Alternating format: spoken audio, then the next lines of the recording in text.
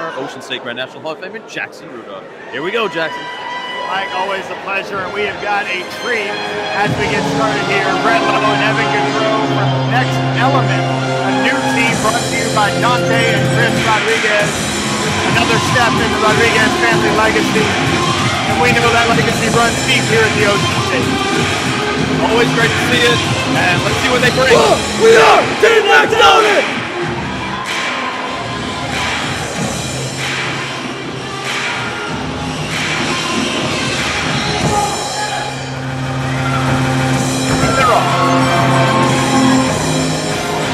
Evan Gaudreau really been making a name for himself on social media recently. Capable of some really crazy difficulty, especially in the weapons division. Awesome to see him putting his full skills on display here with Brett Lowe. Big flip, double flip to start it off. I know you're going to tell the audience all those fancy terms, Jackson. So pretty new to martial arts that's tuning in. This is extreme martial arts, mixing in the foundational techniques, the jumps and punches like you guys are seeing right now, in with the acrobatics known as tricking. Combination of martial arts and gymnastics. That was a full back flip with a full twist and a little extra twist at the end, bringing that right leg over the top of the landing. Woo! Up and over. I'll tell you, Jackson, usually we're not stage level. Tonight we are, and I can feel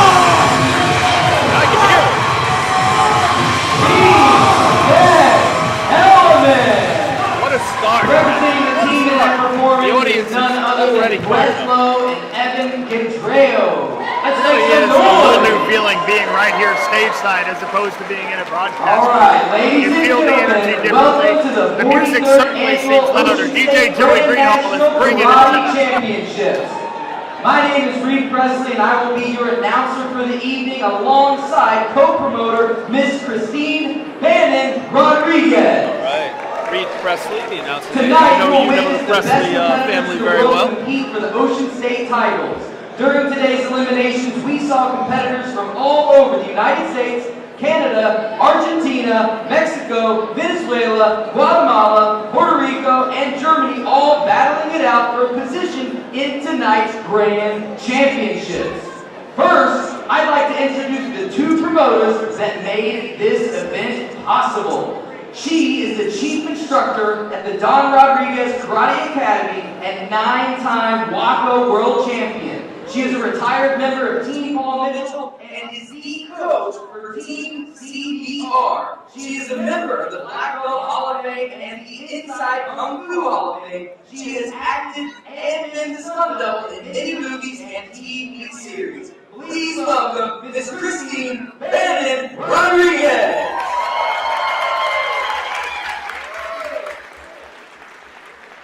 The second half of this team is the president and master instructor of the Don Rodriguez Karate Academy, the vice president of KRANE Ratings International, and the coach of the famous Paul Mitchell Karate team for the past 37 years. He's been inducted into over 30 martial arts Hall of Fames, including the Inside Kung Fu Hall of Fame, the KRANE Hall of Fame, and the Black Belt Magazine Hall of Fame. Please make more welcome to 10th degree Black Belt, Mr. Don Rodriguez. Turn up the audio, they can't hear you on screen.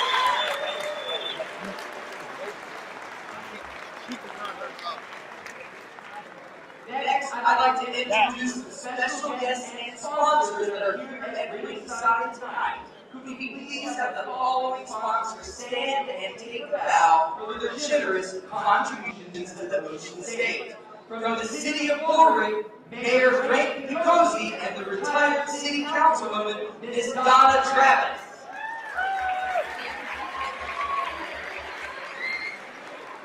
The creator of the Ocean State Grand Nationals Beautiful Awards and owner of Dortz Rose Trophies, Mr. Don Dortz. From the Tori and Rosie Foundation is Happy and Rosie.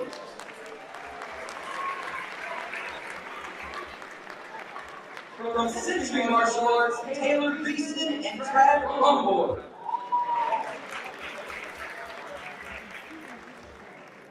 And not present tonight, but also sponsors, Eighth World Martial Arts, Casey Sports Talk, and Paul Mental Systems. Powering this weekend's event, Uventex, Ms. Tatiana Kirschberg. From Female Fighters Battle 2, Maggie Messina. And lastly, Ocean State Listening Center, Mr. and Mrs. Anthony Zangari. Now, before we go to the first event of the night, can we all stand for the national anthem?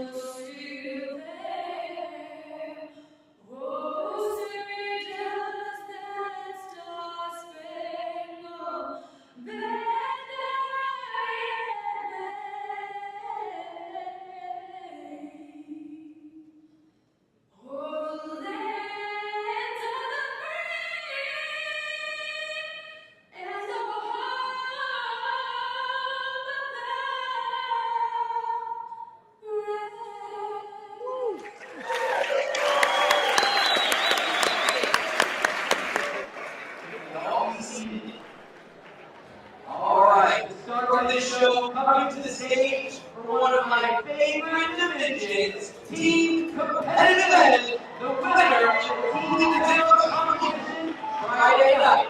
Here we go, everybody. Team Competitive Edge coming on the stage now with a variety of weaponry.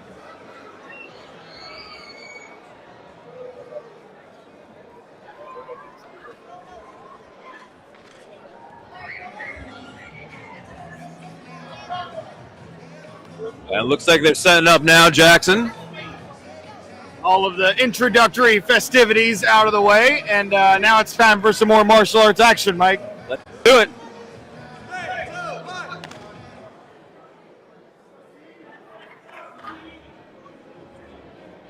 Team Competitive Edge, a national competition team. These athletes from all over the country, coached by yours truly, as well as the Presley brothers, Reed, Cole, and Jake. Jackson, you know what I love about the team competition as well? I love the diversity. You see all ages, and it looks like the abilities are really on par, even though everybody's a little bit different age-wise. And that's one of the most challenging things about team demonstration is that you can have a roster full of amazing talent, but as a team demonstration choreographer, you've got to find a good way to make them all work together.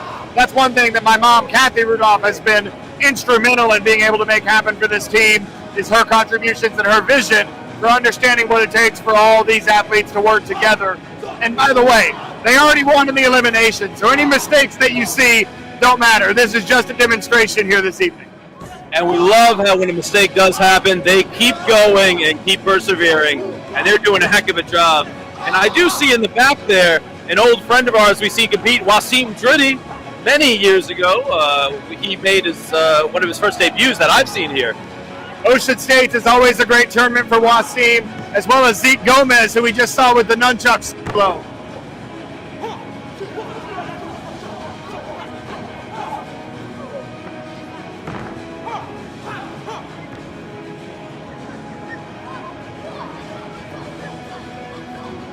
Jackson, is it hard to integrate the weapons back into a team competition? Absolutely. Anytime you're trying to mix weapons in, you take the risk of a drop, which from a competitive standpoint, a drop is something that can kill an entire demo.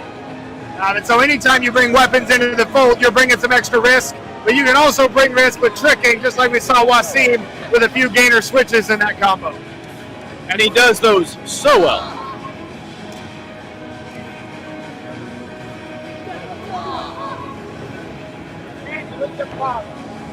Wow, look at that height, Jackson.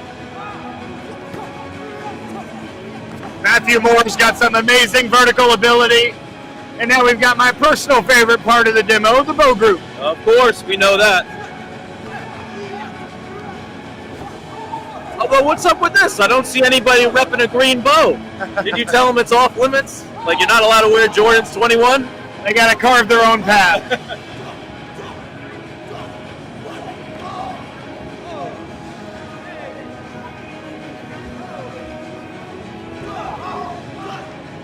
Well, look, man, you must be so proud of them. They're killing it right now. Oh, it's an amazing group. They crushed it in the eliminations.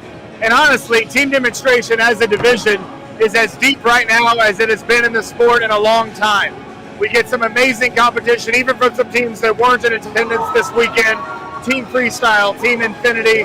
There are many teams out on the circuit. They're really pushing each other to the next level.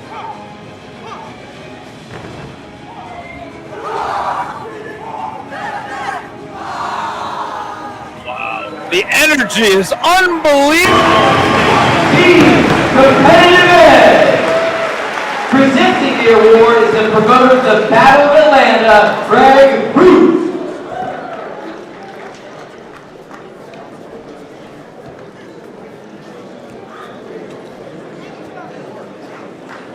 That is very much a 0 to 60 way to start a sport karate show.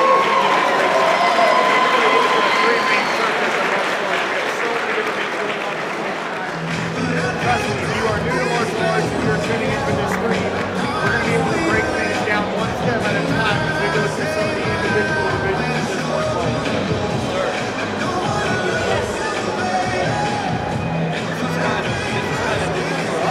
All right, we're going to be moving into the 13 and under girls black belt forms.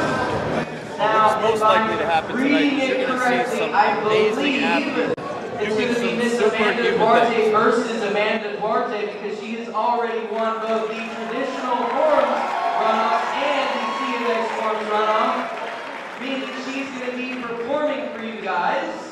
And while she's about to do the first form of the night, I believe if you all check your chairs, there are some Sport Karate Zone scorecards with a 9.9 or a 10. So if you see what you like, then you guys can throw those up there and see if we can get some perfect scores tonight. All right, Miss Amanda, are you ready? All right, let's make some noise. Amanda Duarte, we've seen her before on this stage. No stranger to the stage at all, representing Team Revolution. She was the winner of both the traditional and the CMX, or Creative Musical Extreme, divisional grand championships in the girls 13 and under forms category. And so she's going to be doing a demonstration for us tonight because she won both of her semifinal rounds. Well deserved.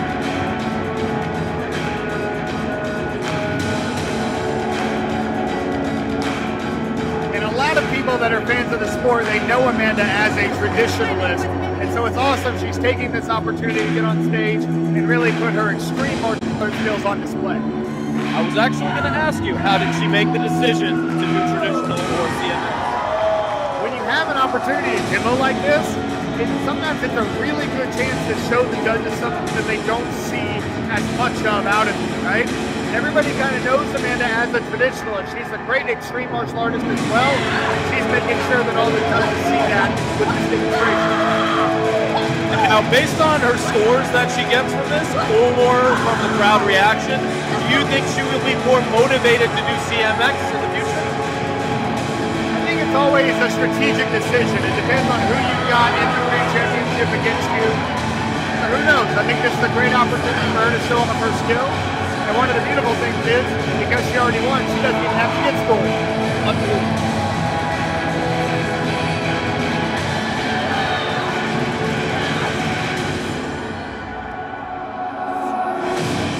Although, some very smart person, I don't know if you know him, came up with these things so that the crowd could get involved in the scoring. Sport karate, some guy, I don't know. Okay, let's hear it up for Amanda. So what Mike is talking about is members of the audience this evening do have some Sport Karate Zone branded scorecards.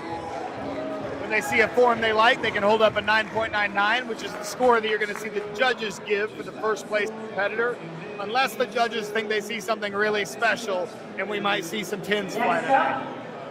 The 13 and under boys Sports Grand Championship. We'll start with Oscar Pitchy.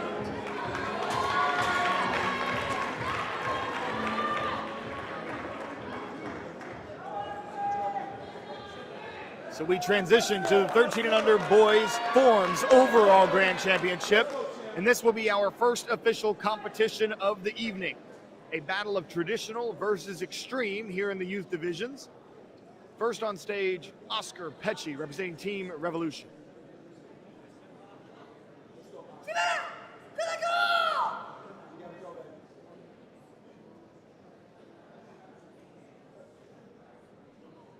And these junior divisions that compare and contrast the traditional with the extreme are really a great example of the diversity that is available in sport karate.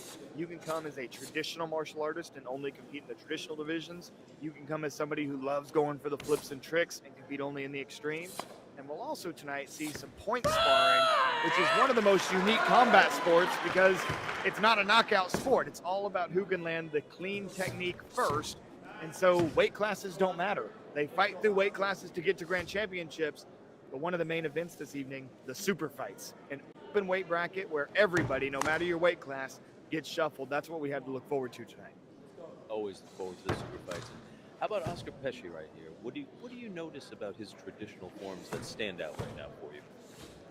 Well, he's got a very nice stance, and that's one thing that he shows off using this kata that he's selected. He's showing off those stances at a variety of different angles, and that strong base is something that the judges are going to pay a lot of attention to when they're trying to compare a traditionalist to an extreme competitor. It basically comes down to mastery of the basics versus difficulty.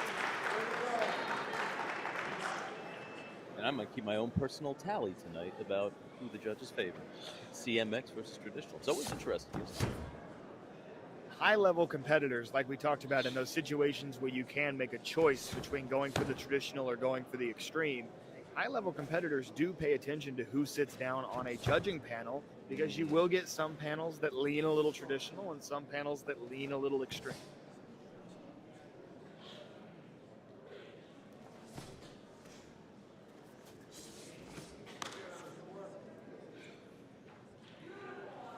I always like watching a great traditional form because the crowd is just as invested as the CMX, but they're focusing on all of these little moves rather than the big showmanship.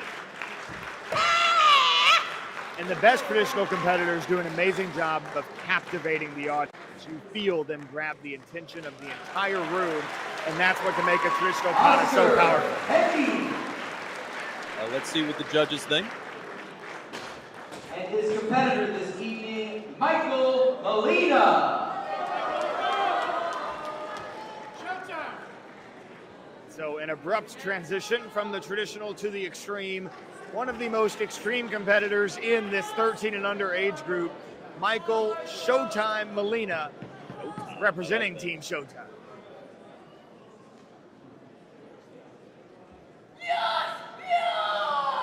Michael would probably correct me. He prefers the nickname Super Bob, but I think Showtime works as well. We saw Michael on stage prior to the show, going through a little bit of his routine, and he looks focused.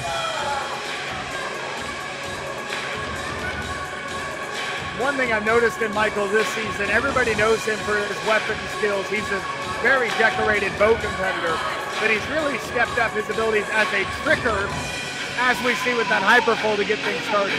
Getting much better elevation, landing more difficult tricks with ease.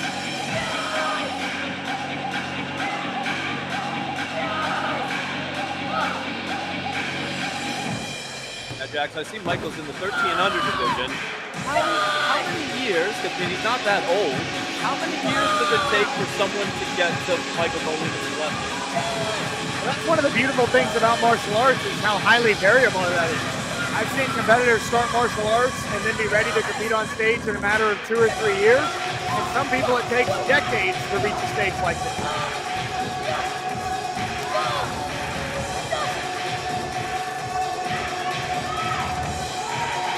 Love the extension on that cheat 720 kick. One thing that I'm noticing on stage here, Jackson, that we didn't when we were back there in the booth, is I'm looking at his hands, and they're very intense and very deliberate with his motions. Not just the punches either. That's a great observation, and that's one thing that whether you're watching from a distance, as we normally do from the broadcast booth, or even to just the untrained eye, even watching up close, some of these techniques can start to blend together, but these are all individually choreographed, traditional martial arts techniques done at a really high speed to make it extreme like that performance.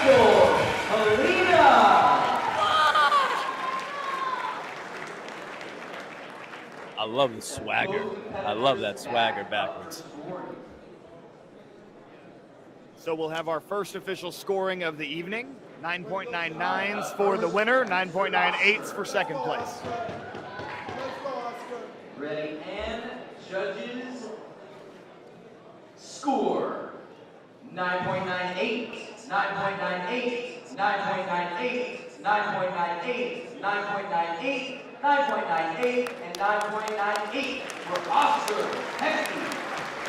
You can see Michael Molina counting on his fingers stateside. As soon as you hear 4 9.98s, that means you've probably got the majority of judges for yourself. 9.99, 9.99, 9.99. And there it is, the official announcement. Michael Molina. 9.99 and 9.99 for Michael Molina. Making the winner, the U13 under Black Belt Boys Forms Grand Championship, Michael Molina. Well deserved from Michael Molina. Great job by Oscar as well. And there's one for the CMXers.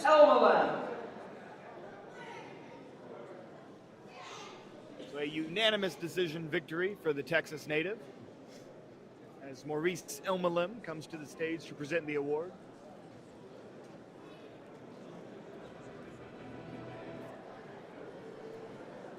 Coming up next, we'll transition from 13 and under, these young guns, to the 14 to 17 age group, a really pivotal time in any athlete's martial arts career where everybody goes through that growth spurt. You've got to figure out your new body, and really it's all about preparing them for the adult division. And so the next group of athletes that we're going to see typically are the ones at the top of their game that have already gone through that growth spurt, and they're trying to get themselves ready for in a year or two when they step up into 18 plus, and they're going for some of the most prestigious awards on the circuit.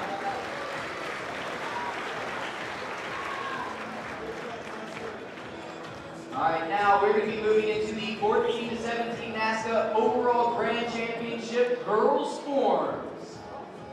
Up first, we're going to have Sofia Rodriguez Flores.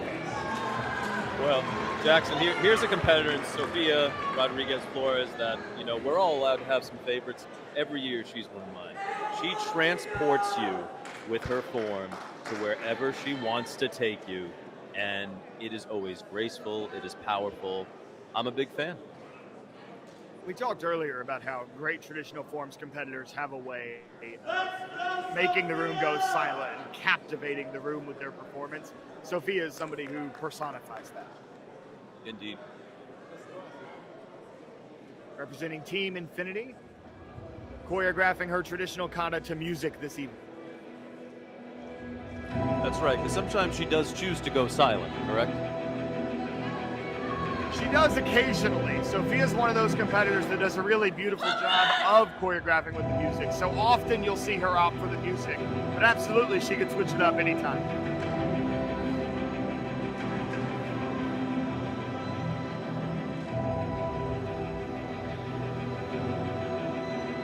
hopper and has been a really popular kata in particular over the last few years, both at the beginning and the end of the kata, that great display of leg strength.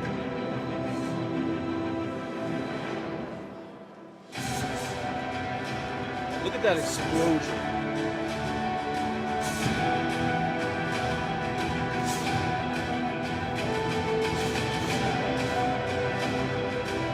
Where do you think, Jackson, she's going with her eyes right now? Where is she? Is she on a mountain doing this? Is she in a forest?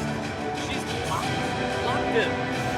The traditional teaching is to put yourself in the fight. And especially in a traditional kata, as you're working through these routines, you're thinking of the bunkai. You're thinking of the practical application of how you would actually be using these blocks and these strikes to incapacitate an opponent.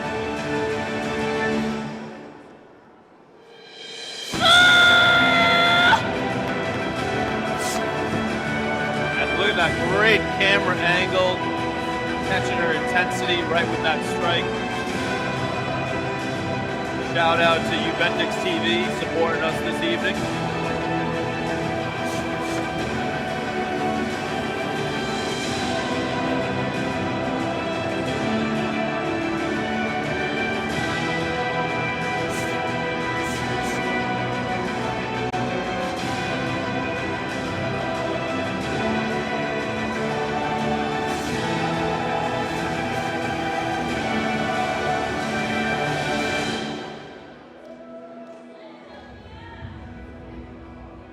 Look at the extension, Jackson, in the fingers. The strength that she probably has in just one finger.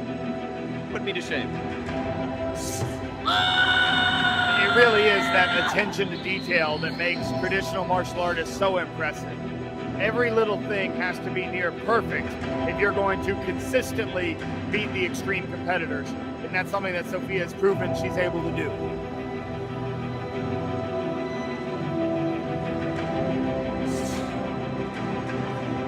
Final display of leg strength will close out the forum for Sophia. As always, beautifully done.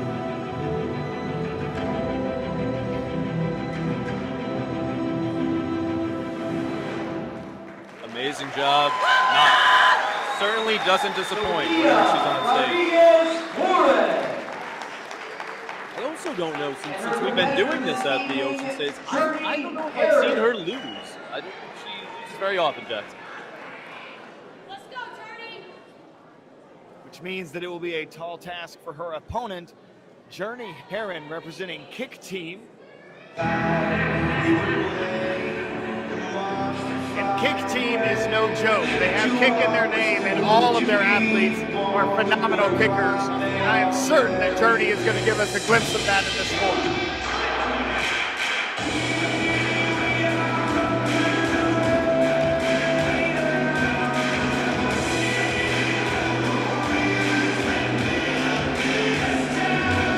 Certainly looks ready to deliver a great performance. She looks locked in. I can't wait to see what she shows us.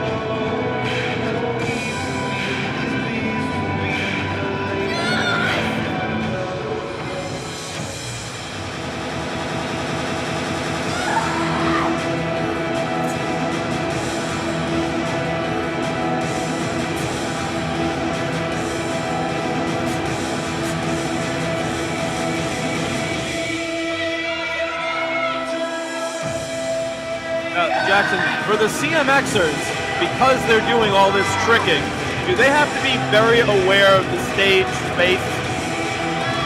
Absolutely. The good thing is they're normally competing in a ring that is much smaller than the size of the stage. So something has to go really wrong for them to end up off stage. Talking about things going right, that's a beautiful kicking combo befitting of her teammates.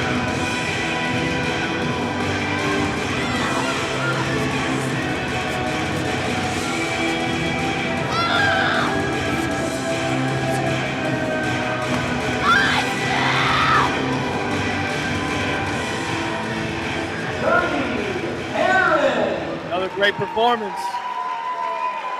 Got to see what the judges will favor. Both competitors back up for scoring. Again, this head-to-head matchup, looking for whoever can get 4 or more 9.99s for the win.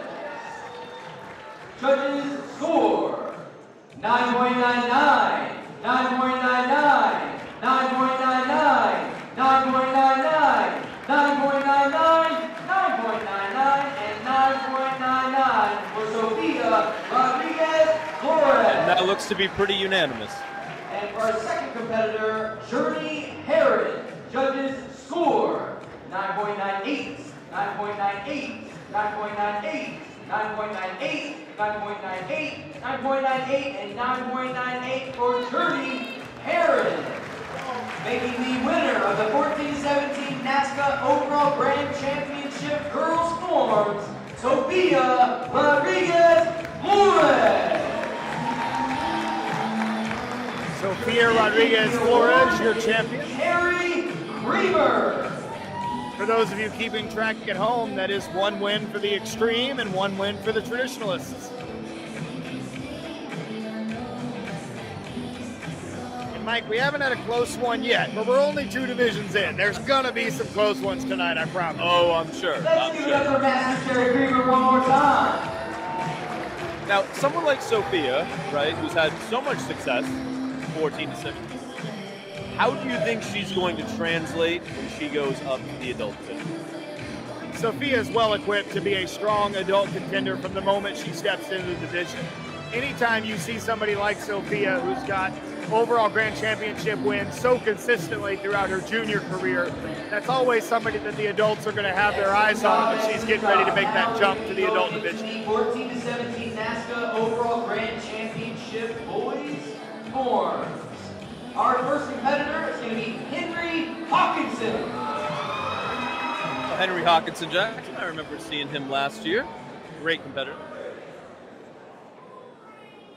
He's been in the finals here at Ocean States, both as a traditional weapons and a traditional forms competitor. Tonight, of course, demonstrating his traditional kata. I actually had the pleasure of judging him in the traditional challenge division, a specialized Japanese kata division. Just helping out at the tournament earlier. But one thing that stood out about Henry and earned his 9.99 for me in that particular division is his power. He does a very good job of kind of channeling his power into every little technique, as we're about to see from the very first move. That's a great point. One thing I love about Henry and watching him last year is that his facial expressions just project that power and that intensity that you were talking about. I mean, you can see it, and the crowd just felt it there. I think the kids these days call that aura, Mike. I thought it was a vibe or something.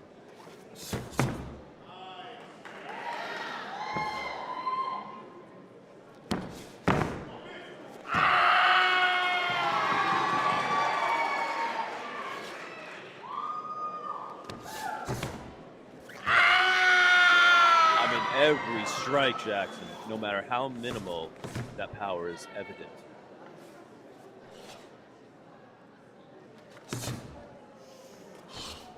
And that power and execution comes with the territory for a lot of martial artists coming from his lineage.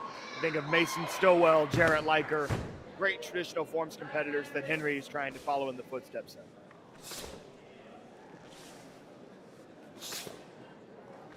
And tell me specifically about his breath, because he's someone whose breath is very audible. Is that intentional, or is that just part of his style or the kata? The breath is definitely something that traditional competitors can embellish and exaggerate at times to help bring more power to their performance, and justifiably so. Power, the exhale, is something that really helps with power generation and kind of timing the breath with the technique. And so if you hear a competitor kind of exaggerating that a little bit, that's just trying to show the judges how good control of that skill they have. And his competitor coming to the stage, Wasim Tree. That was a great performance by Henry. We're in for a treat. This might be a close one that you talked about, because we've seen Wasim Driddy before, and he brings the height and the tricking to a whole nother level as well. For sure. We talked about Henry's lineage with the Liker family, Mason Stowell, etc. Wasim Driddy coming from a big extreme lineage himself, trained by Esteban Tremblay. Of course, his dad, Eric Tremblay, still out there competing on the circuit. Wow. Just need to be thankful for the life you got, you know what I'm saying? Stop looking at each When did Wasim Driddy get a beard? When he gets old. When did he get a beard? He didn't have that last time I saw him. As evidenced by a huge double core, competitors can grow up on this circuit, Mike. They certainly can. We have seen him literally grow up. I remember 4 years ago he wasn't this big or as mature.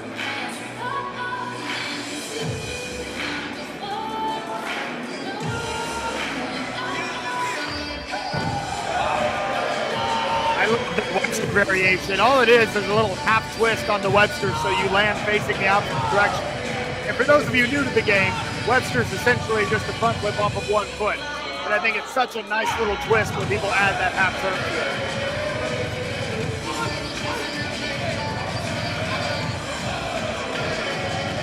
High flag, touchdown raise, hypercore. I mean, dizzy. Wow. 2 gainer switches into the gainer. How do you do that back to back without losing your equilibrium?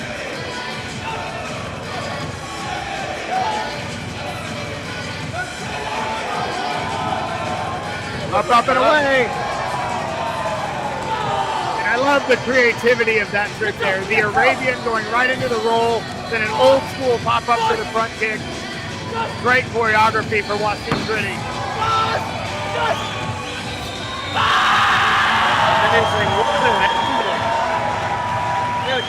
Listen to the crowd. Wasim Driddy. I think it's going to be a close one, Jax. I mean, the crowd was into both traditional and CMX. I like them both. I mean, I don't know. I agree. This is one where the appropriate scoring First up, is that it should be split amongst the judges. Judges score 9.98, 9.98, 9.98, 9.98, 9.99, 9.99, and 9.99 for Henry Hawkinson. And just as we predicted, we're looking at a 4-3 split, and it looks like Wasim's going to come out on top of. Let's see. Score 9.99, 9.99, 9.99, 9.99, 9.98, 9.98, and 9.98. Making the winner of the 14-17 NASKA Overall Grand Championship Boys Form, Wasim Driddy. Actually, we're pretty good. We called the first close one here.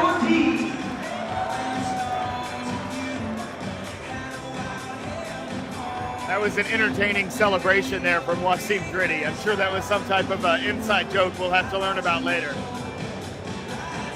Now, with Wasim, you mentioned that, the creativity. It was good to see him be very creative. Is that something does he have a say in the choreography, or is that his coach or trainer who basically tells them, hey, we're going to try this time?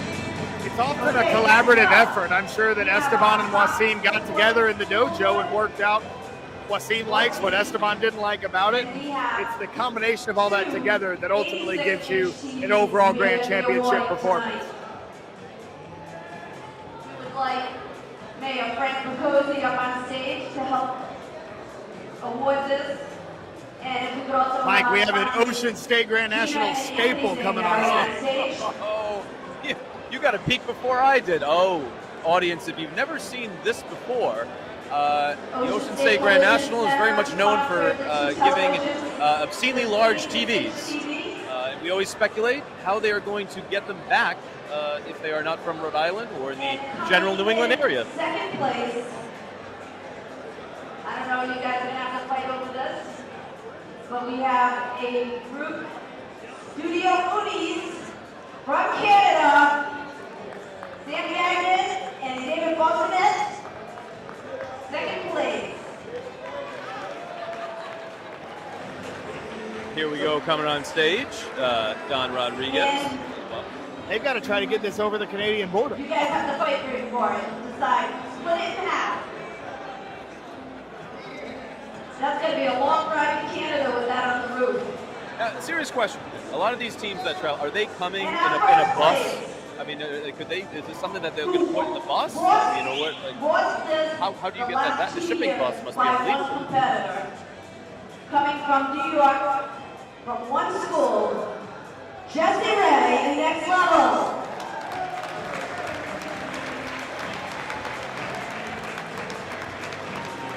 Your child gets into traveling sport martial arts, that is often a family commitment. So these are a bunch of individual road trips amongst the teams representing, or the families representing these teams. The KRANE Awards banquet. But I'm not even sure this would fit on a bus. So we're going to present him with his award at this time as well. I gotta say, looking good. I'm looking at those fresh Nikes over there that Next Level has. Sharp.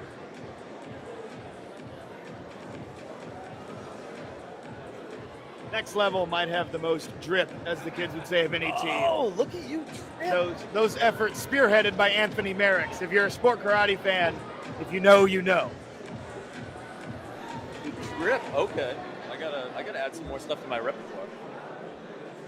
Students I teach over at the community college in psychology help keep me fresh, but I don't know the drip, man.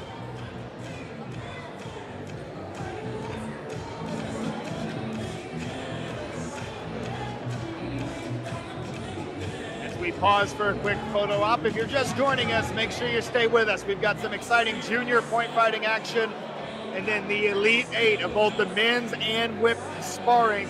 Open weight, doesn't matter what weight class you're in, they shuffle the whole bracket. They ran all these competitors down to 8, competing for their share of $20,000 of prize money. This is gonna be awesome, Mike. It's gonna be great. And the Ocean States are always known for giving and delivering on some great prize money. Special award, and it is the Ocean State Grand Nationals 2025 Veterans Award.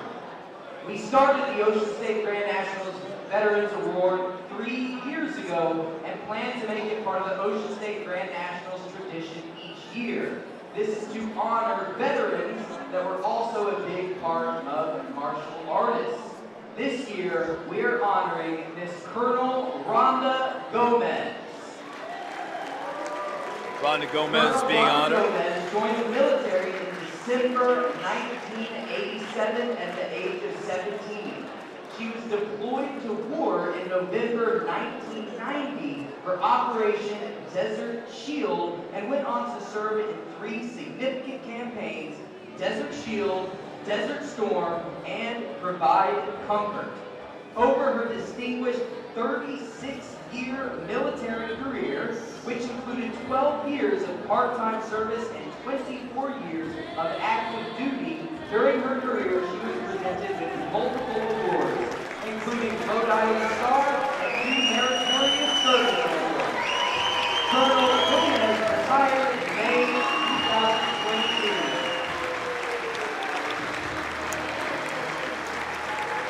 In addition to her military achievements, Colonel Gomez is a proud member of the Don Rodriguez Karate Black Belt family.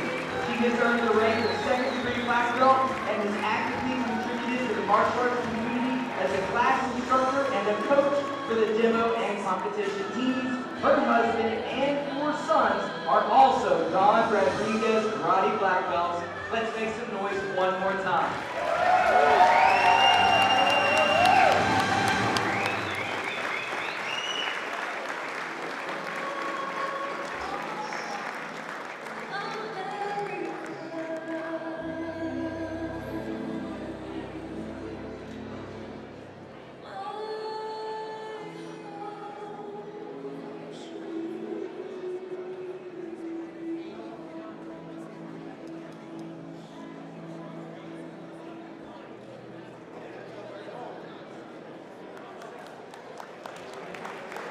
You know, Jackson, you can tell both Don and Christine Rodriguez are so proud of this Veterans Award. You can just see it every time they deliver it, and wonderful for Colonel Rhonda Gomez. Now it looks like we are going into some fighting. Are you guys ready for some fights? Jackson, you prepped it really well. Here we come. Excited. I see him stage side right now. Let's make some noise for Rosaline real quick. There you go. All right, we're going to be going into the 16-17 Class AA NASKA Grand Championship Black Belt Boys Tall vs. Short Point Sparring Round. Coming to the stage, we're going to have Abdul Qadir Ibrahim.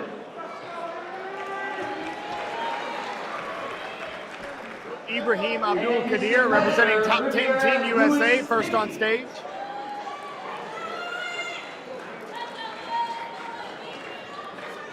And Luis Rivera in the green helmet, representing Team Legend.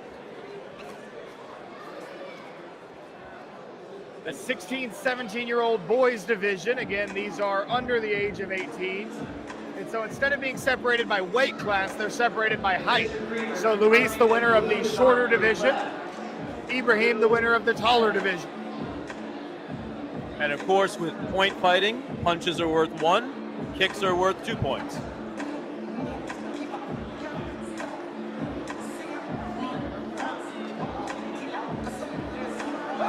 Remember, if you guys see something you like or you see a kick, multiple competitors right now conferring with their coaches, making sure their equipment is all set. As we know, we've seen equipment timeouts, Jackson, you and I. And here we go. And again, point fighting is a game of who can make clean contact first. It's all about speed, not about power. Hook kick attempt from Abdul Qadir. Competitors must stay in the red. If they step into the black without being pushed, that can be a penalty point as Abdul Qadir scores first. Back fist, Rivera scores. We're not at 1. Nope. Looks like that kick just missed.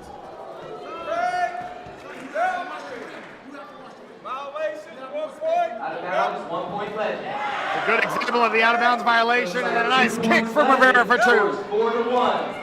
Oh. Another point left. 5-1. Rivera Rivera on the snuck that attack with punch the in. hands.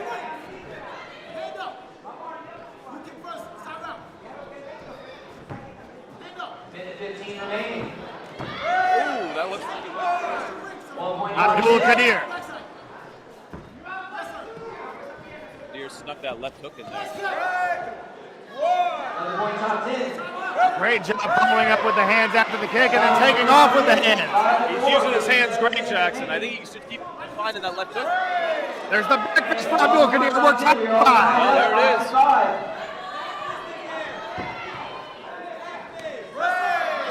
Another back fist for Abdul Qadir.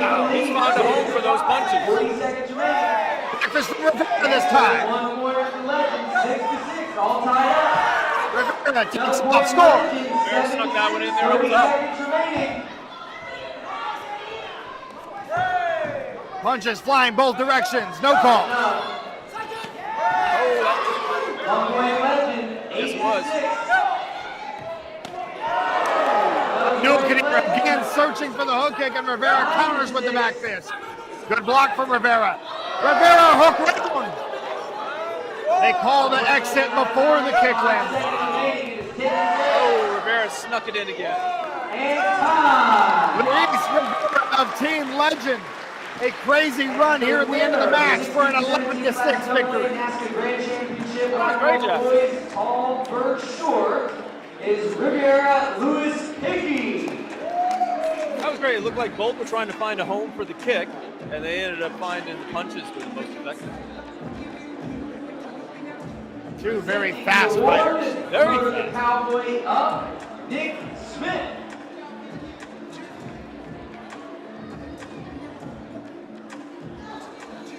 And as we congratulate Luis Rivera for his win, on the other side in the coaching chair, El Java Abdul Qadir, we've got to give him a shout out. A massive 23-point comeback in the senior men's team sparring division. He came into his round down 21 points and wound up winning the fight for his team by 2. One of the greatest comebacks you'll ever hear about in this game. Unbelievable. First, coming to the stage, we're going to have Hendricks Addison versus Sofia Rodriguez Flores. So Sofia Rodriguez Flores proving that she's not just a form specialist, she's going to put the gloves on too. That's one of the things you got to love about Sofia is that she does it all. The extreme, traditional, sparring. She she's a true martial artist. And tell me about Addison Jackson. What do you know about her? So Addison Heinrichs, of course, being coached by an absolute legend of the game in Joe Greenhall. She represents Team Straight Up in the black helmet, Sofia Rodriguez Flores in the white helmet.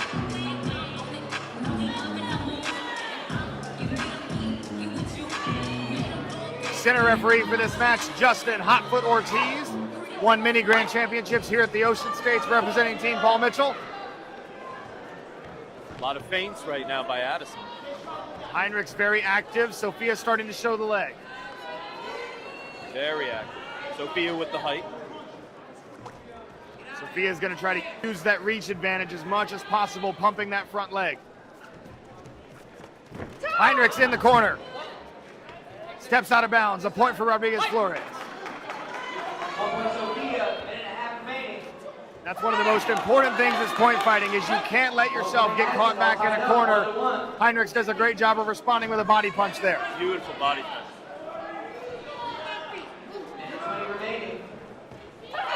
Another Addison, I believe, that scored. Body punch slid in before the kick from Rodriguez Flores. And because of the reach difference, we say she probably has to go to the body. It's really about the lateral movement. She can bring a head kick up top, but she's got to move around and create those opportunities when you're working with a taller fighter.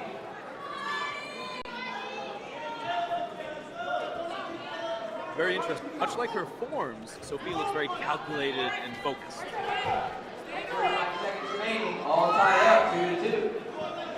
Heinrichs again trying to work the outside, circling well. Rodriguez Flores trying to find an opportunity to fire off one of those kicks. Would you like to see Rodriguez Flores try 30 boxing? seconds. She tries to follow with the hands there, but nobody scores. I think working behind the leg is a good strategy given the reach, but she's got to throw the leg to score, not just picking the leg up. Exactly, 1 exactly. point Addison, 3-2. 15 seconds remaining.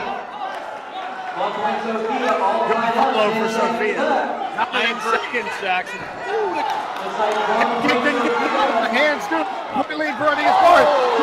One point Sofia, 6-3, and A time. clutch kick to secure victory for Rodriguez Flores. I'll tell you, she sure picked it up on that last 10 seconds. She certainly had a lot of moves with that kick. That is a great example of understanding the situation in the fight. She had a 1-point lead. Time was ticking down. She knew that Heinrichs was going to come on the offensive, so what does she do? She picks the leg up immediately, and she can answer with the kick as soon as Heinrichs takes off. Beautifully done by Sofia. Beautiful.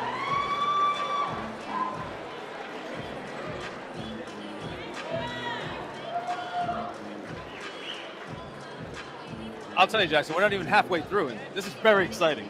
Every year we say that, but we're not kidding. All you got to do is start point fighting to get Jackson to start yelling. Which is funny because I was the forms and weapons guy. Did you ever do any point fighting? All right. When I was at Underbelt, I competed in point fighting, and obviously you sparred to advance in rank. By the time I was known as a bow competitor, it probably would have been a good idea. Traditional weapons. Your first competitor coming to the stage, Haley Glass. All right, Jackson. Well, look, Haley Glass, I didn't know if we were going to ever see Haley Glass again because she's a celebrity now. Been in Cobra Kai, I mean, does the cruise ship thing, and you call her bulletproof. We're going to see why. Haley, certainly a phenomenal performer. Her talents being recognized by Royal Caribbean Cruise Lines as well as the Cobra Kai series. When she was younger, she performed in the movie Logan. For my Wolverine fans out there. But the martial arts stage is where she calls home. And folks, if you're looking for a competitor that does power and intensity better than any other, Haley Glass is here.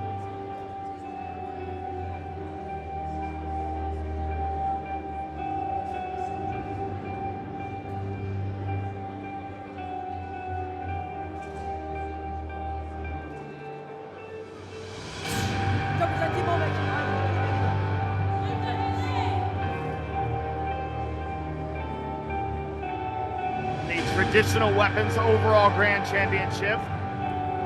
Now we are in an adult division, all competitors over the age of 18, the highest level of sport karate competition.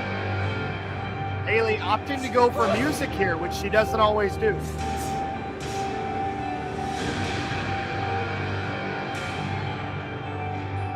Any Paul Mitchell inside information about why? I think it's just a way to spice up the form a little bit. We see Haley a lot because she's so good at winning with this sword form. So just by bringing some music to it, you can sometimes up the performance value and try to show something a little different from your competition. What are you seeing, Jackson, right now with the sword work? Well, Haley's one of the best in the game when it comes to her traditional sword form. Fast, accurate, clean execution of techniques. When you mix in her trademark intensity, it becomes very difficult to beat.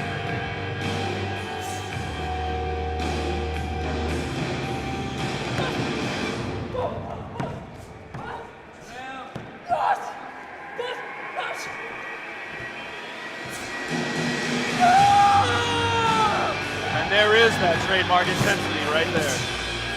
Great choreography, timing that big yell up with the music. Look at that deliberation.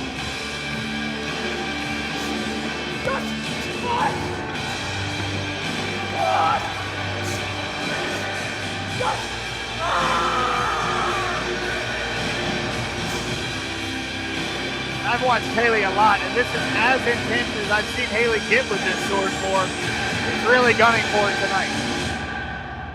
Look at that.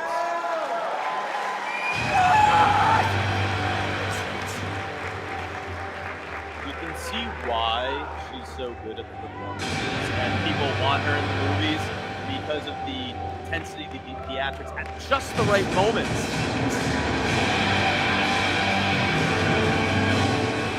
One of the best sword forms I've seen from Haley Glass. Beautifully done. Haley Glass.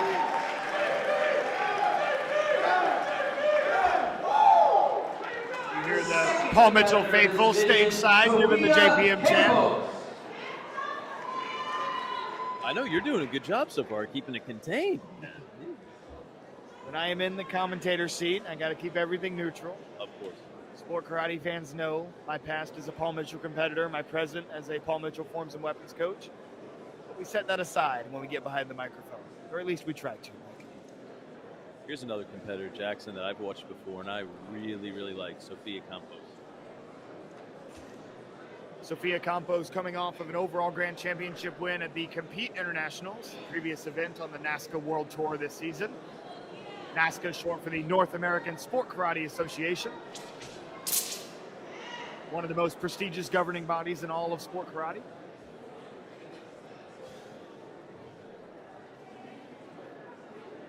And this is going to be very different than other performances that we've seen because we call this soft style. You can also hear it referred to as Chinese martial arts, all of which umbrella terms for various styles of kung fu or wushu. Wow.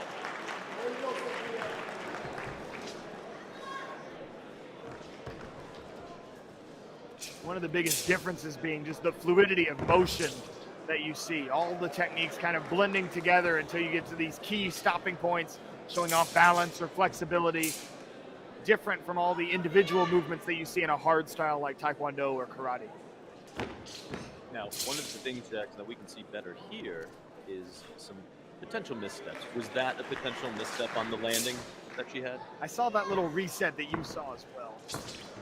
And a lot of it just comes down to how close the competition is overall. Sometimes a competitor can have a little misstep, and if the judges think that the performance is good enough to override it, then it may not matter. But the great thing about being in these seats is that we're getting virtually the same perspective that the judges are getting, just a slightly different angle. This is true. And the third and final competitor coming to the stage, Caitlin McMillan. Our third competitor, Katie McMillan. This, I believe, is going to be very close because Katie is one of the people that I've seen so intense with the bow. Her snaps. Audience, pay attention to that because you can audibly hear them.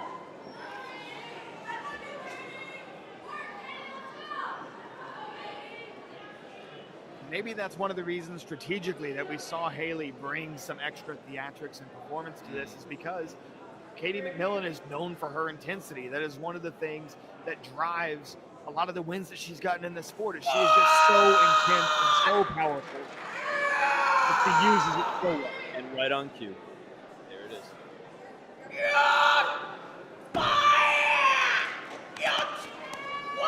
And that's the snaps I'm talking about. Look at that power. You can hear it from the back.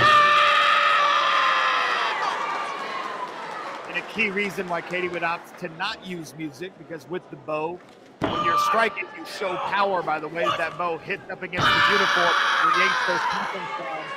The louder the judges hear that, the stronger they're going to perceive you.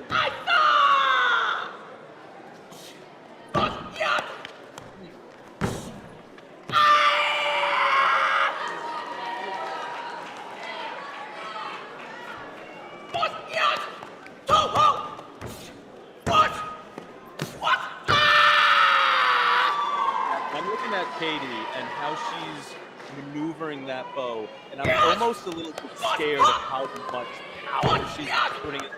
I'm amazed at the control. And that's really the great balance for any martial artist, is learning how to find that perfect equilibrium of control and power. How do you go all out but still maintain your composure? Katie doing a very good job of that in this performance.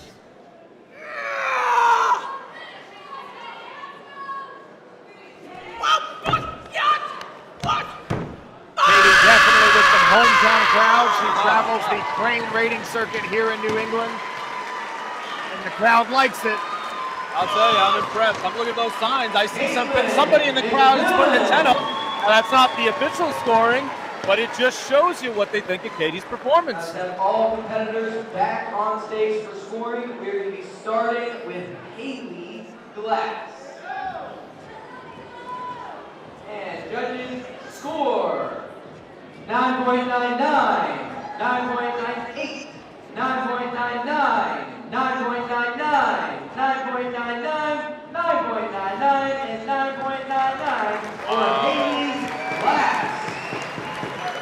Up next, 6 of the 7 judges ruling in favor of Haley, it seems. Judges score 9.97, 9.97, 9.97, 9.97, 9.97, 9.98, and 9.97 for Sophia Campos.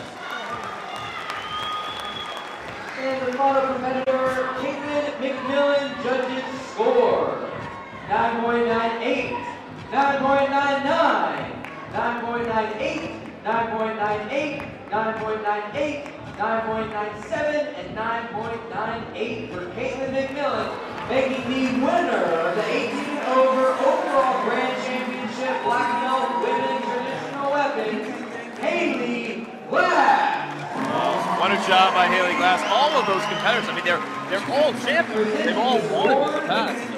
Mr. So impressive, so tough. Now that we know the scoring, Jackson, of Sophia Campos, do you think that little potential misstep influenced her scores at all? It absolutely could have, and I think the bottom line is we've got 3 very strong performances in this division, and Haley, ultimately, the cleanliness of the execution in combination with the intensity and performance that she was able to bring, that's what put her over the top tonight. And now, let's go to the 18 and over overall Grand Championship Black Belt Men Traditional Weapons. Our first competitor coming to the stage, Dawson Holt. And again, Jackson, I know you know both these next 2 competitors. You've seen Dawson many times. You refer to him as Mr. Clean because of his clean sword work, I'm assuming, and preciseness on his forms. Absolutely, and this is going to be a showdown between teammates. Dawson Holt coming out of the bladed traditional weapons division, and his teammate Ben Jones coming out of the non-bladed division. Together, they host a podcast on Sport Karate Zone known as The Clean Truth. A little nod to their nicknames, Mr. Clean for Dawson Holt and The Truth for Ben Jones. And although they are the best of friends, enemies in the ring here tonight. Dawson, of course, in the Compete Internationals, won the men's overall and actually got a 10 versus them. In the CMX division, on to his versatility as a competitor.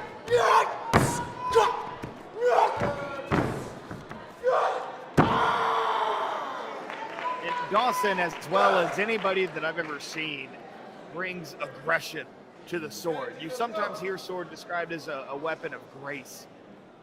And although you could describe what Dawson does as graceful, there is so much aggression behind it. And it really puts the signature mark on his performances. Yeah, I'm not getting the grace, buddy. Not getting the grace. Graceful in execution, maybe, but in intention, it is all-out aggression with a katana.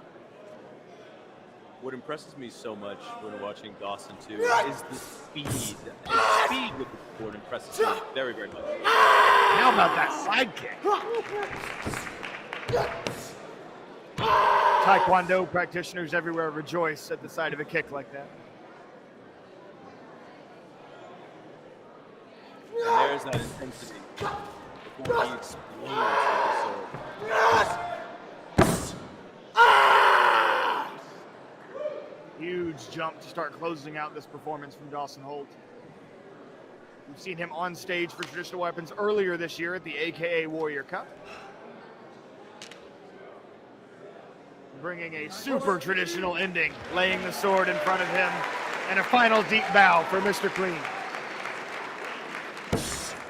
As we are accustomed to, Dawson wonderful performance from Dawson Holt. And his competitor this evening, Benjamin Jones. And here comes Ben Jones. Ben Jones, of course, also representing Team Paul Mitchell. He's now an instructor for Infinity Martial Arts up in Wisconsin. Let's go, Ben. And you'll notice some tape around the right hand of Ben Jones, dealing with a thumb injury. He's had some pretty significant thumb swelling since Friday night's eliminations in the extreme divisions. Was able to overcome that obstacle to get the divisional win today, trying to make it through one more individual performance here, and try to get an overall grand championship despite the injury.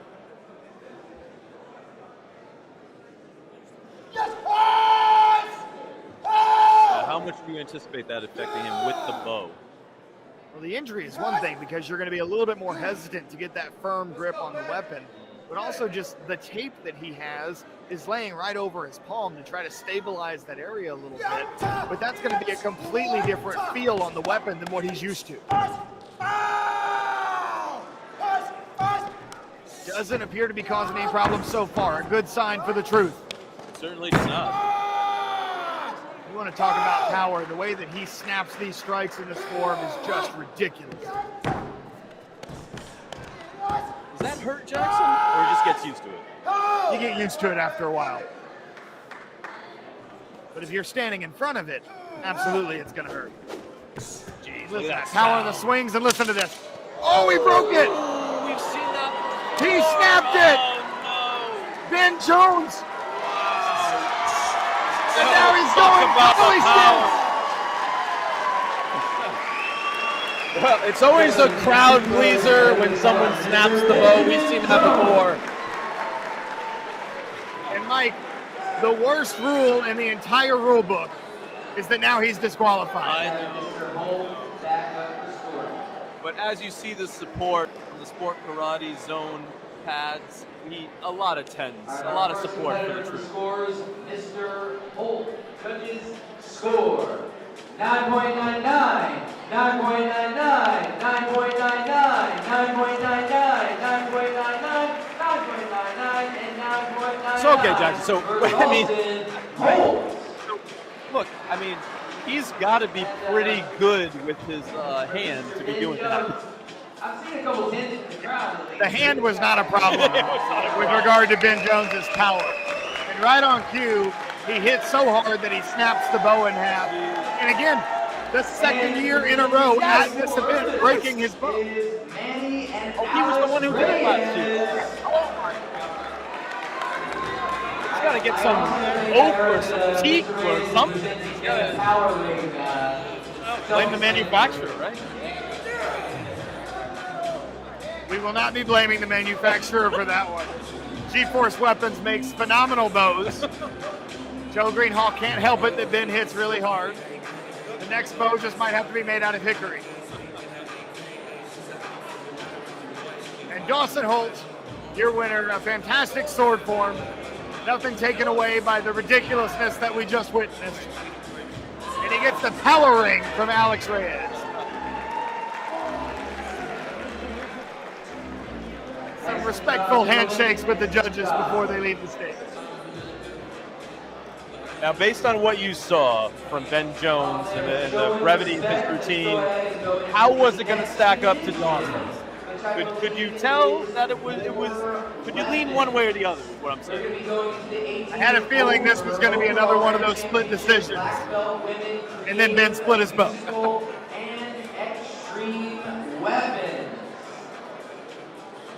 And within moments after seeing Haley Glass win the traditional overall and Sophia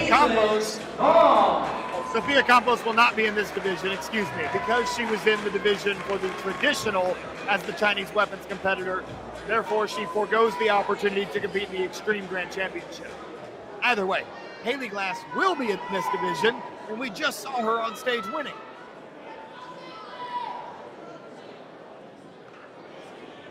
On stage now, representing Team CBR, of course, short for the great Christine Bannon Rodriguez, Caitlin Bong.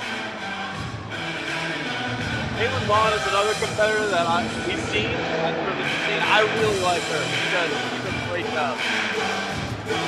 Raised intensity, and she posts some amazing pictures of the cuisine she eats on Facebook and makes my mouth water. So, Caitlin, if you ever watch this, bring some for Jackson I next year, please. A student of Kurt Shirok. Some old school sport karate fans will notice she has a style very similar to the Khan boys, Jake and Josh Khan.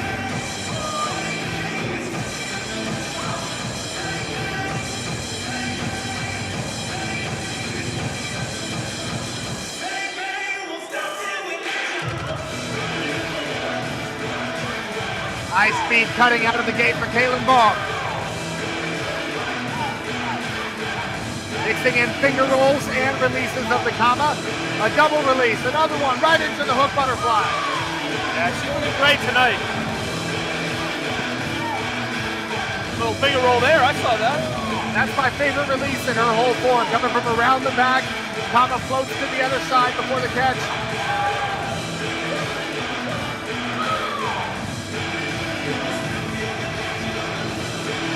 Beautiful kick. Look at that balance, everybody. And that is what Caitlin Bong does best. She is an elite kicker.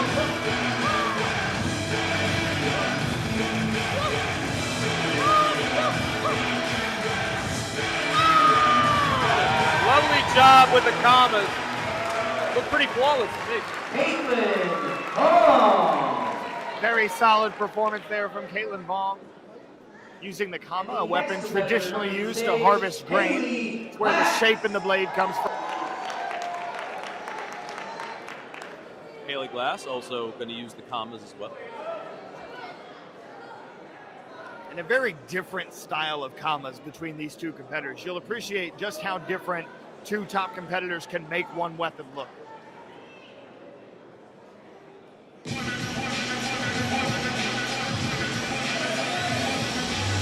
Dang, Josh, I could get my drop top with some hydraulics with this. I'm feeling this music.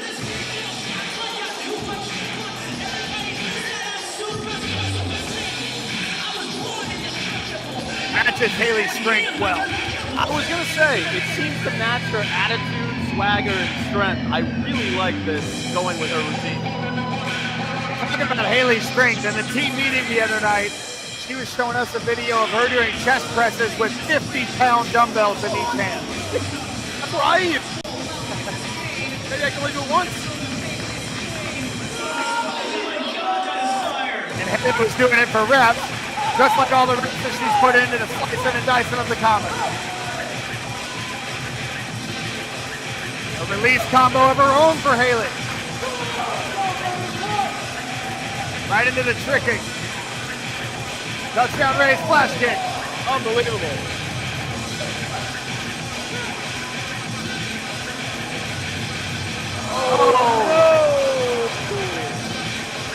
just got a little ahead of herself on that release. If you were to go back and look at the replay, as she tries to do that little horizontal rotation, she just takes her eyes off the comma a half second too early, just barely misses that catch.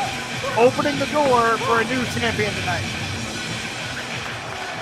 Yeah, you can tell she's disappointed, finishes it out. It was a heck of a routine.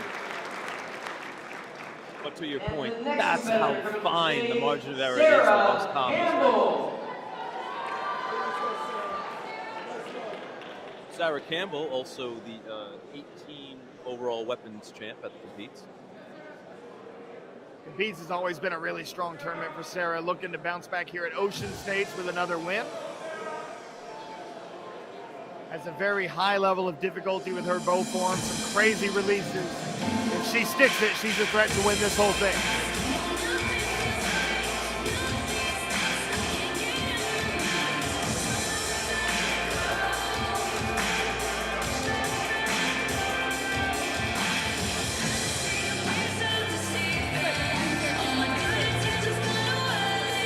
Sarah, an Ohio native. Ohio, drop some fire emojis in the chat. Shout out to one of my favorite places I went to in Ohio, Put-in Bay. A very nice bay over there in Ohio. Shout out to y'all.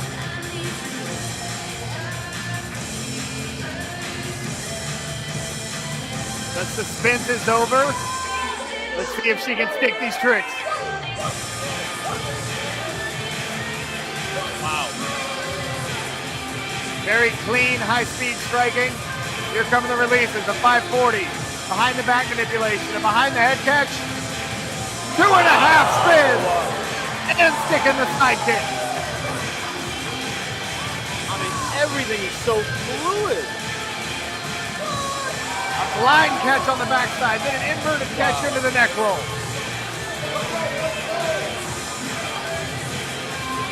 Home stretch for Sarah Campbell.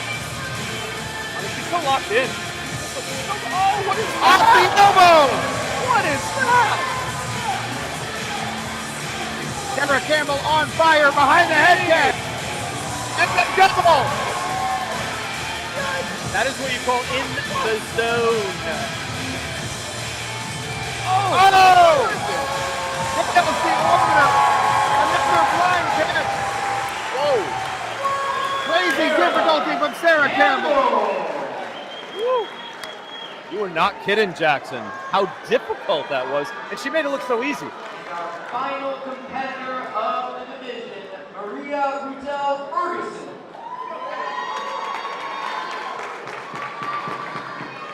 As you heard from our public address announcer, Reed Presley, our final competitor of this division, Maria Rotel Ferguson of Team Amerikick, who's brought a couple of plush Highland cattle on stage. Must be a good luck charm. I do see that. The benefits of being so close to the stage level. We've got to get the backstory behind the plush cows. Fortunately, through the Uventex TV camera here, you can see those are two little plush cows at the back of the stage.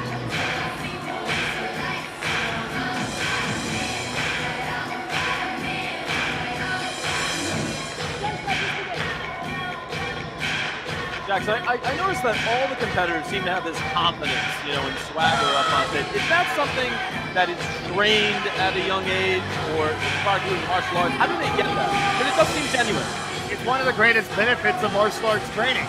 It's learning how to have that self-confidence, to believe in yourself, get up on a stage like this in front of people, and perform. It's something that can help in every facet of a martial artist's life.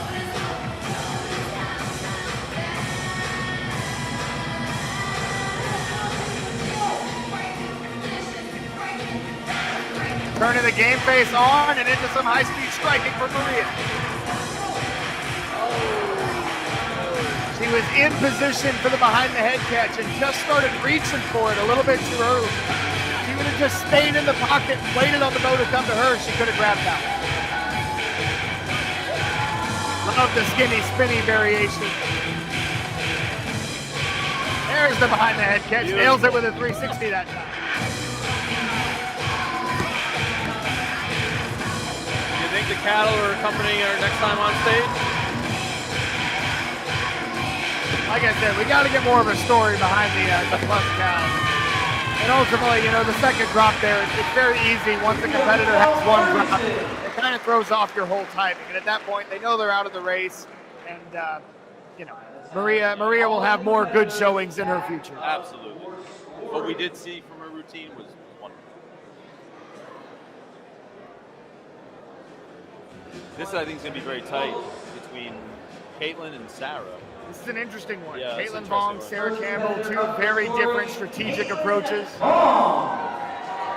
And judges score 9.98, 9.99, 9.98, 9.99, 9.99, 9.99, and 9.99 for Caitlin. So that would be 4 for Caitlin.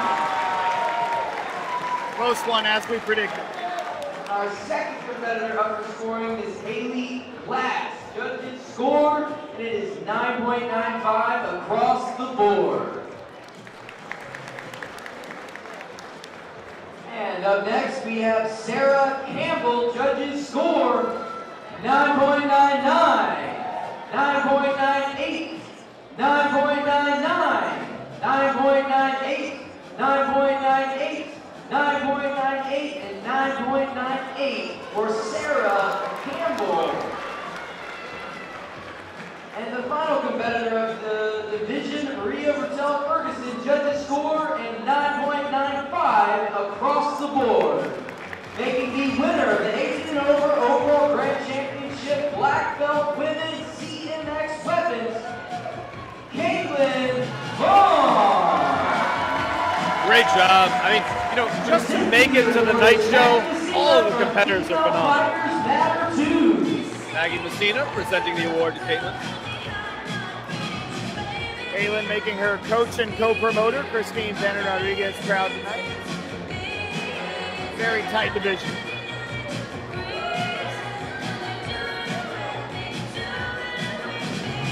Let's give it up for these ladies one more time.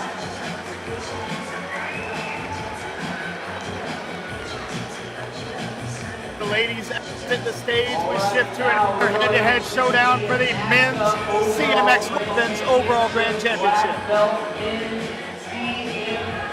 Yeah, these next two guys we know really well, and they bring it. I think this is going to be another close one, Jackson.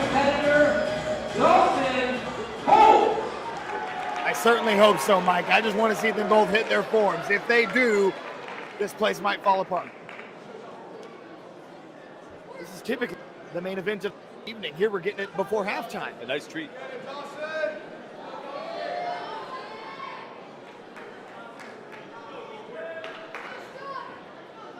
I gotta say, Jackson, I do love Dawson's very traditional clothing.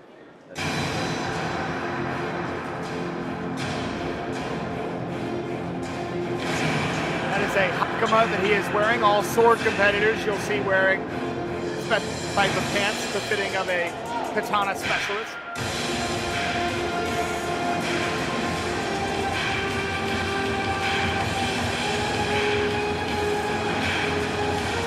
Crowd getting involved. We will clap into the music. Anticipating something special. Dawson. Dawson always brings something special to the table. Coming off of an overall grand championship win in California, looking to go back-to-back. He's won this title here at Michigan State before. Now, Jackson, is Dawson always using the same katana, or does it change? He actually just recently switched to this particular sword. It might be a lucky one after his overall grand championship win. Nice behind back. Right into the Webster. Very solid opening combination from Holt. V-twist ground, hook. Massive delay. He's pumped, man. He's pumped. Look at the face with the intensity.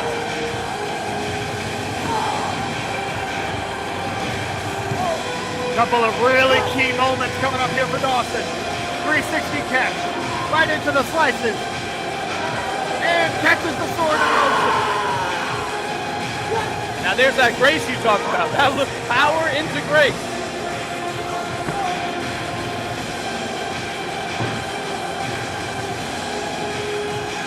And the inverted catch. The 2-up for Dawson home. He's certainly bringing the house down with this one.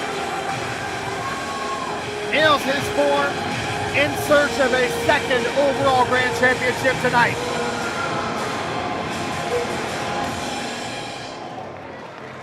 What a wonderful routine. Even choreographed the resheathing of the sword. Beautifully done. And that makes the person great, down to the last detail. And now, coming to the stage, In a division this tight, that could be the difference. That could be something that simple. I saw Esteban Tremblay pumping himself up on the stairs, and here he comes. Esteban, the defending champion at this particular event.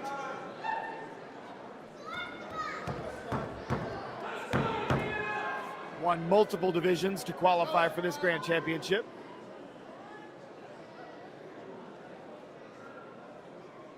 Brushing the hair a little bit.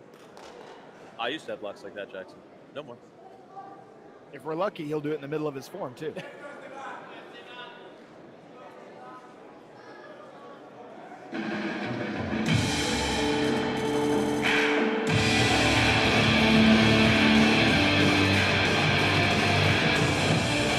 Hard rock for Esteban Tremblay. And that's just the snarl. Look at that on the camera. Look at that intensity.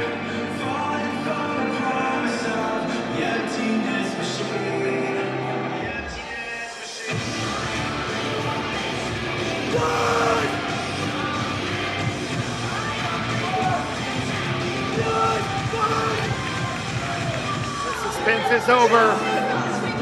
Air Canada cleared for takeoff here in the weapons division. I can feel the feet, Jackson, hit the mat. It's hitting our stand right here. That's how much he's pounding. Just look at these right into the corkscrew and into with a double.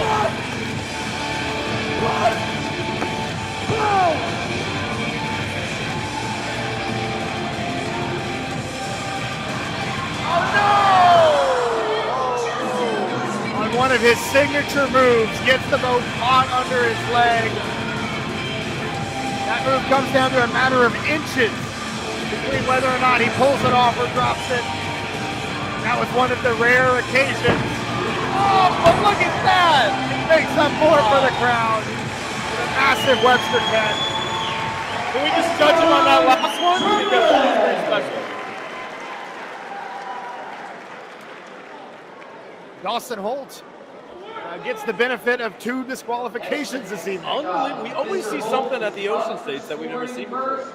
and judges score 9.99. You can tell by the expression, Dawson doesn't want to win that way. Of course. 9.99 and 9.99 for Dawson Holt. I love it. Push-up punishment. Holt. Dawson counting him out. And judges score for Mr. Tremblay is 9.95 across the board, making the winner of the 18 and over overall Grand Championship black belt in TNX Weapon, Dawson Holt. Beautiful display of sportsmanship between the 2 athletes.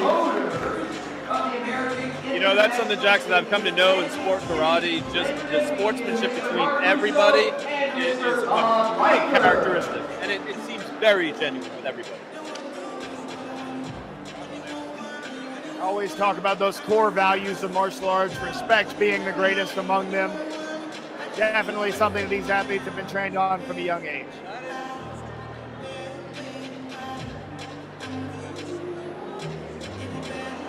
It looks like we might have some women's point fighting coming up in a little bit. I see Katie Herman over there, jogging on the sideline. Of course, she's one of the best in women's point fighting right now.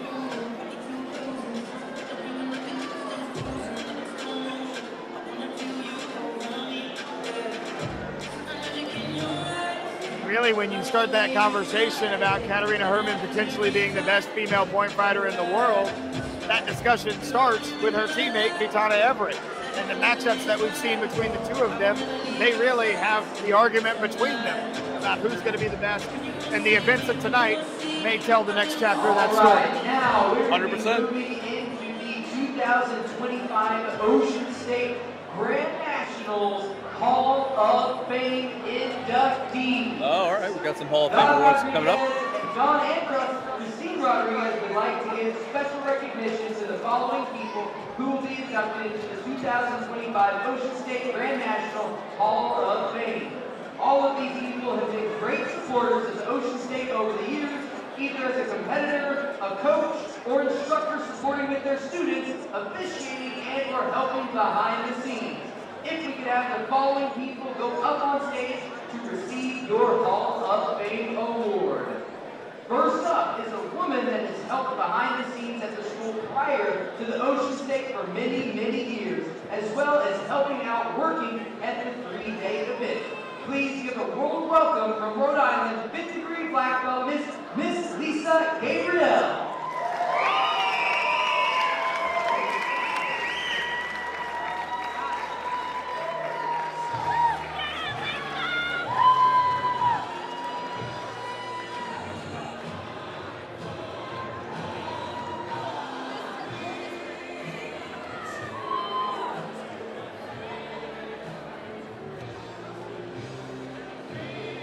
Such a rich history here at the Ocean States. Always special to see these Hall of Fame inductees be recognized. Let's give it up for Miss Wonderful. Gabriel one more time. Lisa Gabriel is known for doing women's seminars in the community. The Ocean State with his team as well as judging at the event for many years. He is the owner of Revolution Martial Arts and Fitness and the founder of Team Revolution since 2013. He recently launched Team Revolution Europe last year. Please give a warm welcome to Mr. Cannell Lovelace.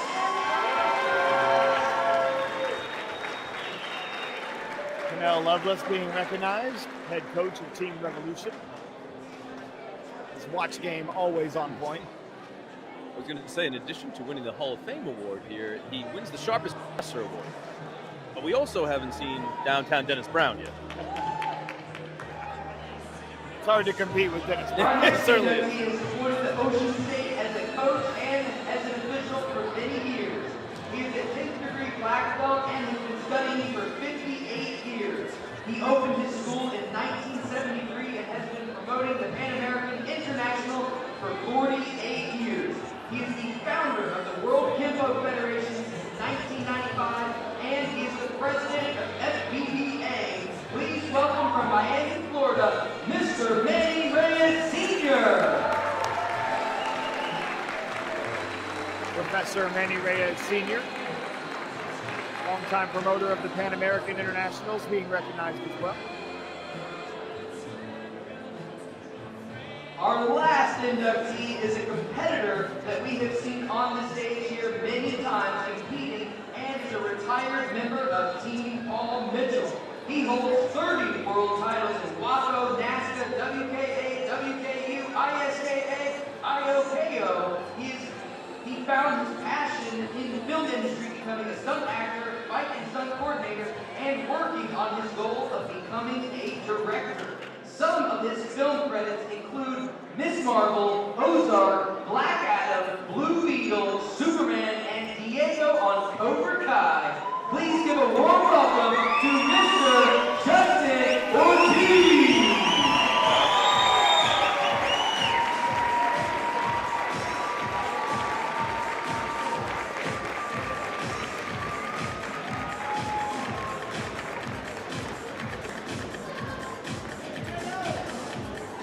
And that looks to conclude the Hall of Fame awards this evening. Justin Hotfoot Ortiz, a many time winner here at the Ocean State Grand Nationals. Did you say hot foot? Foot. Why is he called hot foot? You ever seen him kick? Let's I make have a not. choice for these amazing inductees. You don't want to be one the more other end of time. it.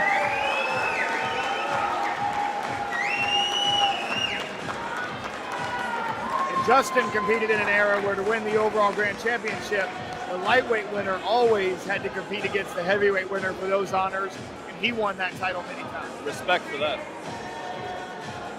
As a lightweight, if you couldn't tell. Look, Jax, I can't help when I see those bags thinking about 4 years ago, we got a Paul Mitchell goodie bag, but we haven't gotten one since. So Paul Mitchell, you're listening. Come on now. Those goodie bags are almost certainly full of Paul Mitchell products. I'm using the whip right now. I'm still using the whip. It's so good. I don't think that was loud enough. The Ross Levine t-shirt makes some noise. Oh, t-shirt giveaway. Everybody likes free stuff. We'll sign it for you too.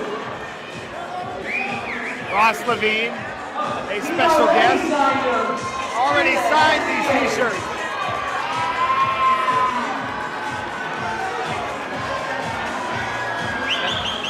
Rashad Eugene with a ridiculous number of t-shirts under his hoodie. And of course, Ross Levine, our special guest tonight, middleweight champion, former middleweight champion of the Karate Combat League. Everyone wants an autographed shirt. He said he already signed them.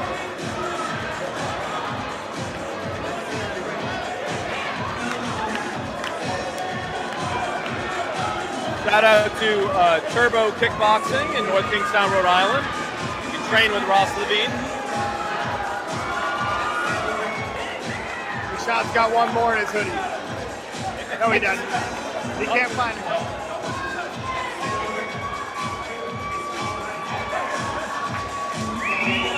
Oh, there it is.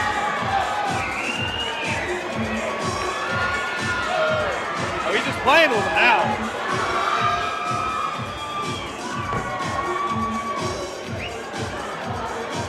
Black Mamba, always a performer. He is one of my favorites as well. All right. Now we're going to be moving into the black belt women open weight point sparring. Now, before we go into this division, I want to make sure everyone knows that they are competing for a grand total of $10,000 in prize money. I don't know if you guys heard me. I said they're competing for $10,000 in total prize money. That is something that Ocean State does that definitely needs some recognition. And this is provided by Maggie Messina and Female Fighters Matter 2. It is time for the Elite 8 of the women's open weight super fights. I know you've been waiting for this. I've been waiting for it too. Everybody in the state of Rhode Island and beyond has been waiting for this. Huge shout out to Female Fighters Matter 2 for sponsoring this event. $10,000 of total prize money. Looks like our first fight is Katarina Herman versus Kayla Mejia. And we did talk about Katie Herman, and here she comes right now. And Kayla Mejia. Speaking of Ross Levine, Katarina Herman first on stage in all black representing Team Paul Mitchell. Kayla Mejia representing Team Straight Up in the purple and gold. And you'll notice the big difference in height and reach already. So it's going to be a small task, no pun intended. This is the beauty of open weight.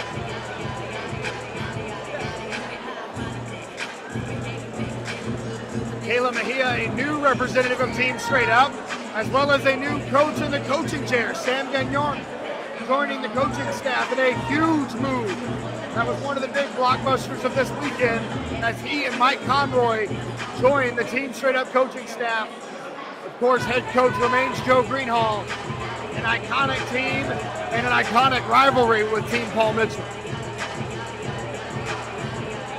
So Jackson, because Katarina Herman uses her legs so much as a range finder before she strikes, and that she's the bigger fighter, what does Kayla need to do in order to win this battle? The The most important thing for her is going to be finding some way to deal with that leg. And there are a few different ways to do that, but one of the most effective is lateral movement. She can use some lateral movement and try to get Katie to put that front leg down. That will open up opportunities to score with her hands. The other option is facing that leg head on, getting a hand on that leg, finding some way to check the kick so that she can get that leg out of the way and try to bust through, whether it's scoring with the hands or the feet. Get this started. Make sure you guys pick your fighter.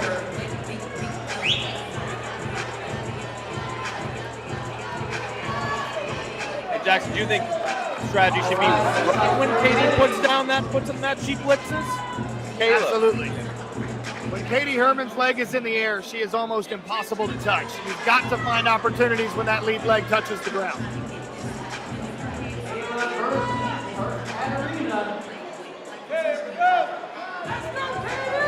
One thing I've been impressed with about Katie Herman's game, waiting to see if there was going to be a penalty point awarded there for an equipment check.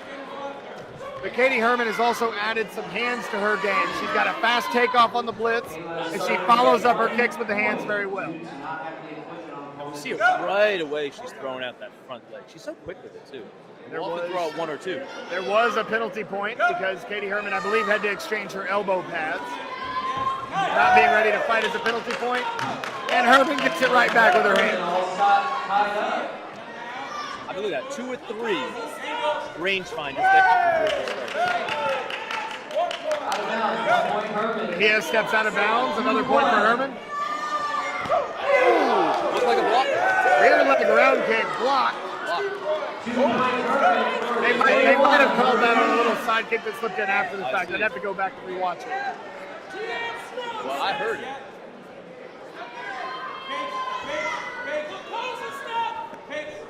And that rear leg can be a dangerous weapon because you're so fixated on the front leg. Of course. 1 minute remaining. Scores 4-1. Herman leads. Now Herman's in a position where she's very comfortable. She's up 3. It would require a jump spinning kick to the head to tie the match with one technique, which, if you can tell, her head right up. Now, he is trying. I'm looking at that lateral movement. I think more would be good. It seems like she's still going straight forward and back. Like right now, she's on a straight line. Straight line. She's got to break up those angles if she wants to get around the leg of her. Exactly. Kayla's got to try to find a way. Pivot up. Ooh. And that is what is so dangerous about Katie. She manipulates that front leg so well. Mejia finally able to bust through the score with the hand. Maybe that'll give her some confidence. 10 seconds right now. 10 seconds remaining, a 4-point advantage for Herman. And as time expires, one more takeoff for Mejia, no points. And Herman advances to the Final Four. And that fight is a great illustration of what the story of this Elite Eight might be. And the bracket from here on out is the enigma that is Katie Herman's left leg. I think so. That was a perfect example. So someone's going to have to try to go around and use that lateral movement and maybe take a shot, straight punches to the body, because you're not going to get her head, I don't think. Now on stage, our next matchup here in the Elite Eight. Brianna Nurse in the blue helmet of Top 10 Team USA. Yurgesi Guaykurba of Team Revolution in the black helmet.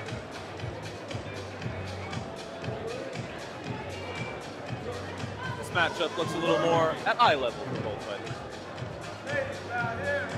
Still 2 fighters from different weight classes, but not as much of a reach advantage this time. Here we go. Brianna Nurse still the taller and longer fighter. Guaykurba's got to watch out for that boundary. Penalty point to Nurse. Nurse commanding the center of the ring so far, trying to get the leg going.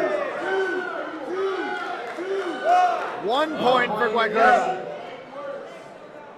Nurse. One judge saw a kick, another judge saw the hands, so they rule in favor of the 1-point hand technique. Nurse looks very, very shifty. She's very bouncy. She looks like she's ready to bounce and strike very quickly. Lots of action on that exchange, but no scoring techniques. It's got to land clean. Ooh. Good takeoff by Nurse, but you cannot score on a grounded opponent. Wykerba had gone to the ground by the time the punch landed. Looked like she hyperextended something maybe a little bit, but she looks like she's able to walk it off. It looks like that hip or groin as she went down. 1 minute 18 remaining. If you ever had a groin injury, they're some of the toughest because that affects your whole body. Nurse looking for a hook kick up top, doesn't connect.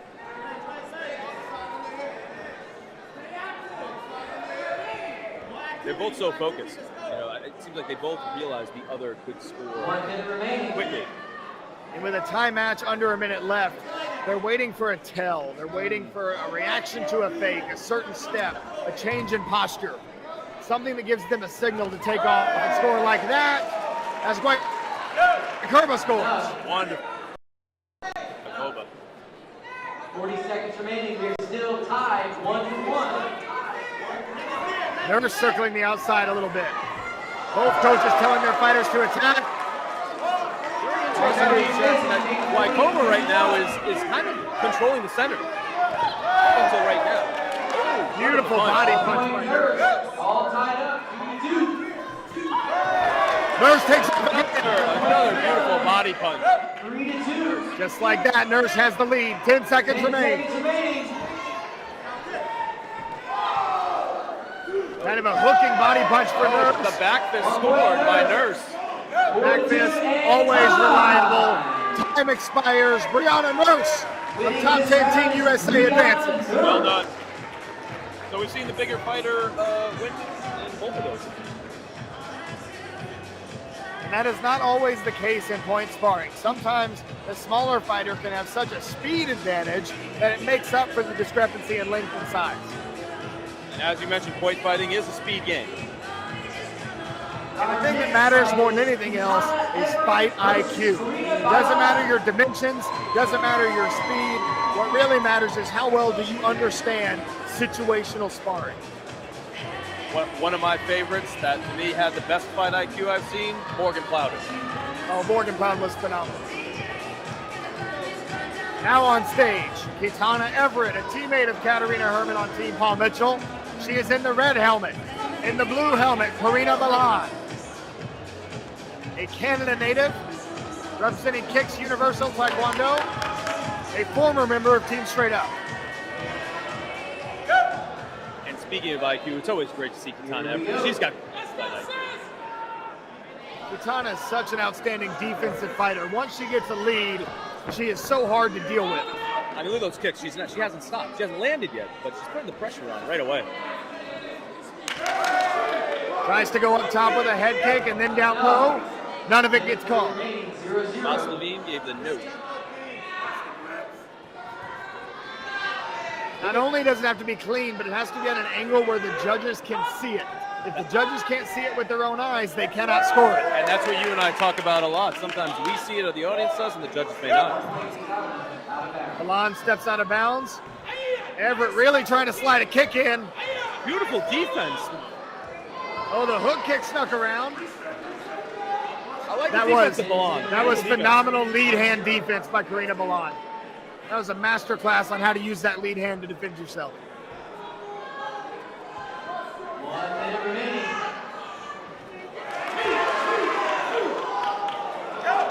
Nothing. Balan takes off.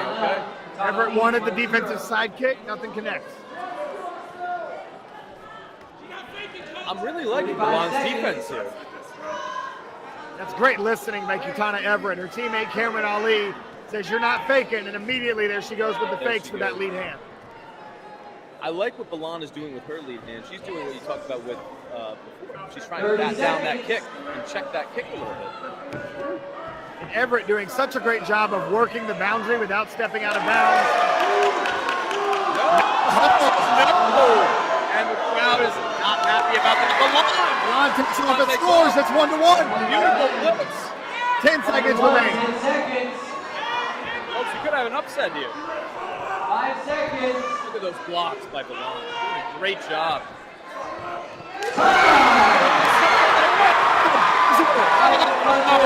Karina Balan steps in the body. What a masterclass in defense and patience.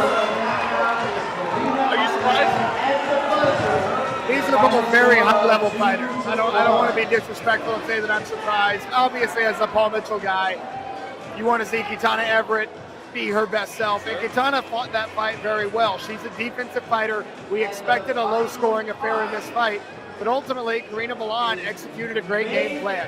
She showed phenomenal defense, especially with that lead hand, and she scored when it mattered most at the buzzer. Yeah, wonderful, wonderful nail biter on that one. Yeah.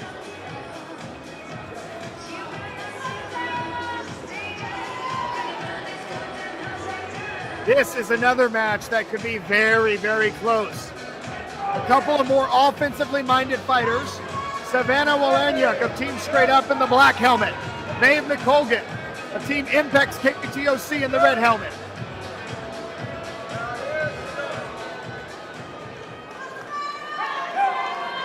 Here we go. More offense out of the gate early. No scores on the exchange. Looks like that body shot was blocked. Both of them leading the offense with the leg, then trying to follow up with the hands. Minute 40 remaining.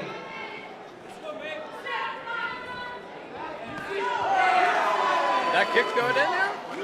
Walaniuk was a little late getting the leg up. You've got to stop your opponent or fully extend the kick for it to score.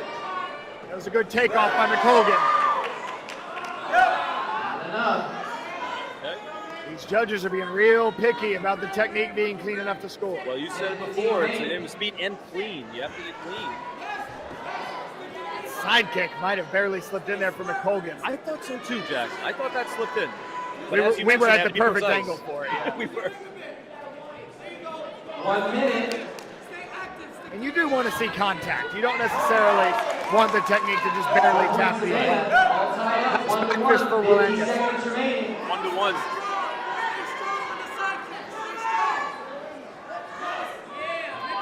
Score's pretty familiar considering the last fight. Certainly is. No, they're saying that Savannah did not.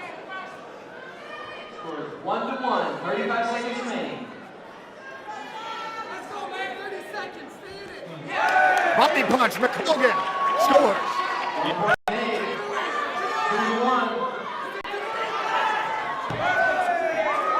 They're saying the kick went in first.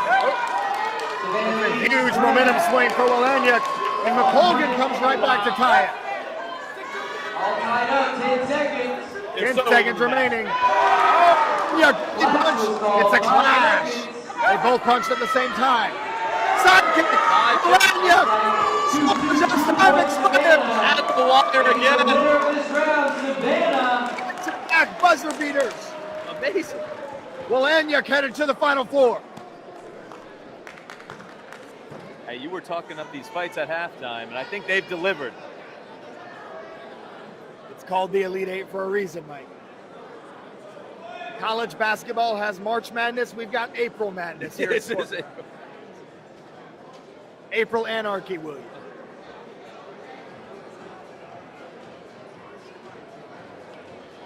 Now, just speaking about the judges, did they seem a little bit more strict on the contact than you've seen in the past?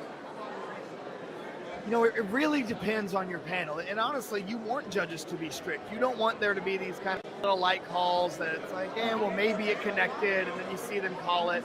You'd much rather the judges be a little bit more on the strict side and say, no, if we're going to call a point, we want to see it hit. And you've got a set of judges up there right now that, given their own history as athletes, you know they're going to want to see that contact. Terry Kramer, Ross Levine, Mike Simmons, you know they're looking for that contact. And good fighters will recognize that and adjust their strategy to be sure they show that when they try to score. Well, so the fighters will do it on the fly. Ocean State Collision. They're just going to be aware of their judges, and they're going to recognize what those judges are looking for. It's often very region dependent. Our first fight is going to be Dwayne Morin versus Enrique Latona. Now we shift to the men's Elite Eight.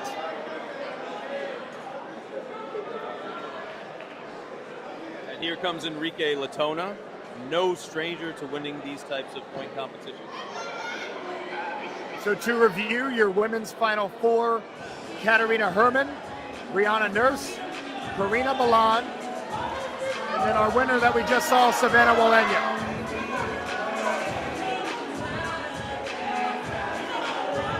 Now on stage for the first Elite 8 fight of the men's, Dwayne Morin, another new addition to Team Straight Up.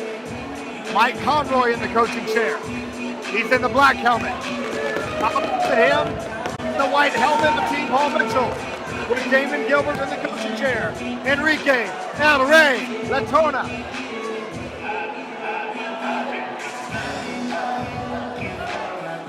Of course, Enrique, the winner of the men's open weight and lightweight at the Compete International. All right, first round of the men's. Here we go. Enrique Latona, arguably the greatest kicker in the world today. Dwayne Morin looking to stop that leg. Say trading some legs here. Nothing scoring yet. And the speed of Enrique's lead leg is just unbelievable. Not enough. Damon wanted it. Judges said not yet. They are really calling it tight. Oh, look at that back fist. Wow. He sold it with that leg kick. Frozen. Beautiful follow-up of the hook kick with a back fist. Goes for the axe kick, then the side kick. No calls on the exchange.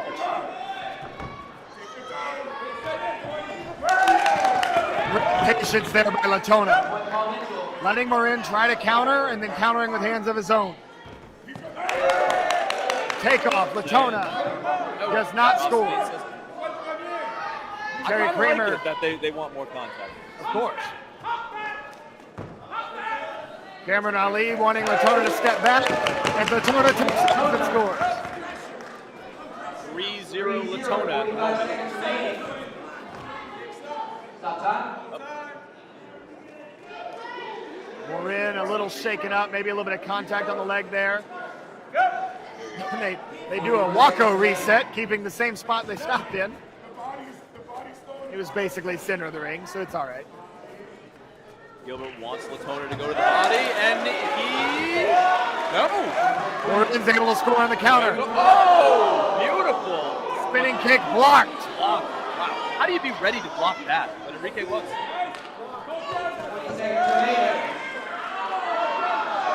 No. We're seeing lots of action in the clashes, but not enough clean technique to score. 7 seconds.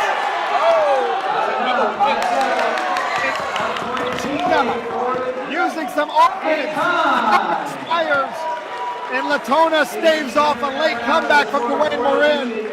And Enrique Latona's in the final four. Wonderful fight. Looks like Morin hit his shoulder a little bit, hurt a little bit. The speed of Enrique. I love how he uses that leg. When he's doing all that stuff with the leg, he freezes you, and then he blitzes and hits you with the back fist. Now our next matchup was supposed to feature Brandon Ballou and Cameron Ali. However, Cameron Ali suffered an injury in team fighting. Will be receiving x-rays on his left arm on Monday to confirm the diagnosis. Undetermined at this time how long he'll be out for. But still gets in the prize money as one of the Elite 8 finalists. As he should. So Brandon Ballou will automatically advance to the final four. And it does look like there is some discussion with the judges right now, kind of maybe talking about how they see things up there and score. Looks like Ross is pretty animated talking to one of the judges about what he's seeing, and that probably helps them go into the next fight, I would think. Absolutely. And you know that these judges are on the same page about wanting to see some solid contact. And you know all these coaches in the coaches' chairs, that is what they are preaching to their fighters between these rounds.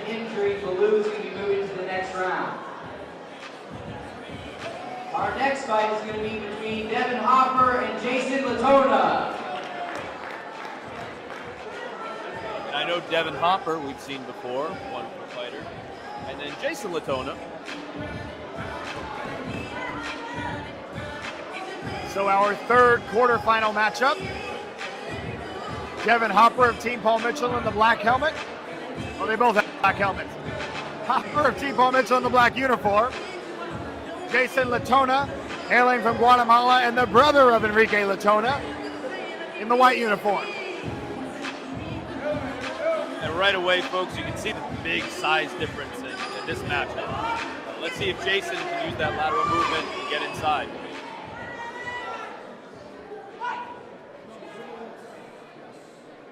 Fighters are going to switch sides to align with our scoreboard here. Devin Hitman Hopper, a very versatile fighting style. Jason Latona, the smaller fighter but mighty, loves to hunt for the spin kick. Also a good bruiser on the inside with his hands. Back fist, Hopper connects.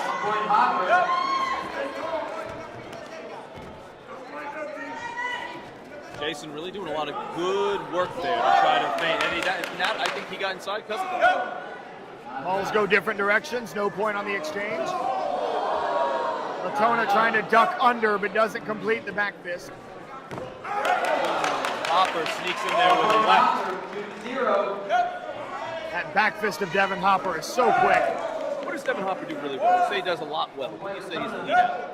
I think that's the thing that makes him unique, is that his game is so well-rounded that you never really know what he's going to hit you with. He can fight a fight, he's more kick-heavy, he can land the flashy spin kicks, but he can also blitz you down. And we just saw him score with a right a moment ago, so he's ahead 2-1. And 5 remaining.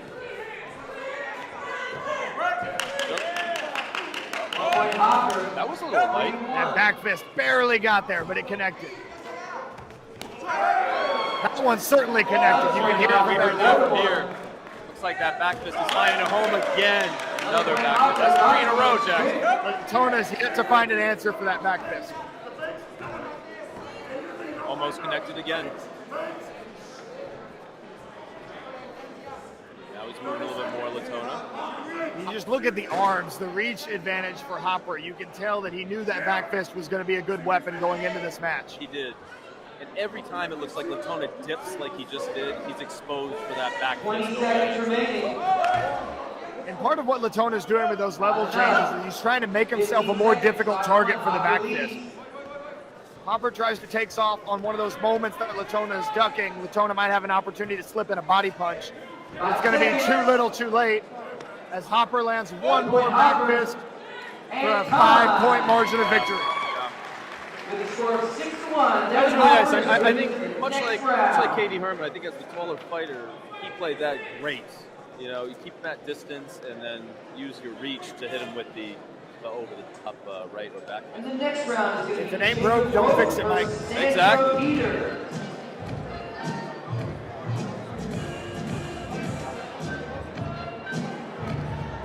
Our final quarterfinal of the Elite Eight, Jacob Roche of Team Inmac, hailing from Canada. He's in the black uniform. In the white uniform, Sandro Peters of Germany. And as we talked about it, people come from all over to the Ocean States. And when I say that Enrique Latona is arguably the best kicker in the world today, one of the men that would argue with me is Sandro Peters. All right. A phenomenal kicker in his own right. Now, what's Sandro's signature kick? What does he try to score with? If it ends in the word kick, he's going to try to score with it. There he goes, pumping the kicks right away, following with the hands. Roche is going to have to find a way to deal with that attack from Peters. Again, he scores. That right connected. 2-0 Peters. Roche breaks through with a back fist of his own. Hook kick, top shelf. Only one judge saw it. Wow. I don't know. Everybody in the room saw that hook kick. I don't know how you get here. I saw his head. 4-1, minute 20 seconds remaining. 4-1 Sandro. Oh, look at that. Elusive. Look at this. Roche able to connect on one, but that was some really good defense up until the point.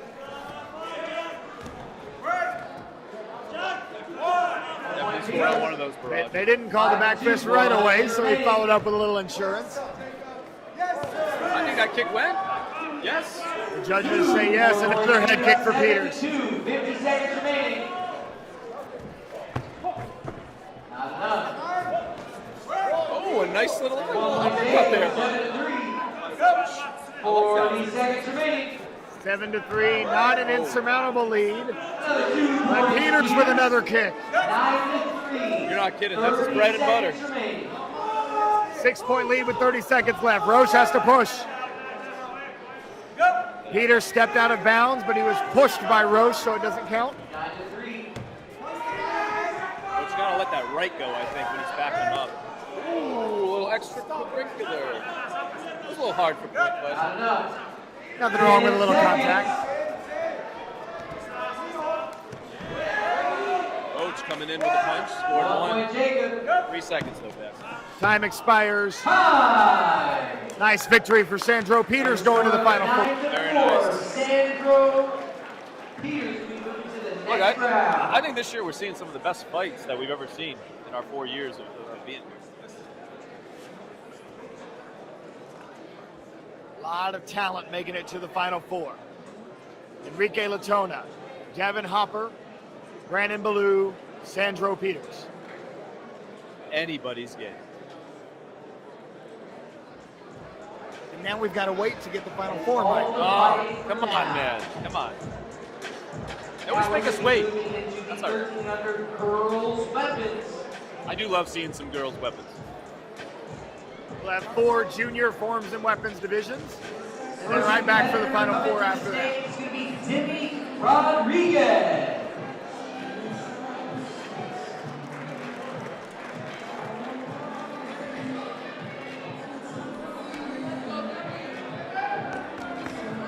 What do you know about Demi Rodriguez? Jimmy Rodriguez of Team Infinity. She is the winner of the 1300 Girls Creative, Musical, and Extreme Weapons Divisional Grand Championship. Talented young bow competitor. A Texas native. Jackson, does the size, being in the does the size of the weapon you choose matter compared to the body type that you have? You're shorter, larger. Bow competitors are going to be the most particular about the length of their bow. Anywhere kind of from the bridge of the nose up until a few inches above the head is fair game as far as bow standards go. And every competitor is going to have a personal preference on if they like their bow to be a little short, a little longer, a little lighter, a little heavier. Very person dependent, really.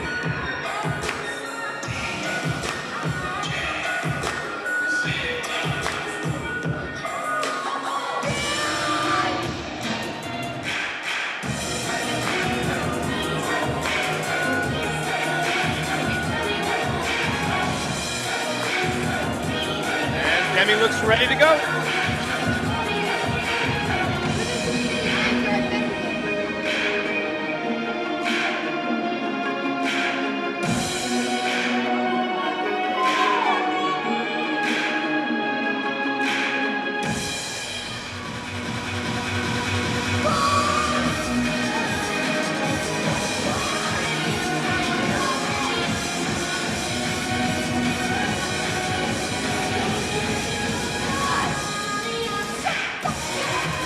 That explosion, Jackson. That's one of the great things you love seeing about extreme martial arts. Right out of the gate, full speed ahead, and a clean double for Demi.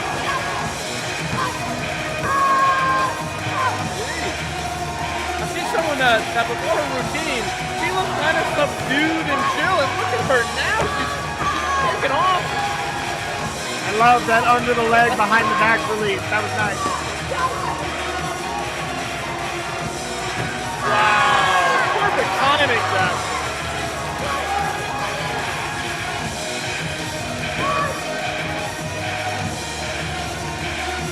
Oh, whoa, behind the back.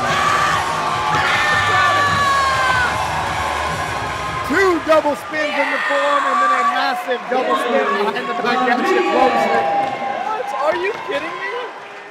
Very high level of difficulty for Demi. And her competitor this evening, Amanda Duarte. We saw Amanda Duarte on stage at the beginning of the evening as the winner of both girls' forms divisional grand championships. She qualified for the weapons overall grand championship with her traditional sword form. So again, we're back to that comparison between the extreme and the traditional.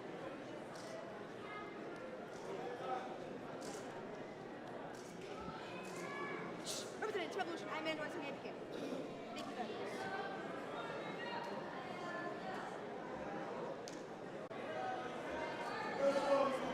Jackson, is what they're saying to the judges prior to the performance, is that all routine? Do they all pretty much say the same thing, or is there variance? It's a great question. So the introduction is something that's always been a part of karate tournaments because it's a huge part of the learning curve for young competitors to be able to come up to the judges, introduce themselves, say their names so that the judges remember who they are. Sometimes they'll give the name of their form so the judges can recognize their performance that way. Other times they'll mention the school or the team they represent. So there's some variability behind what they're actually saying, but it's kind of a historic remnant when these guys were young competitors and going out there and using it really to build public speaking skills and inform the judges of what they're about to be demonstrating. Ceremonial respect. And as you notice with some of the extreme performances, it's now kind of become the equivalent of like a UFC walkout where no one's really listening to what they're saying, but it's kind of the suspense that leads to the performance. Absolutely. Which is why I think it still has value, and that's why we still see it being done today. And what are you seeing that you like here in Amanda's performance? Amanda's doing a great job cleanly executing her cuts. And as a great traditional kata competitor, she does a really good job of controlling her pacing, knowing the right moments to take off, knowing the right moments to pause for that dramatic effect.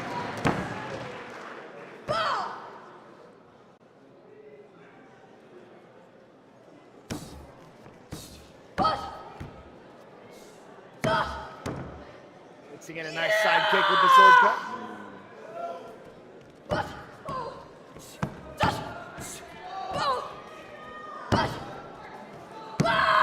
Little speed boost at the end of the performance.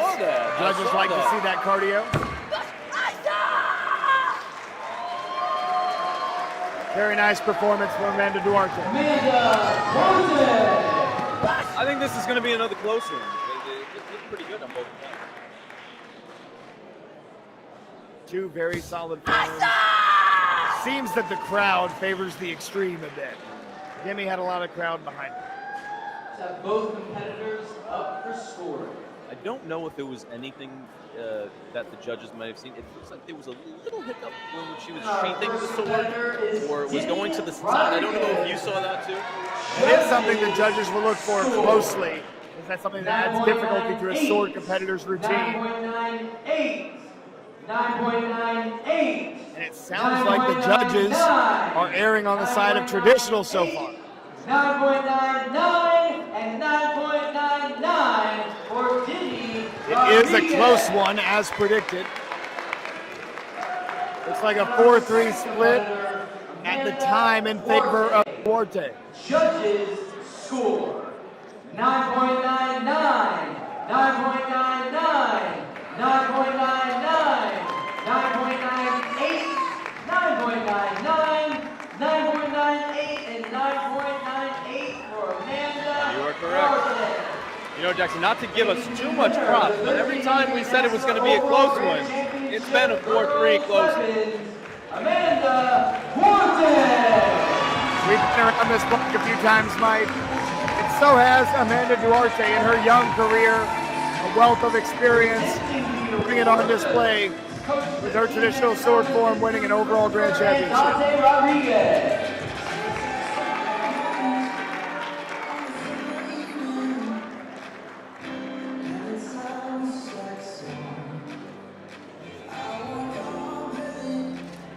Jackson, I know we talk about this a lot, but for these competitors who've been doing this for a while, who are consistent champions, you might know a thing or two about this. Where do you put this stuff? Like, do you have a display still, or in the garage? Like, where do most competitors put this stuff? At this level, most competitors are only hanging on to their overall grand championship trophies. So the trophies they get for the eliminations, they typically leave those to be donated. You just hang on to the really special ones. Makes NASKA sense. Overall Grand Championship Boys Weapons. Your first competitor, Michael Molina. All right, here comes Michael Molina. We've seen him already.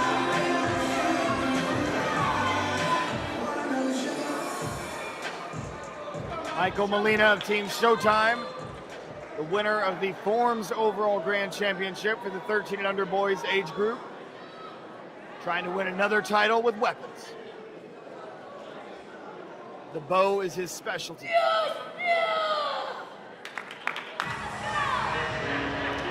Public service announcement. Sponsored by Just Blaze and Visible to Oh, kicking it old school a little bit. Gotta love the Jay-Z. I like it.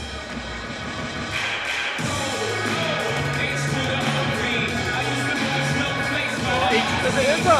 All right, Michael Molina.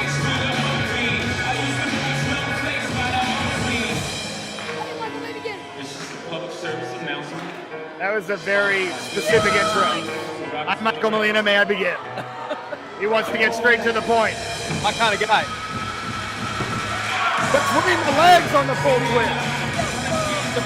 It seems like he did it in a big way.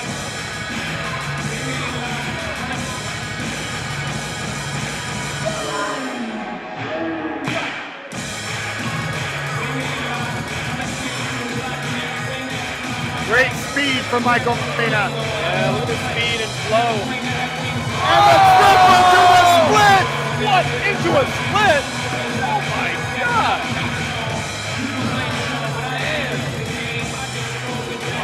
Super Bomb is erupting in this performance.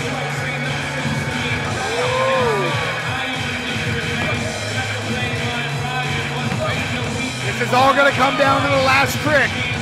Come on, Michael. Probably one of my favorites of the night right now. Double spin in a combo. Under the leg, behind the back.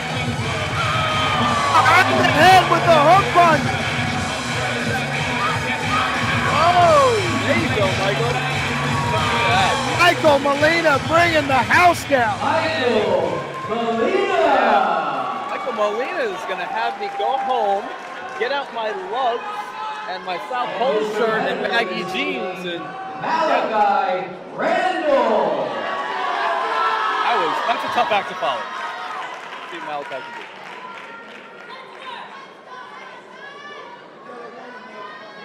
Malachi Randall, recruited to top 10 Team USA for his point sparring abilities, where he is a fantastic competitor, but a multi-talented athlete here tonight, making it to the finals with his traditional bow form.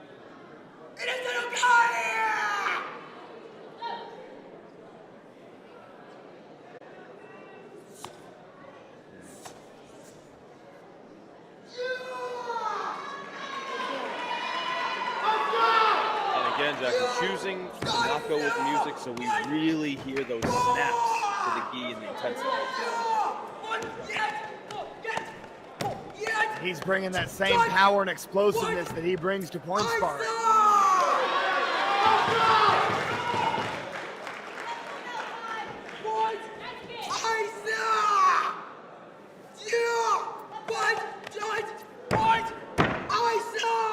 Beautiful.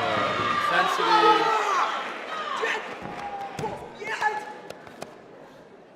You love to hear his teammates really getting into it stage side. They're loving this. All the way around with the balance move and the kicks. Man, he's bringing it too.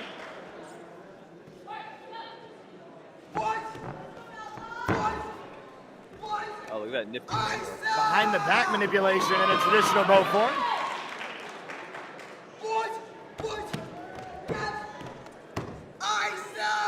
Trying to find some ways to show some difficulty, manipulate the weapon. A little bit better comparison to the extreme for an overall grand. Certainly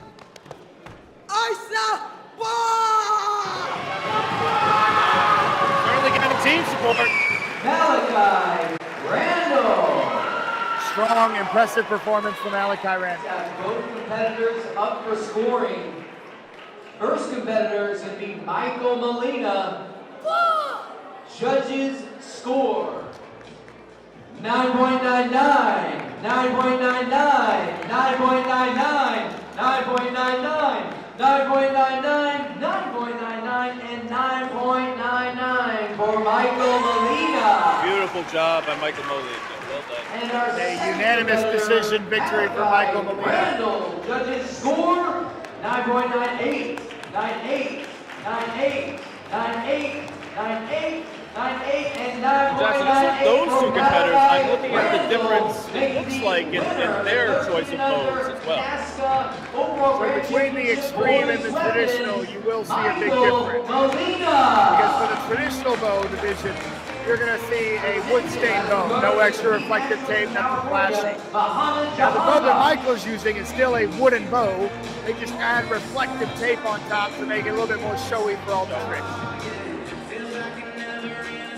You know, I was a little worried during Michael's performance because you noticed he kept wiping his hands on his you know, is that something that he's perspiring a little bit too much? But in his amazing performance, it didn't affect him at all. Just want to be extra sure they're nice and dry. Up next, we're going to be going into the 14-17 NASKA Overall Grand Championship Girls Weapons. It's going to be a crazy battle of Avery Presley versus Avery Presley, as she has won the traditional weapons and the CMX weapons. She's going to come up and perform for you guys. So Reed Presley introduces his younger sister, Avery Presley, the winner of both the traditional and extreme weapons runoffs, giving us a demonstration to receive her overall grand championship title. And she's always great. Love watching her. She's another one though. 4 years ago, she shot up. You know, in height. 4 years ago, she wasn't this big. She has grown up quite a bit. Will be headed to the adult division next year.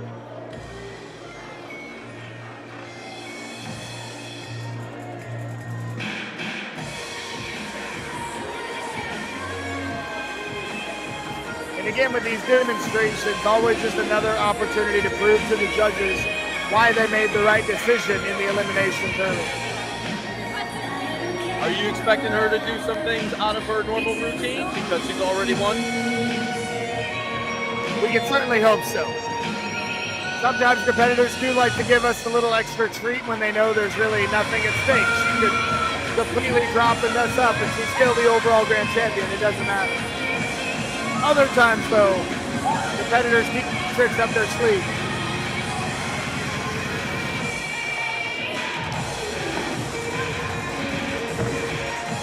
Wow, look at that manipulation behind the back.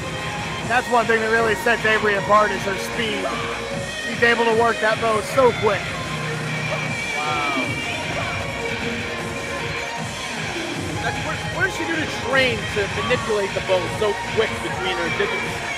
It's all about repetition. It's just executing that same technique over and over and over again until it's muscle memory.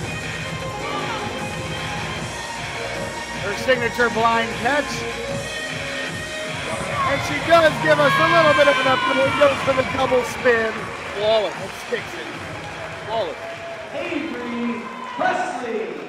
So that'll be 9.99s across the board. And once again, she won the traditional and CMX weapons runoffs earlier, making her the winner of the 14-17 NASKA Overall Grand Championship Girls Weapons, presented by the Politi brothers, promoters of the Toronto Tournament of Champions.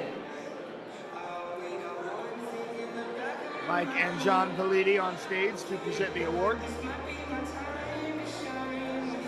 Nice duffel bag to go with the trophy. Very nice stuff, yeah. They do give away some nice stuff here at the Ocean States. You gotta have a bag to get the trophy on it, right? Gotta have a bag to get a trophy on. Too bad it doesn't work with the TV. No bag's gonna make that happen. All right, we're going to be moving into another weapons division. The 14-17 NASKA Overall Grand Championship Boys Weapons. CMX versus traditional. Up first, we have Judah Sagawa. Yeah, man, Judah Sagawa is one of those other competitors that, man, I love to watch because he's so intense and he always does something special. I feel like that you don't see before. And Judah's capable of such a high level of difficulty, it's insane. Some of the things that you're going to see Judah do in a performance like this, nobody else in the world can do it like him.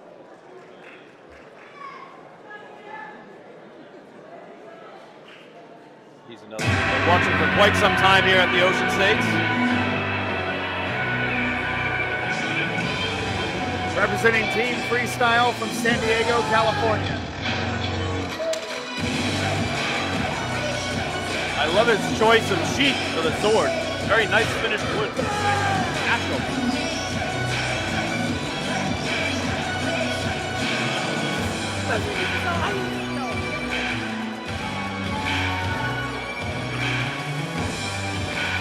You need to see him take it out.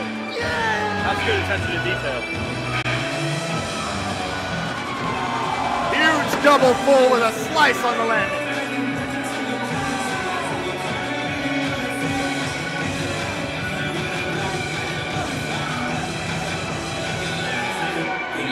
I love that opening move, release right into the cut combination. I love his eyes, the intensity in the eyes between every motion. You can tell everything is deliberate. He knows what he's doing. Up, up, and away. Two gator switches and a corkscrew. It's like he's floating on clouds. Oh, he bobbles on the hand roll. Risky move, trying to use the backside of the blade to manipulate the sword. Oh, and then he tries to make up for it by going for a crazy quadruple spin catch. Whoa! Oh, that's so Webster behind the head catch. I've never seen that.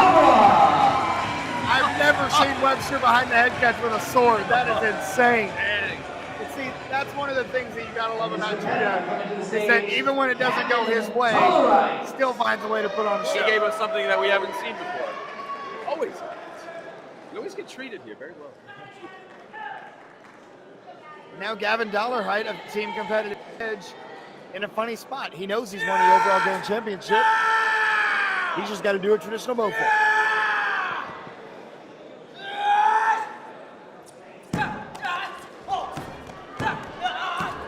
Now let me ask you, Jackson. If Gavin were to drop or make a misstep, what happens then? He's going to feel very sorry for himself if that were to happen. In a traditional bow form, it's not impossible.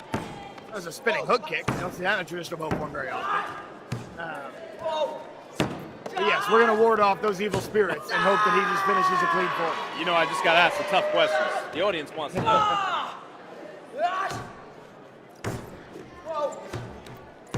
And of course, we talk about it like this because of the circumstances due to Judah's drop. But that doesn't change the fact that Gavin absolutely earned his way in this position, won his elimination round in a deep traditional weapons division, won the grand championship, and now reaping the benefits. He does mix a lot of creative kicking into this traditional bow form. I didn't realize that was part of his choreography. Now, why would he make that choice? Would it to be more competitive with CMX? Could just be trying to be unique. It's hard to say. Gavin Dollarhide. Great routine by Gavin right there. Let's have both competitors back up for scoring. A scoring formality here. Gavin Dollarhide will be crowned champion. And our first competitor is going to be Judah Sagawa. Judges Now with score. Judah Sagawa, Jackson, that first misstep he had, that it was a misstep and not a drop, was that a disqualification or was it just the drop? Just the drop. So he could have had that moment where he bobbled the sword and still would have been able to get scored. And depending on how good the rest of the form was, maybe even had a chance. But it was the drop with the sword completely hit the ground. That'll knock you out to run it right away. Making the winner of the 14-17 NASKA Overall Grand Championship Boys, Gavin Dollarhide. I believe that may be a first career overall grand championship for Gavin Dollarhide. Oh, you got to be really proud. Promoters of the Quebec Open. And he looks so happy.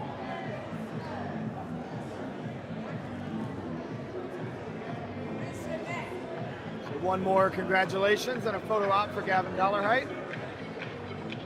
Spectacular effort by Judah Sagawa as well.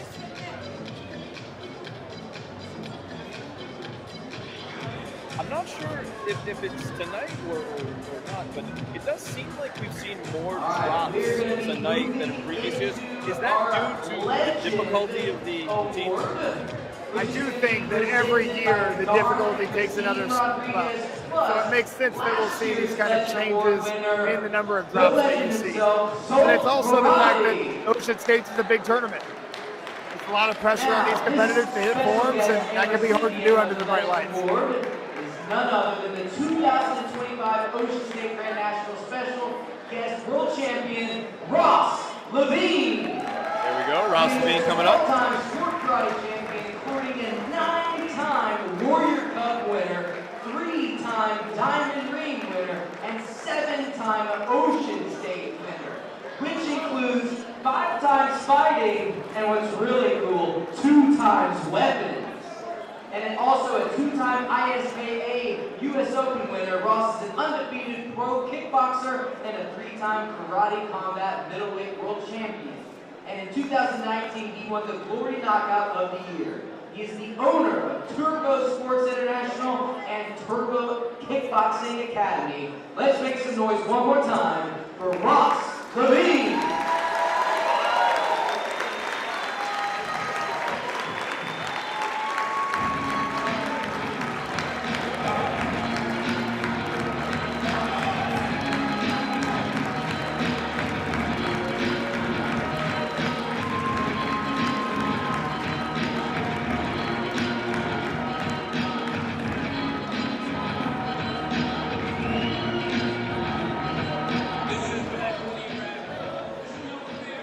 So a great moment there as Ross Levine is recognized for his many, many accomplishments. And of course up there is Zoltan Maradi, last year's guest. We're getting a speech. Oh wow, a speech? Real quick, I don't want to take up much of you guys' time. I know there's a lot of fighting. I know a lot of forms of weapons left. I just want to say how appreciative I am of Don and Christine Rodriguez. One of the cool things about this award is they got to see me from the very, very, very beginning, before I was anything that people know of me, Turbo, all that stuff. So thank you to the Grand Circuit. This is where I cut my teeth. I was able to grow and develop and really become who I am as not just a martial artist, but a man, a brother, a husband. All this stuff is really because of this. So make sure all of you guys that are still doing this continue on this path, and I can't wait to see how all of you end up turning out. Thank you guys. Appreciate it. Great speech by Ross Levine, something that we also don't often see. So there's another really special Ocean State Grand Nationals moment. Ross Levine, just one of the best dudes that you're going to find in the game. All right, now we're going to be moving into the women's open weight semi-final round. And here we go, Jackson. Back to the fighting. Looks like it's going to be Brianna Nurse and Katie Herman. Our first fight is going to be between Katarina Herman and It's the Brianna Final Four. Nurse. Yeah, baby. It's like Christmas morning.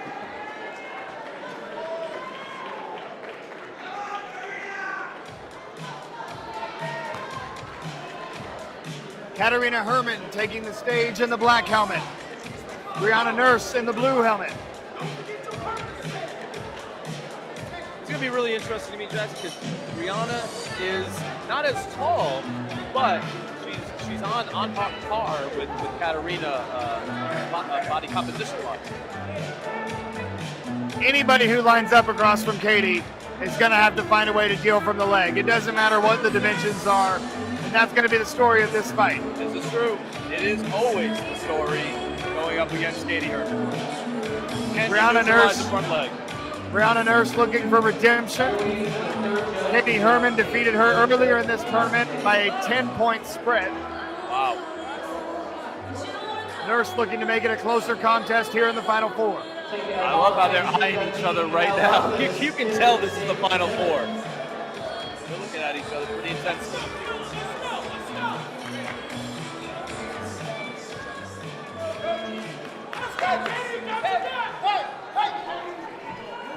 Leg up immediately for Katie Herman. That's how she does it. Herman wanted that little axe kick there. I thought it might have went in. Oh, a beautiful shot. It's the body punch from Herman that connected. There was a nice counter in there from Nurse. Hard to tell what landed first. But Nurse is doing exactly what you have to do. Get the hand on that leg, find a way to deflect it, and then connect to the body. I like Nurse's plan. She's moving very well laterally now. And that back fist by Nurse, and she's walking that one in. That's hard. You want contact. That was good contact. 1-1, folks. And that's how you know you're fighting Katie Herman. To score the first point of the match and have that much excitement about it. You know you're fighting somebody great. Nurse goes down hard. Hard to tell which part of that left leg is hurt. Looks like right below the kneecap. Or possibly down to the... That does look like it's below the kneecap. Oh man, Jax, this was such a good battle. He can continue. Didn't look like a mechanism of injury that would be anything that would prevent her from finishing the fight here. She's been dealing with a few injuries throughout the weekend, kind of bumps and bruises here and there. Looks like she'll be good to go now. It does. All right.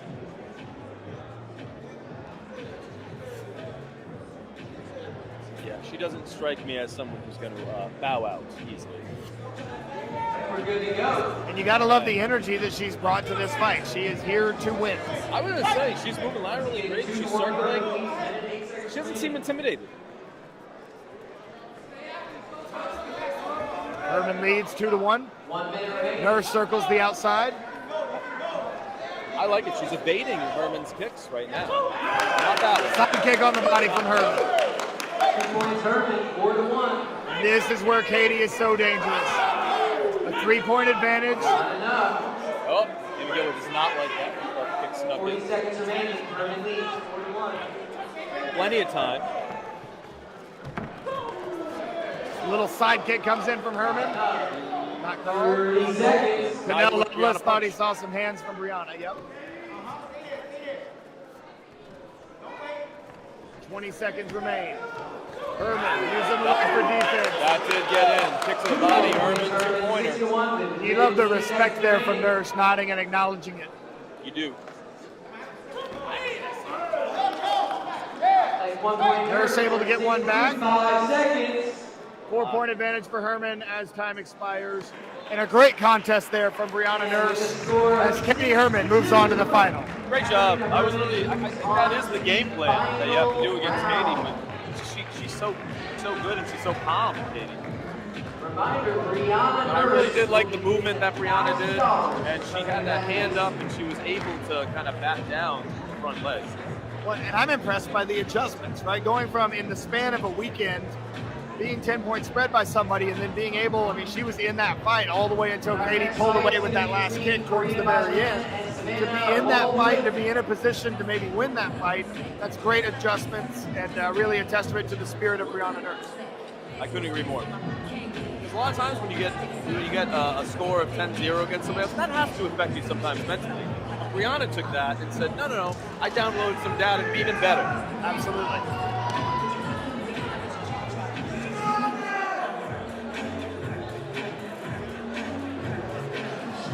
I was really impressed by Karina Balan last time, and also Savannah, but I really like Karina's movement. Karina Balan, a defensive masterclass in her quarterfinal fight against Brianna Everett. Now here in the semifinal against Savannah Woleniuk. Woleniuk in the black helmet representing straight up. Balan in the blue helmet. Balan's pushed to the... Quick hands, Balan, too. And if you're going to be great on defense, you have to have a great reverse punch to follow up and counter with. And that's what Balan has. It's one of the best weapons in her toolbox. Beautiful evading the kick by Balan. A great understanding of spacing. Knowing exactly where she has to be so that a fully extended kick can't quite get there. And look at your point is being made right now. That did sneak in by Savannah. 1-1. Woleniuk, a great job there, just kind of continuing to fight through the guard of Balan. Nice takeoff by Balan. Beautiful. I'm a little surprised Savannah isn't throwing that front leg out a little bit more. She's going up against a great counter strike So she's got to be careful. If she overextends on the front leg, Milan's going to deflect it and take advantage. Oh, kick, Woleniuk. Say no. Oh, the judge's hand was on the shoulder. I saw head. I don't know. Look at that. To your point, look at her evade. And look at the little adjustment Woleniuk made. At the end of these kicking combos, Woleniuk is throwing a little round kick out to the outside in the direction that Milan has been escaping. Yeah. That's what almost caught her with that head kick. 20 seconds. Woleniuk, Sneak it in again. no score. I thought Woleniuk did a good job following up her kicks with her hands there. Now she's starting to chase. Head kick. Woleniuk for 2.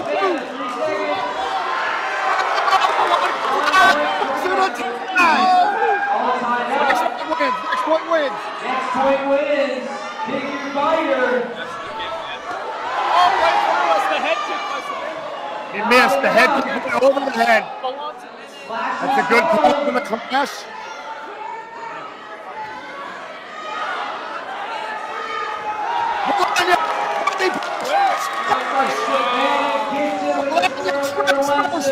This to the final in an overtime thriller against Karina Milan. Karina will also be getting $1,000 for that place. Wow, Jackson.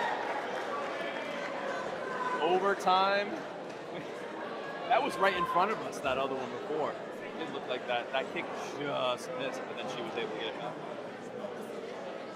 Really a great fight overall by Savannah. I know we found ourselves in overtime because of how great of a fighter Karina Milan is. But Woleniuk, if that hook kick is 2 inches lower, if that one kick that we thought connected on the head, if that's a little bit higher and not quite on the shoulder, we were looking at a fight that theoretically she could have won by 3 or 4 points if she had been able to connect on some of those opportunities.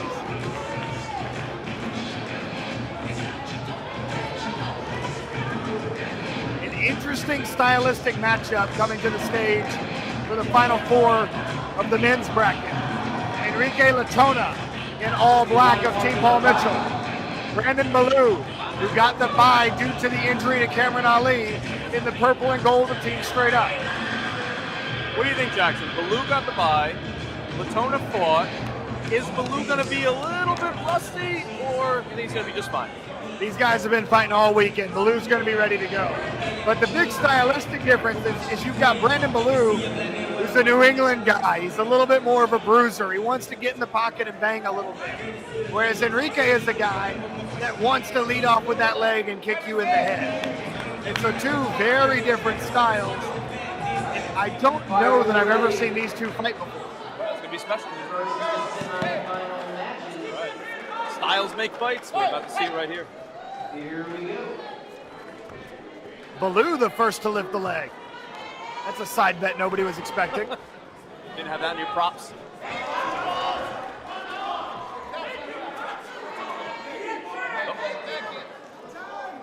Damon Gilbert frustrated by a call on the corner that he didn't like. Latona hunting for a little kick to the body.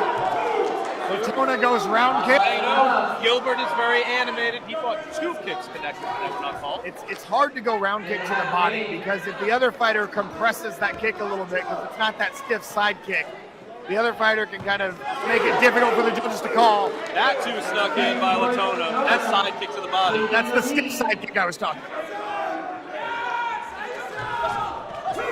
Another side kick blocked this time. Oh, and it looked like Ballou snuck in there with a right. Beautiful back fist over the top from Ballou. 1 minute remaining. Look at the way Ballou's trying to get his front hand on the leg of Latona. That's what he wants. He's smart. Look at that. There it is. There Front it is. hand on the Yep. leg. Latona tries to chase down the back fist, doesn't connect. Good block. Block to the side by Ballou. 45 seconds. Center referee saw the side kick. Damon Gilbert getting beside himself. Ballou maybe felt it on the hip a little bit. Billy Murphy in the coaching chair thought it was a little low.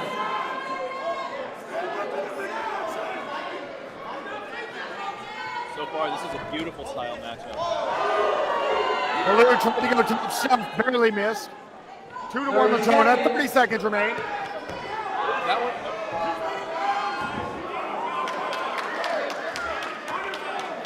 Latona did not appear to push Baloo on that exchange. Gilbert very upset, thought that Baloo stepped Head out kick of bounds. Latona did not connect.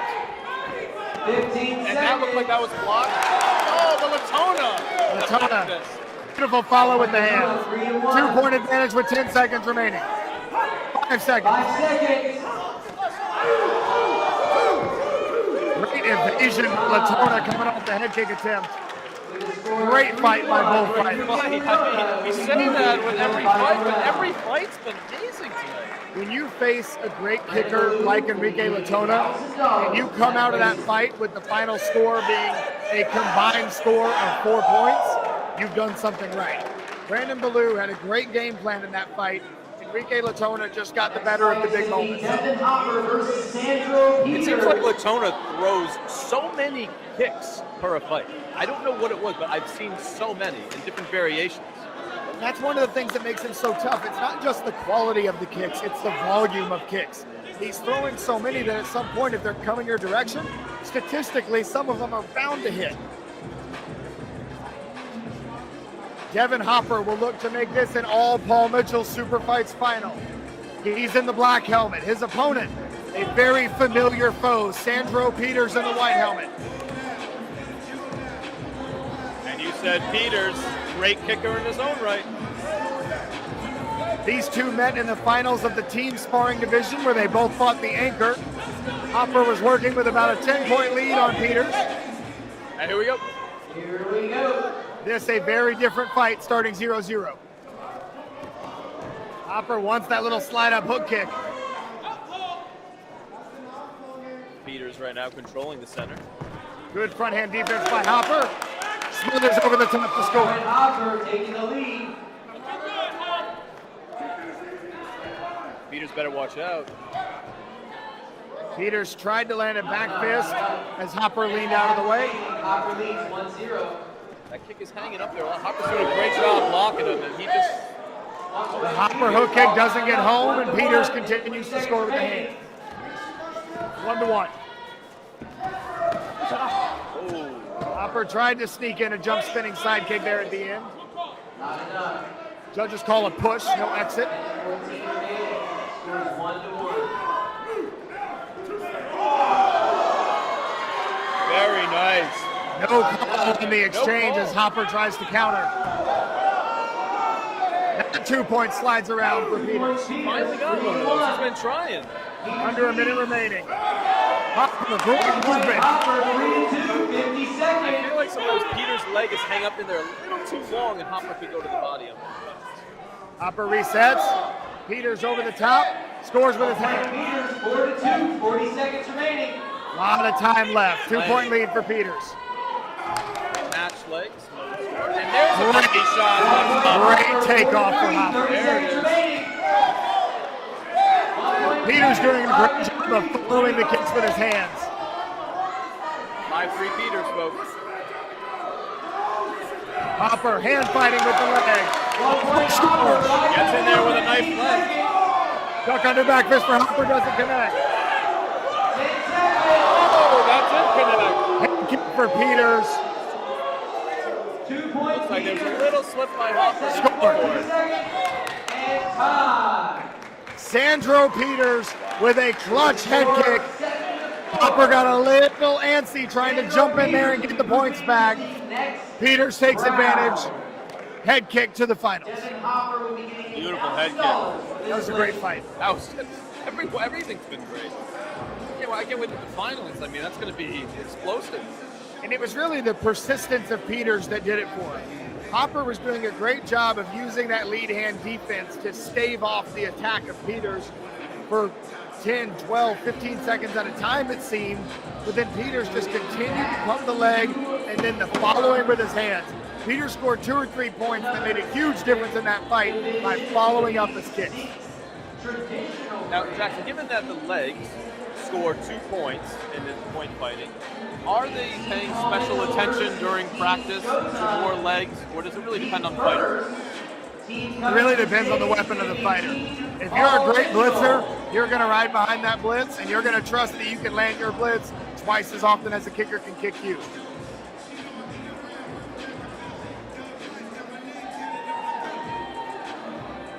1 second, Team Paul Mitchell. Hey, you know these next two competitors, at least one of them. I will let you know. Transition to the synchronized division.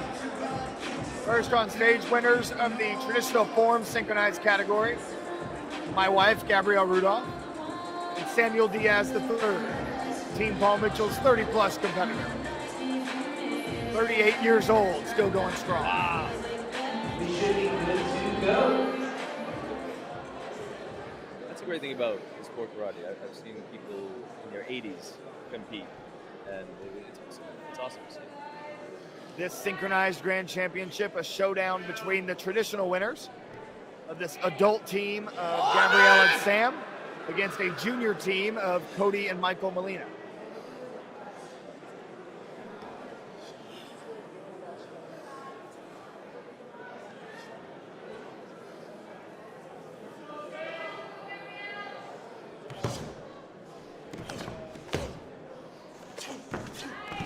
And Jackson, what style are they both doing right now? What form style is this? So this is Japanese karate, and it's a very common style that you're going to be seeing on stage here tonight that you've already seen, especially highlighted in the junior forms divisions. The one thing I love is they show off the bunkai. Not only do they do it in sync, but they demonstrate the practical application on one another. I can really appreciate that. You don't often see this. It's a great way to mix it up. It's one of the reasons they find so much success in this division.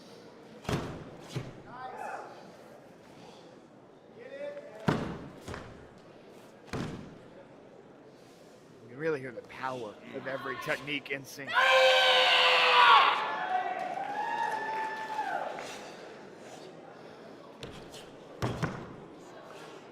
Little off on the landing there with the stone.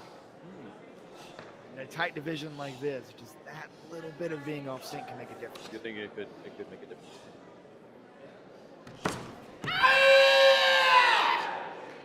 Now, Jackson, how do judges rate or judge the practical application? Like when there are falls, are they judging that in the same way that it should flow, or is there some leeway there? If anything, it's kind of just bonus points, right? They're showing something that's a little bit unique to help stand out from other competitors. There's no specific criteria for that part where they demonstrated a little fight scene. More so just a nice choreography touch. We'll see a little bit of that from Michael and Cody as well, representing Team Showtime.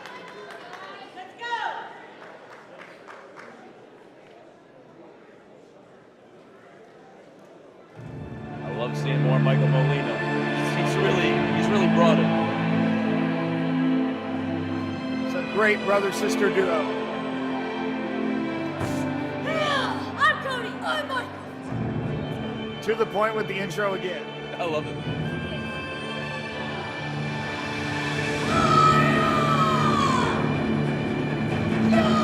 Cody, a multi-talented athlete, very successful lacrosse player. Many universities will be trying to land her lacrosse talent. Wow.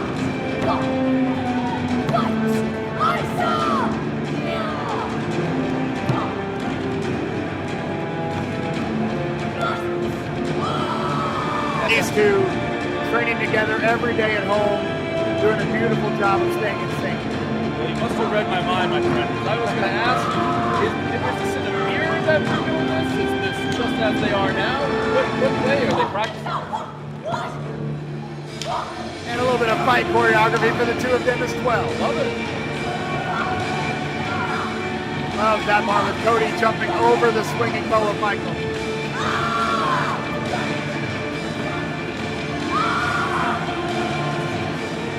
And really a unique division because we're going to get this matchup of juniors versus adults. The synchronized division is really the only place that you get that type of interesting matchup. Cody brings the intensity just like Michael.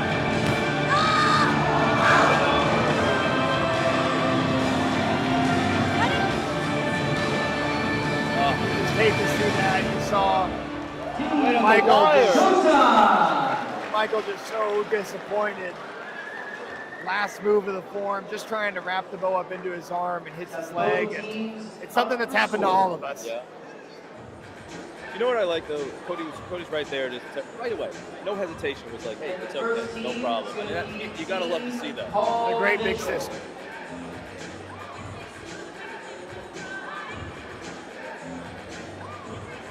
Judges score 9.99, 9.99, 9.99. And of course, not the way that Paul Mitchell wants to win either. 9.99 and 9.99 for Team Paul Mitchell. And I did see Michael again, even now, kind of wiping his hands. So I'm wondering, I know it didn't affect the first one, but maybe it did. Score.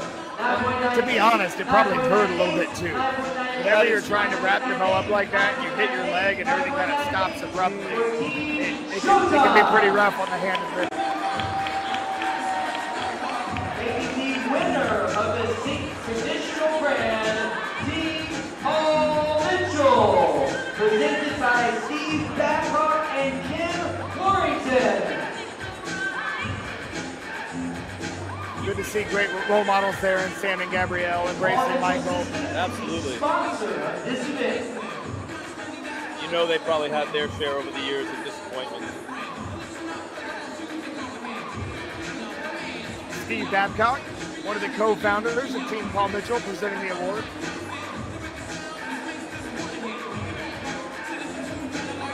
Also dressed very sharp. I don't know. Maybe he's in my lead of sharpest Let's dresses. give it up for both of these teams one more time.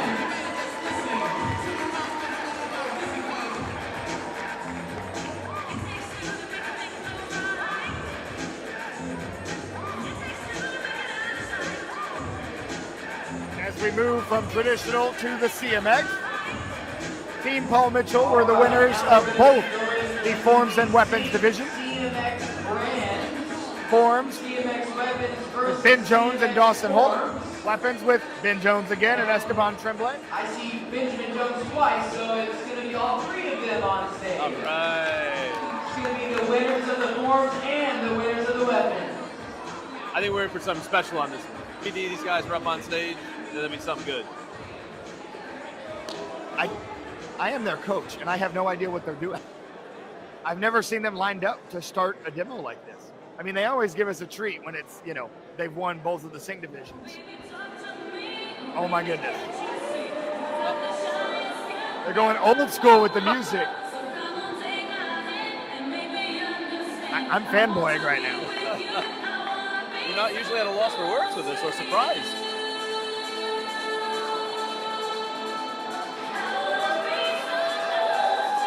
This might be an homage to a team synchronized form that was done years ago with Mike Chat, John Valeric, and Michael Simon. That may be where the music is coming from. Steal the rest of the Tremblay. Jeez. Does he get air or what? Now Ben and Dawson showing off. What's Esteban got planned now? He's going up top. That was a fun little demo there from these three.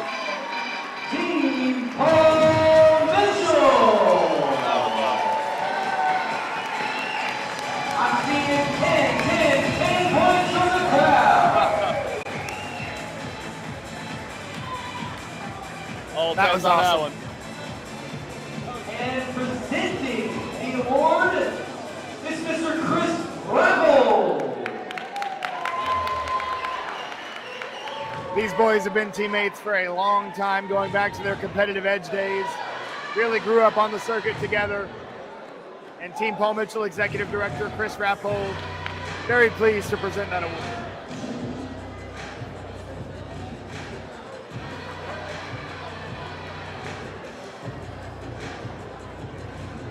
It looks like they're having a blast up there. Pausing for a photo op before we get to some more action. How special is that, Jackson, where you grew up together and you get to the same level together too? There's nothing like it. They can't help but stage for as long as possible. And now we're going to be moving into the Look, Esteban's still on stage. Overall Grand Championship Black Belt Men Traditional Form. Looks like our first competitor is Larry Gonzalez.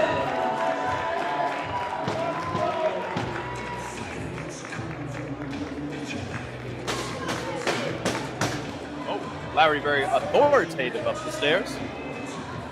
One thing I love about the men's traditional forms overall Grand Championship is you get a complete contrast of different traditional styles of martial arts. Larry Gonzalez of Team Revolution, first up, is a Kenpo stylist. He'll be up against a Taekwondo specialist in Jeff Doss and a Japanese karate specialist in Diego Rodriguez Flores.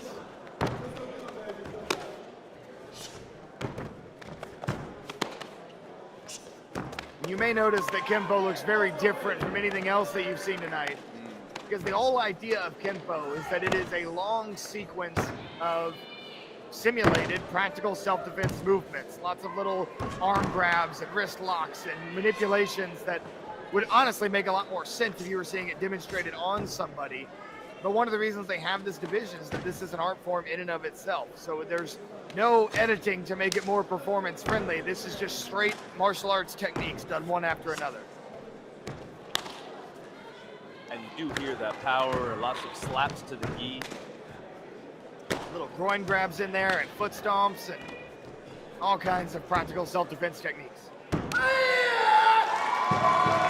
very nice. You can even see the finger manipulations as if he's doing a joint lock. Absolutely. And Larry Gonzalez, one of the most dominant competitors in the history of this division. As long as we have separated the division into Kenpo from the other disciplines, Larry Gonzalez is somebody that wins extremely consistently.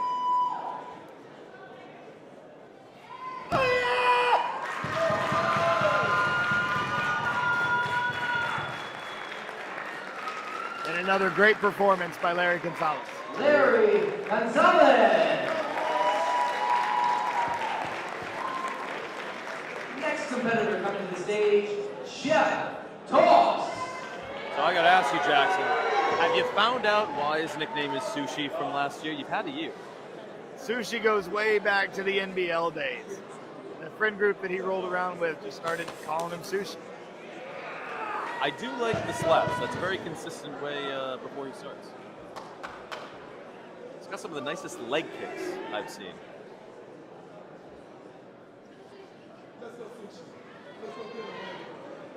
Jeff is one of the most intense competitors this sport has ever seen. A Korean martial artist through and through, trying to prove that a Korean form can beat the Japanese competitors. Get it!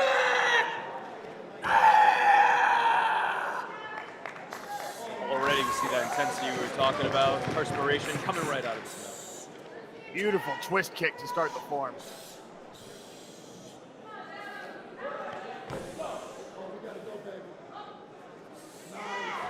Jeff Doss has really been a leader in the Korean forms community, advocating for additional divisions like the Korean Challenge to mirror the presence of the Japanese Traditional Forms Challenge.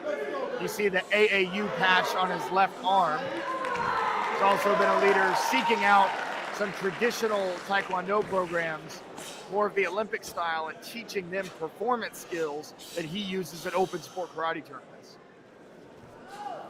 And already you can see the height right there on his kicks, both stationary and elevated.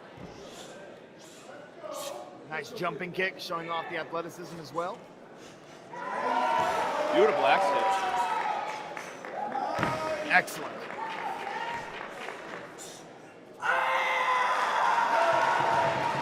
There's nobody like Jeff Doss.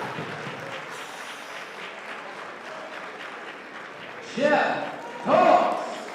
Beautiful performance. Jackson, how does a judge decipher between the different styles and accurately judge which one is better than the other? Diego Rodriguez In my opinion, if I'm sitting in the judging chair, what you have to do is you have to compare it on the scale of all the forms of that discipline that you've ever seen, right?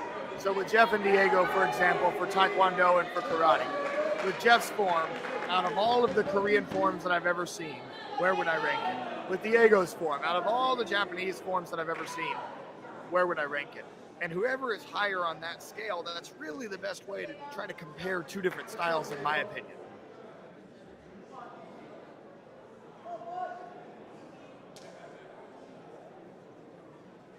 So again, this is Diego Rodriguez Flores representing Team Infinity.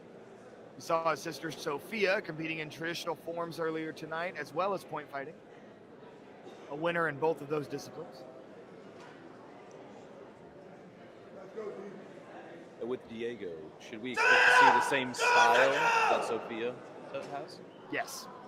Diego and Sophia's style mirrors each other very, very well. In fact, they used to compete very often in the team synchronized division and do very well. I think 1 year we actually did see them back a few years ago.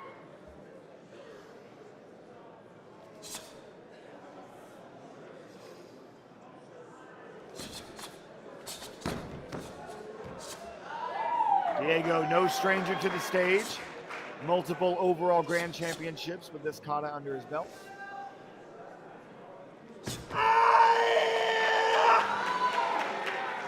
I love seeing Jackson too. I love looking at the feet and feet flex and hold. I think that's something that, unless kids look at that, they can't really appreciate how difficult that actually is. And really, that's one thing that separates the elite from those who aren't. Is when you watch the feet, some of the people that just aren't quite as polished as these competitors at the highest level, the feet are just a little unsteady. There's just a little bit extra movement after the technique finishes. And that's one thing that these guys at the highest level really try to perfect, is when they hit a position, there shouldn't be any more movement. I mean, look at that. I mean, that horse it's stable. It's a rock.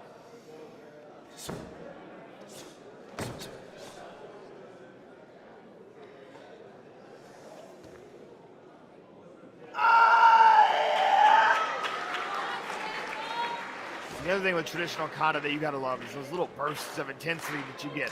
You're not supposed to be yelling your head off the whole form. Those little moments, and another big moment there with that jump.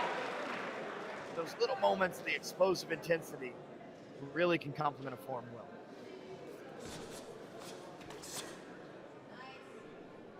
And even there, that pivot that he had when he was on the ground, it looks so strong and so smooth as the back around.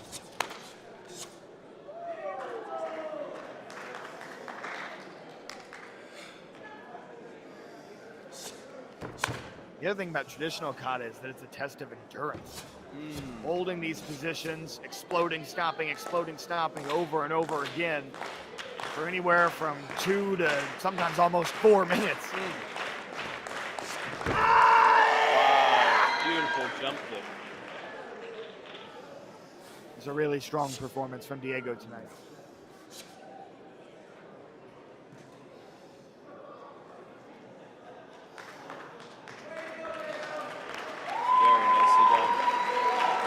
One of the strongest forms I've seen Diego do. Diego That was very well Rodriguez Flores.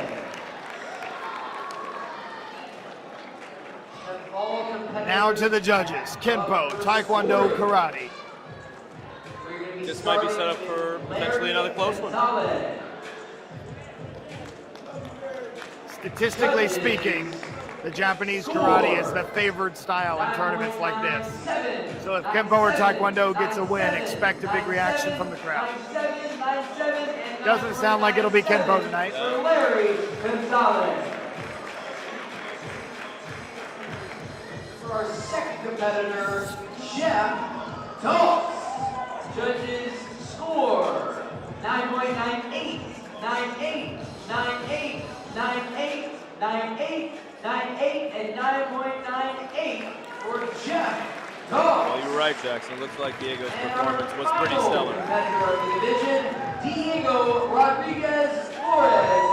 Judges call 9.99, 9.99, 9.99, 9.99, 9.99, 9.99, and 9.99, making the winner of the 18 and over overall grand championship black belt men traditional forms, Diego Rodriguez here we go. Downtown Dennis Brown is coming. One of my favorites. Master Dennis Brown. Grandmaster Brown is one of everybody's favorites, Mike. He's just such a likable guy. And a big congratulations to Diego Rodriguez Flores. He and his sister both overall grand champions this evening. That was the first time I saw Diego smile. He was all locked in during his performance. So he let loose a little bit there.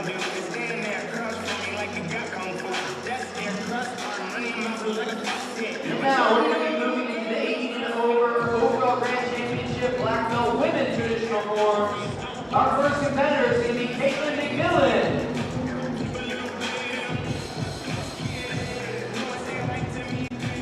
Jackson, this seems like a very stacked division right here. You got a lot of top talent here. This is a deep 1-4, competitors deep.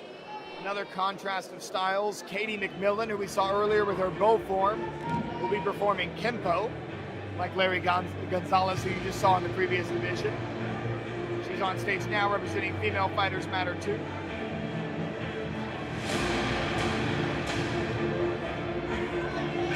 Also represented in this division will be Kung Fu and Japanese Karate. Kempo seems like a perfect choice for Katie, given that she has so much power and those snaps on the bow. I'm sure translate into the Kempo form as well. And you see Katie here making a conscious effort with the music and with the suspense that she's building. Kempo, an art that really doesn't lend itself towards performance. She's doing everything she can to add the performance to it. Some high-speed hands out of the gate.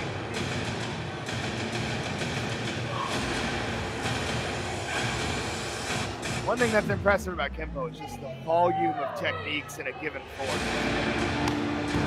I'm having to memorize all of that.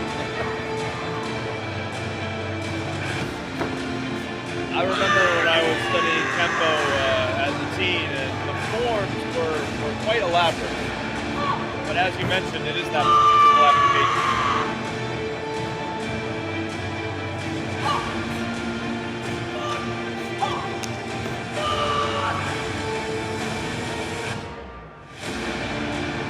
She's choreographed it to the music really well too. It's not just background music.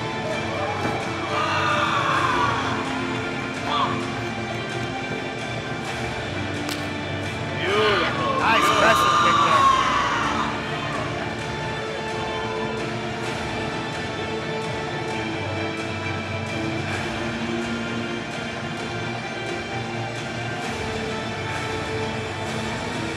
That was a good Kempo performance by Katie McMillan. Nicely done.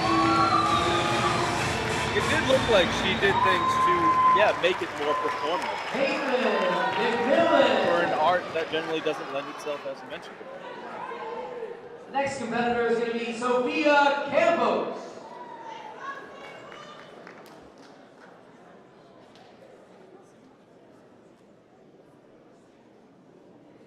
Now on stage, our Kung Fu representative of the division, Sophia Campos. We saw her earlier in the Weapons Grand Championship.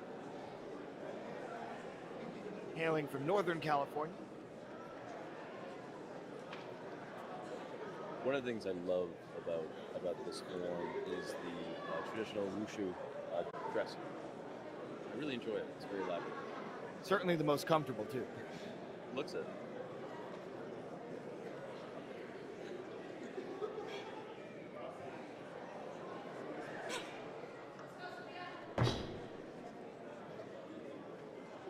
So a really important thing for Sophia here is that Ki does a good job of getting at what I'm about to talk about. You hear kind of as we get late in the show when there's these quiet moments for traditional forms, the crowd starts to develop a murmur.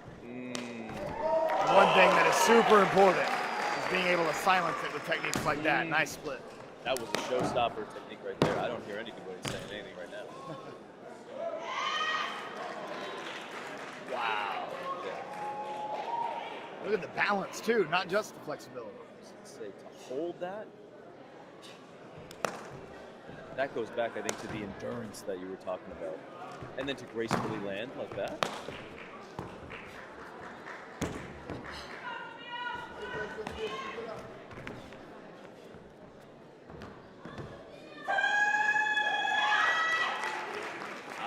what Sophia's doing here, I think it's a perfect blend of balance, flexibility, but she's also showing that power as well.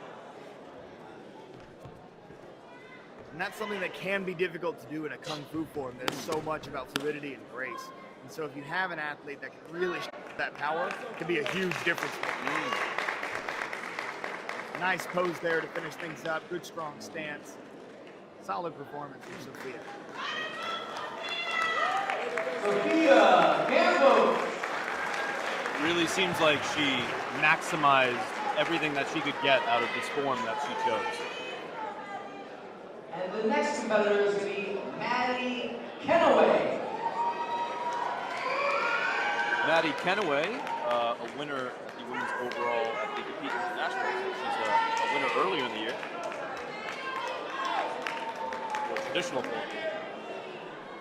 Now our last two competitors will be battling with the Japanese karate. Gabrielle Rudolph, the winner of both the Japanese division and the Korean division, will opt to do a Japanese performance tonight against Maddie, who won the Traditional Forms Challenge division, another Japanese division. DJ Joey Greenhall getting the music going here. Music, a big part of what Maddie does.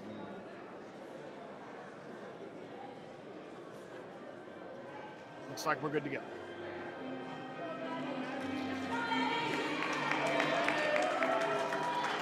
Maddie Kenaway representing Team Impex KTOC.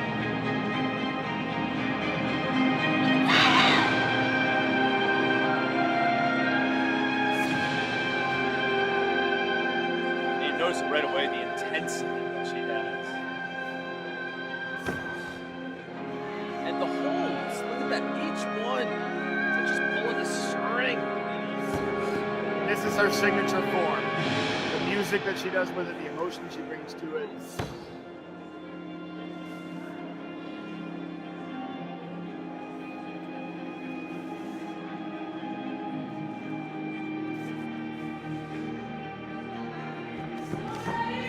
Those little slight movements, those holds.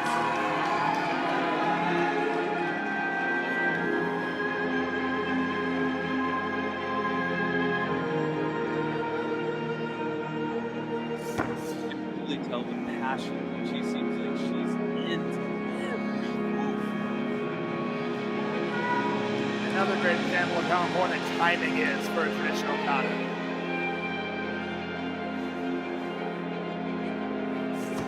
You mentioned pacing. It looks like the pacing is really spot on right here.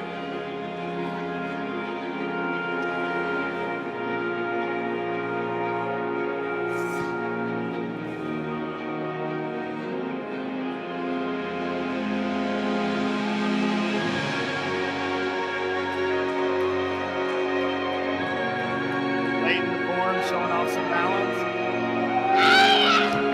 Power, explosive.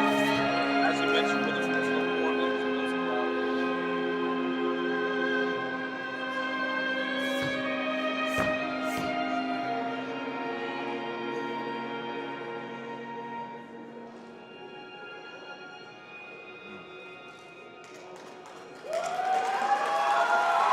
You can see the leg with her pepper steak flavor.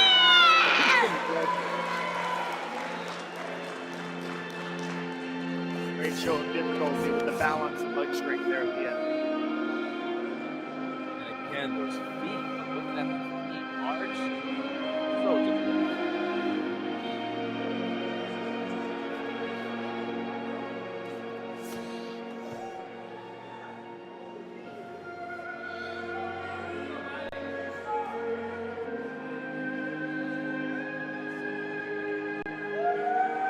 Another great performance from Maddie Kenaway.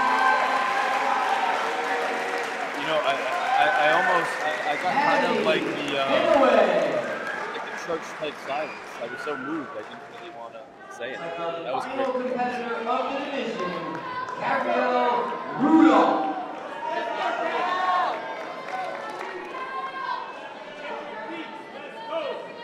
Obviously, Gabrielle Rudolph, stranger to winning her fair share of championships. I might need to let you do more of the talking on this one, Mike. Yes, sir, I understand.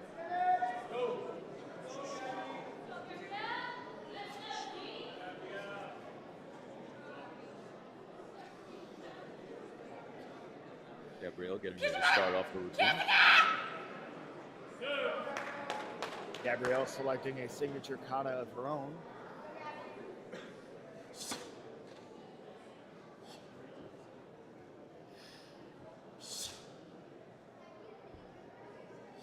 Strategically, she'll have an immediate answer in terms of leg strength and balance. One of the things, the signature things I always think of when I think of Gabrielle is those holds, is that balance.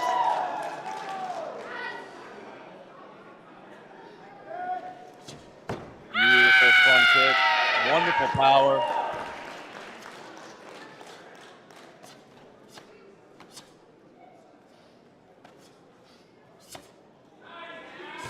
And you hear her power with the snap from the gi. And that's one of the great things about Gabrielle's decision to not use music, is she can show how much power she brings to the game.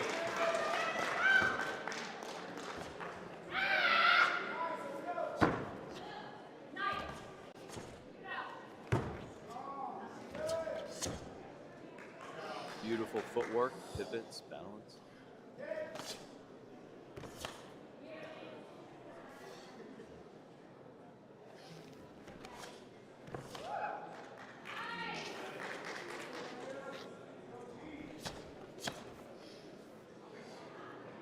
Look at those arches. She gets so high up.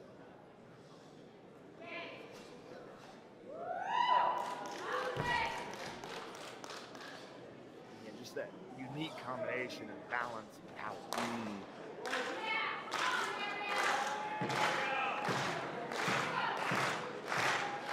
Crowd trying to help Gabrielle get to the finish line.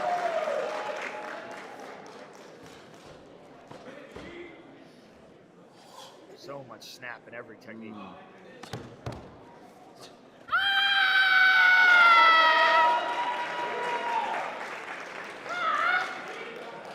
A lot of use of the breath. A strong, beautiful performance from Gabrielle Ruiz.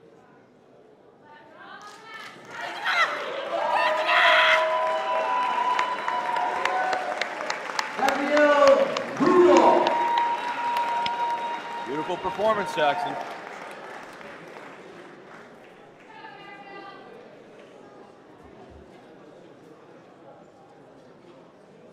Let's have all competitors back up for scoring.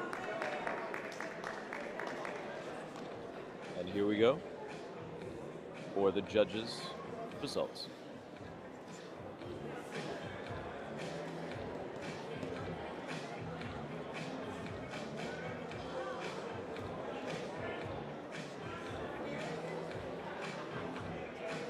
A little old school music while we wait.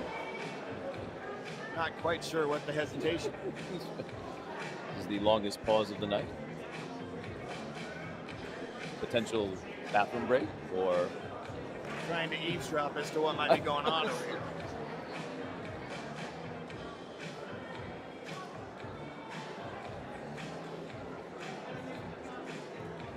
well, folks, as we said, we see a lot of unexpected things at the Ocean State Grand Nationals, and this is quizzically one of them.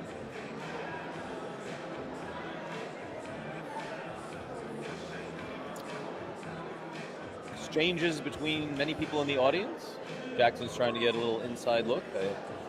Let's give it up for these amazing ladies one more time.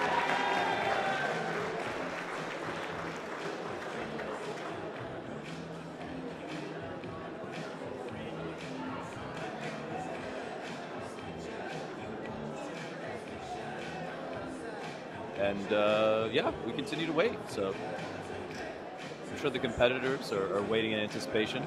Yeah, imagine how stressful this is for the competitors. We'll see. Jackson's going to go see what's going on.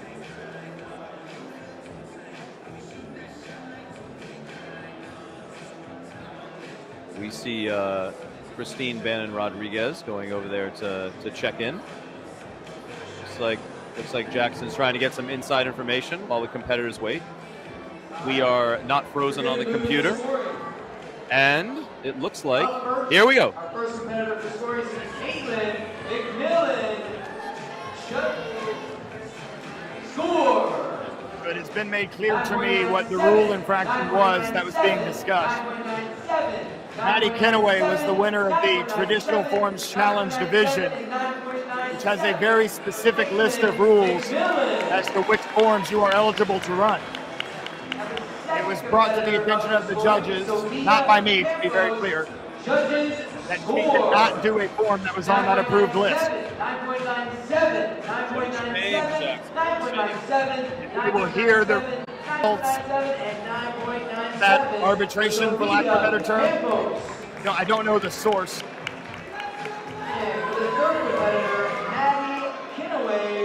Judges score 9.99, 9.98, 9.99, 9.99, 9.99, 9.99, and 9.99. Well, that's it.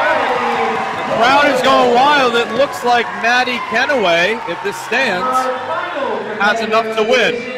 Ariel Rudolph. Judges score 9.98, 9.99, 9.98, 9.98, 9.98, 9.98, and 9.98 for Gabrielle Rudolph, making the winner of the 18-over overall Grand Championship. And there you have it, folks. The winner of the 18 and over is Maddie Kennaway. And the crowd is going wild. Winning with the Japanese form, such as her signature.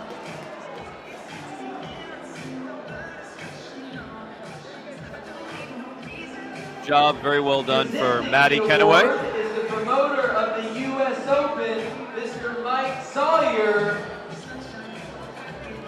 U.S. Open promoter coming on stage to present the award. Competitors are still up. I'm not sure if there's any other conferring by the judges. Scores were announced.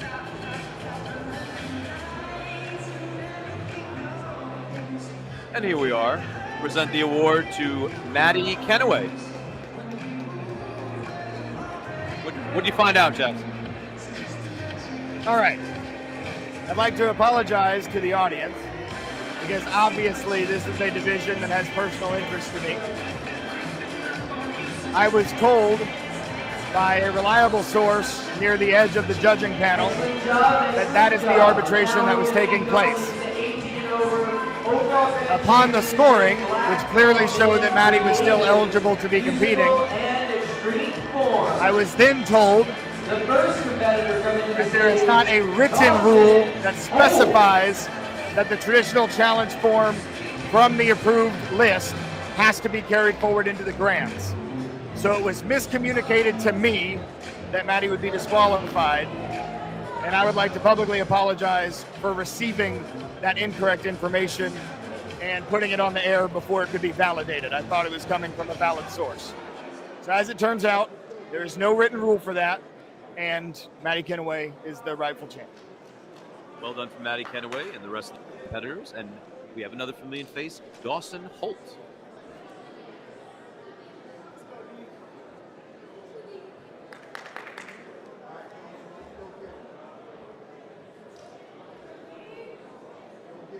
Dawson preparing for his overall grand championship. CMS.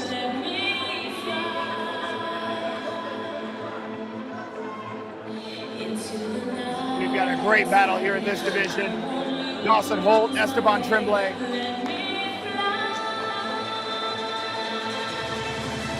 They were friends a moment ago, and they're still friends, but now foes on the map.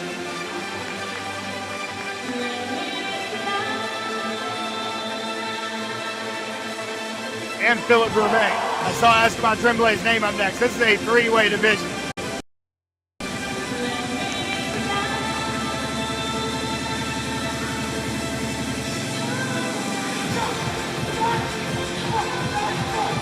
Doctor, what is it going to take for one of these guys to win? Ultimately, whoever executes their technique the cleanest is the one that's going to come out on top. These guys all have very difficult forms and a very high level of execution. Somebody's got to do something special to win it.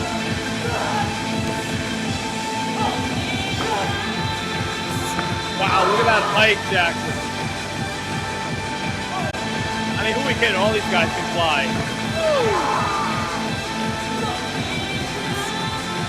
A little rough of a transition there before the backflip for Dawson. Typically wants to go for a flat kick there, but he recovered well. Strong ending nonetheless for Dawson. Holds to kickstart the division. Dawson Cole. And as you mentioned, they got to be flawless, so that little bit of a flip that you saw could make the Next difference. competitor coming to the stage is Esteban Tremblay. Talking about Esteban Tremblay, here's a guy who gets so much height. He's so intense.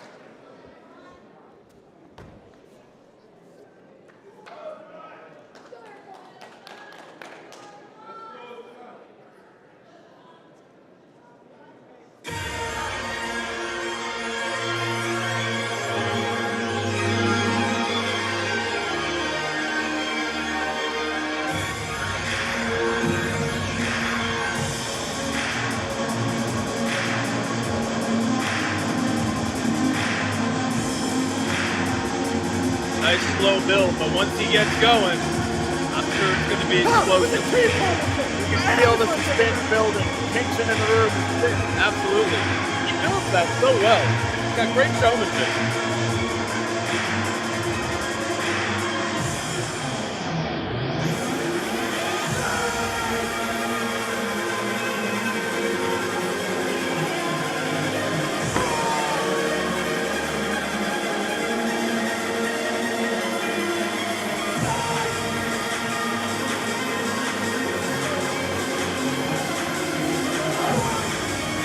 Pressure is building. He's ready to tear the cap off of him. And here he goes.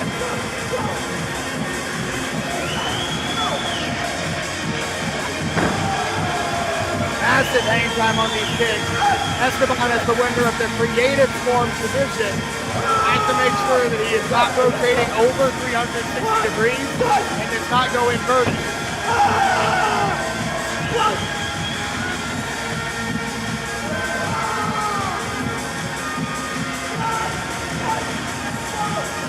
Esteban doing a great job of bringing everything to the table, no matter the limitation, and delivering a fantastic form. Great performance. The height that he got on those kicks. He's feeling it.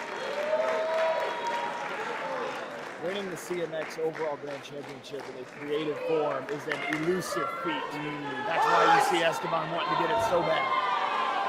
And the final competitor of the division, Philip Brume. Philip Brume, men's overall CMX champ at the competes.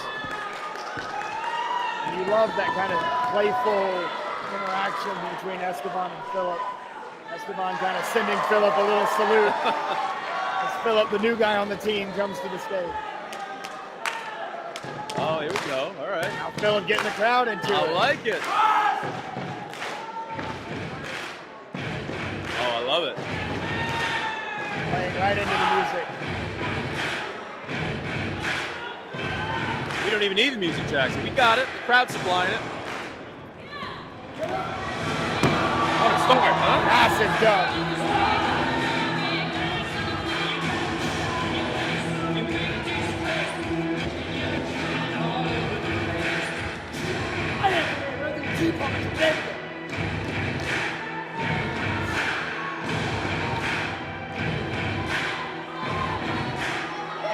Philip looks like he's setting up for something big.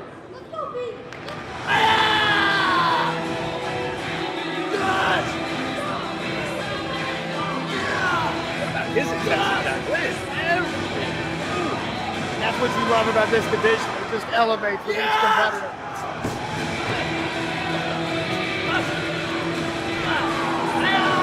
Now look at the skull with the double foot grab in the middle of the kick. I think the speed. He's fast. Oh! He's still going. What is he doing? Massive! Oh, into the corner split! Into the split? What? Are you kidding me? Philip Brume coming for it all! Huge showing here. Yes! Yes! Webster half twist will do it. And Philip Brumet making a statement here at Ocean State. I want to see some 10s for that one.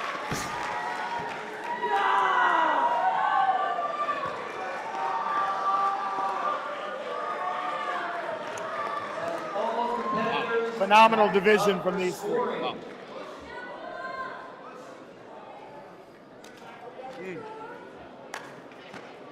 How do you pick, right? Three amazing competitors. First competitor for scoring, Dawson Holtz. Judges score 9.97, 9.97, 9.97, 9.97, 9.97. Stumble on that backflip setup, proving costly for Dawson Holt. You did call it. You did say any little mistake. So close between these guys. And our next competitor, Esteban Tremblay. Judges score 9.99, 9.99, 9.98, 9.98, 9.98, 9.98, and 9.98 for Esteban Tremblay. Esteban trying to make something happen with creative. That's a couple of nines. Philip Brumet.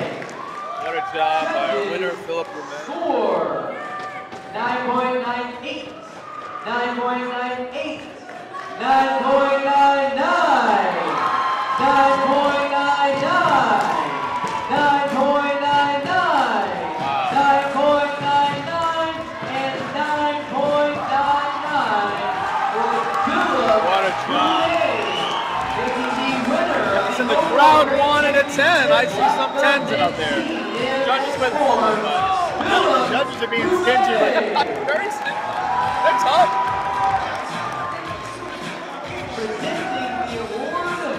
I'm receiving intel. This is the first time that Philip Brumet has won the overall grand championship here at the Ocean State. Wow. Well, he deserved it. That's one of the best performances I've seen, CMX or otherwise. That was amazing. Shout out to our Sport Karate Zone media coordinator, Mike Brumet, for the tip. Beautiful, beautiful job.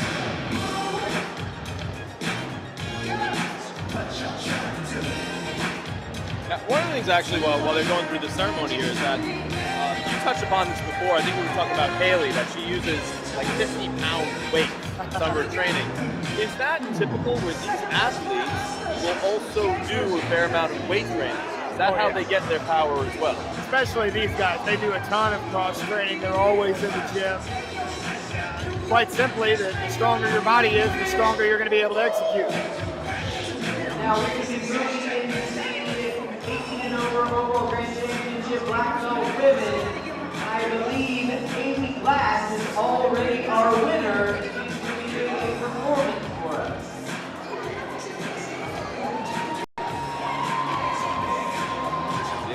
It does appear that way.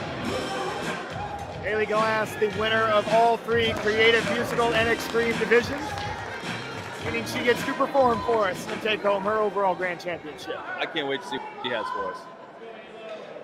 I'm sure it's going to be something very special.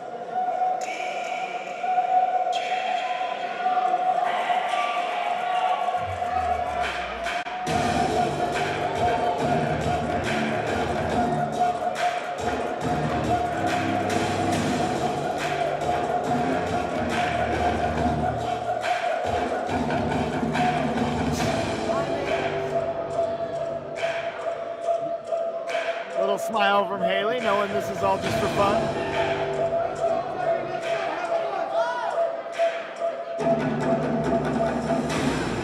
She's Haley Glass, so if she's on stage, you know she's still going to put on a show. Oh, absolutely.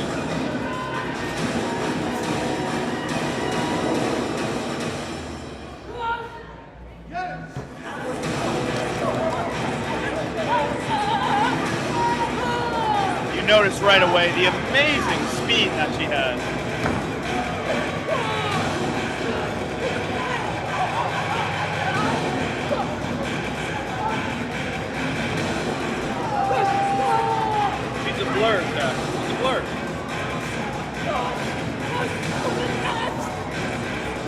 her speed and power being so unmatched in this division is what helps her win every single elimination round and then be the only person in the Grand Championship.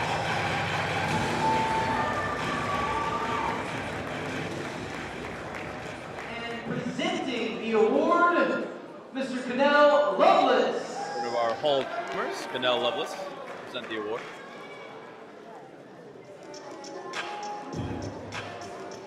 I still haven't decided, Jackson, who my grand champion is of best dressed.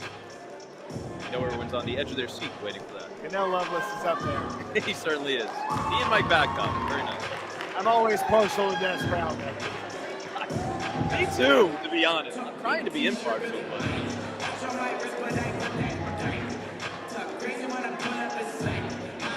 as we transition to the men's lightweight sparring overall grand championship, we will have a duel between two familiar foes, two of the best lightweights in the world, Bailey Murphy, Tyreek Saint. I don't know if I believe that. You guys ready to get back to the fight? All right, this is going to be a good one. 18 and over overall grand championship, black belt in lightweight point sparring division. We have Tyreek Saint versus Bailey Murphy. We have the fighters and judges on the stage. Bailey Murphy's always fun to watch. I feel like he's one of those people that just mentally, he's just got that edge. Bailey Murphy, the fighter that many would consider to be the best in the world today. 2-minute round. Tyreek Saint, a longtime training partner and friend of Bailey's. He knows Bailey well. He's got overall grand championship wins on Bailey in the past. Trying to repeat that tonight. I think we're in for another good one. We haven't been disappointed yet.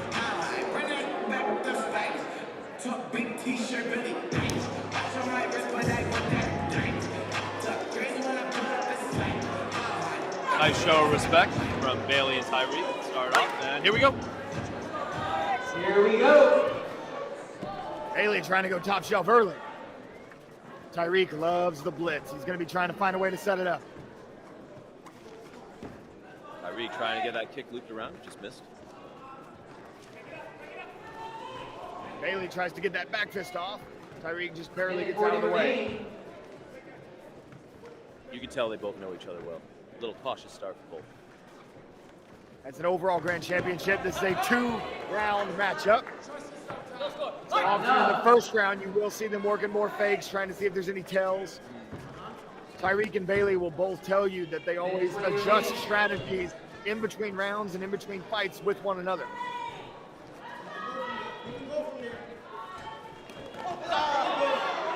Bailey seems to be really liking that hook kick tonight. No point on that one. Judges ruled not enough. Oh, there's that blitz, and it did screw up Bailey. Bailey Murphy's blitz is so hard to stop.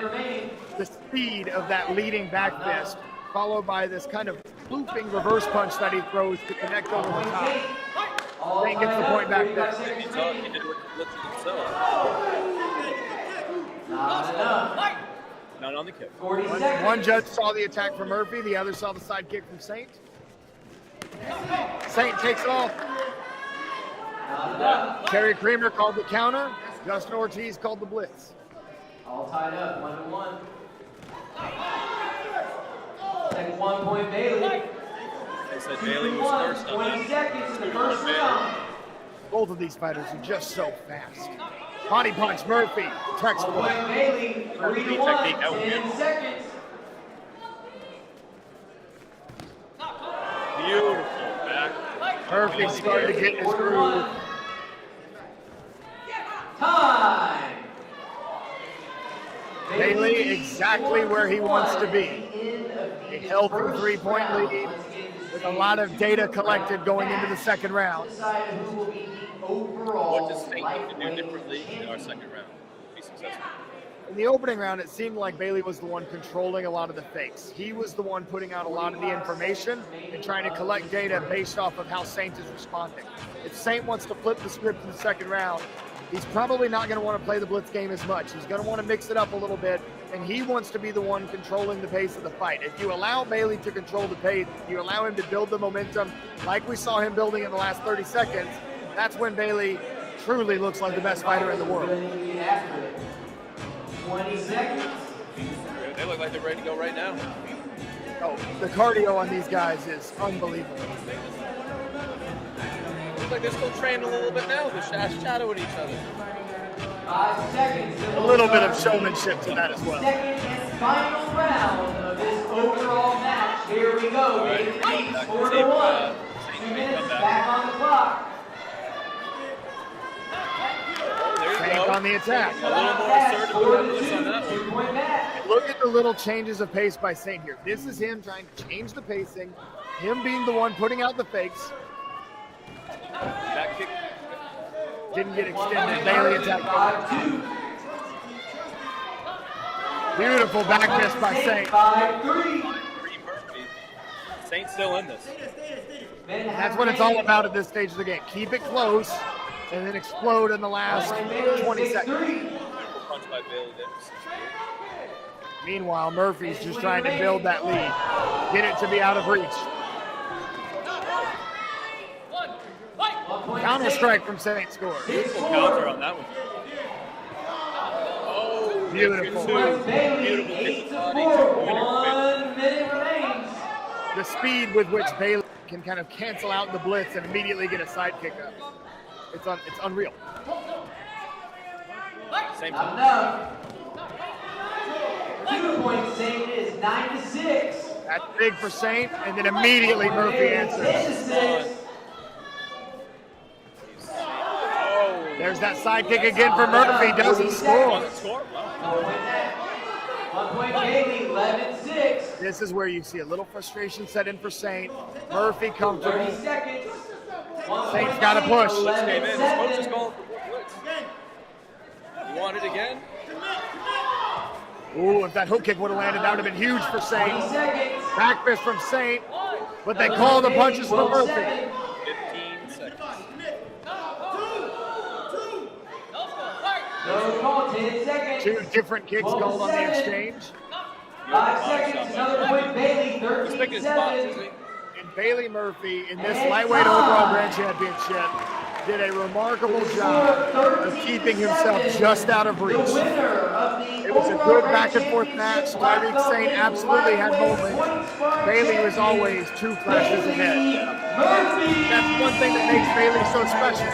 He seems to always be 2 flashes ahead of everybody he's fighting. He knows what he's going to do 2 flashes ahead. And there's that IQ. IQ of a great fighter that we talk about so much. He awaits the award.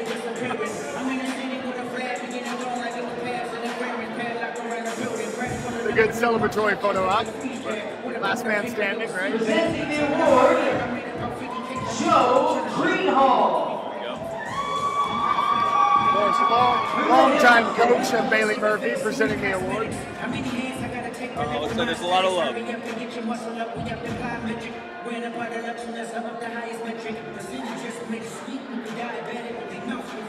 Congratulations, Bailey Murphy. Wonderful job by Bailey Murphy.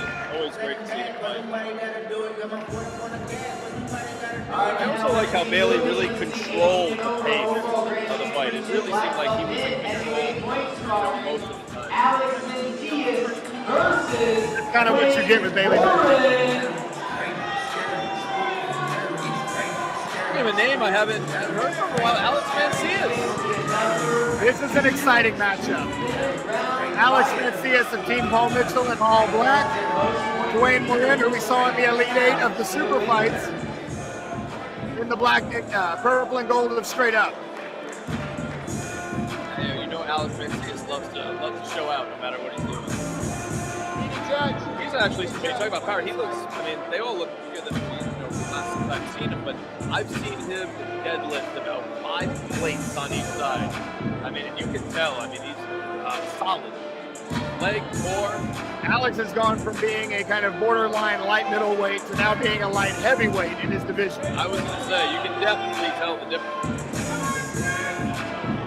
I mean, he's standing right next to Coach Gilbert right now. And I feel like a little bit of a height difference. They're both solid. And I believe this may be a rematch of, I want to say, the Sweet 16 in Super Fight. I believe that Dwayne Marin was the guy who ended Alex Mancias' run to the Super Fight. So Alex looking for redemption here in the overall Grand Championship.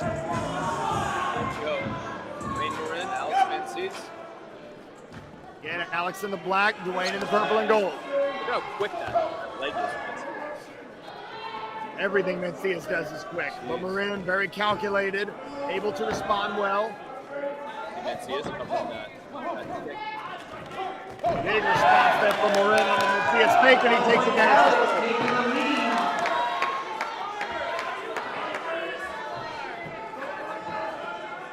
Marin trying to get that kick by the guard. And good block by Mancias. Beautiful block by Mancias. Less than a minute and a half remaining. A lot of nice fakes by Mancias. Nothing scores yet. Mancias' cardio is going to be super important here because look at the volume of techniques that he's putting out in the first round. Let's give another point, Alex. Big time blitz. About 5 punches before they call time. We call that insurance in point fighting. Make sure the judges see it. You don't want to hit too late after the call, but if you're in the middle of a flow, in the middle of a combination, make sure the judges see it.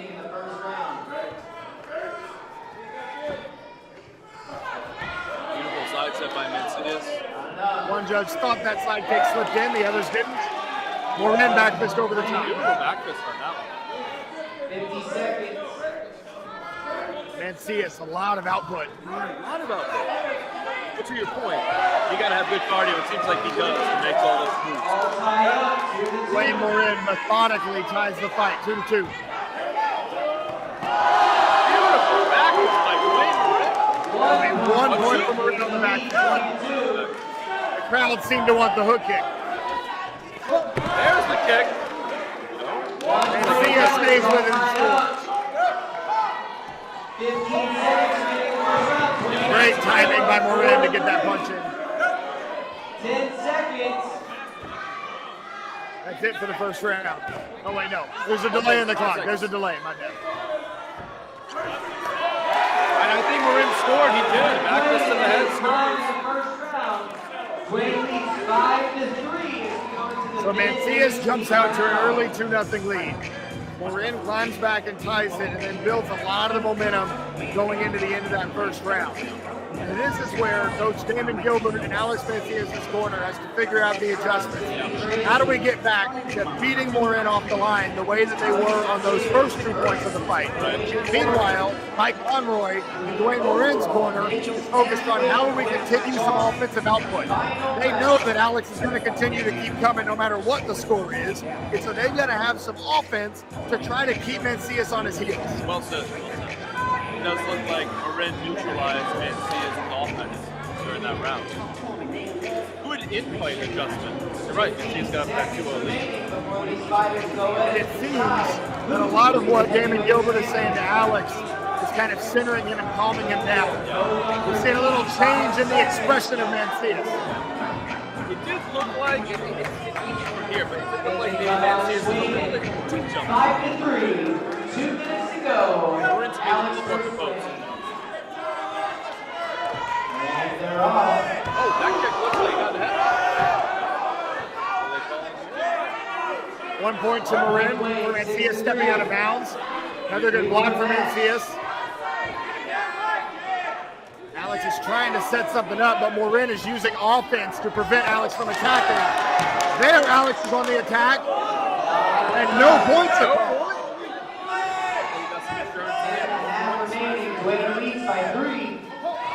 Marin on the attack.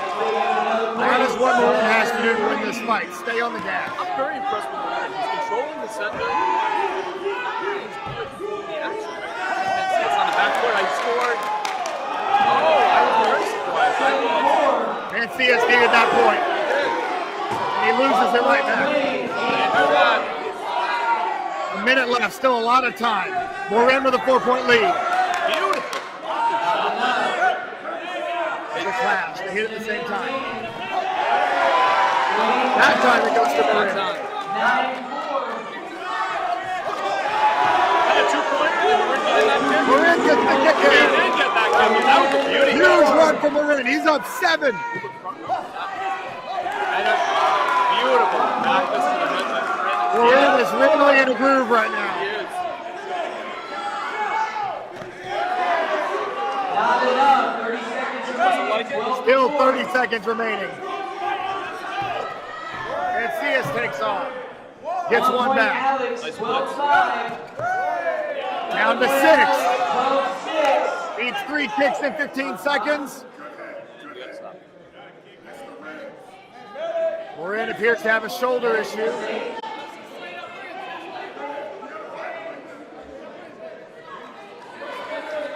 Just as Mancius was building some momentum. Well, the bottom line is that it would be nothing short of a miracle for Alex to land 3 kicks in the next 16 seconds. This is true. It is. Could it happen? Sure. Morin is back on the line. 16 seconds, 6-point lead. Mancius knows he has to kick. Spinning kick to the body. No call. 1 point, Alex. 12-7, 5 seconds. 7. Tie. Contact from Mancius. Action right in front of us. Score of 12-7. The winner of the overall NASKA. Tell you, I'm very impressed with Dwayne Morin. I haven't seen much of him in person.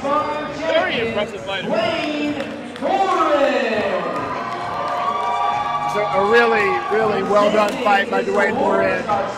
And he did exactly what he needed to do in the second round.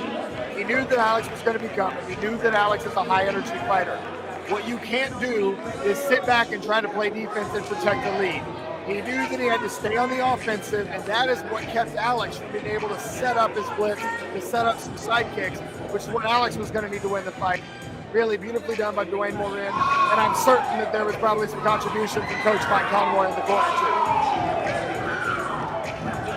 Yeah, wonderful job. It looked like he never allowed Mancius to get comfortable and set himself.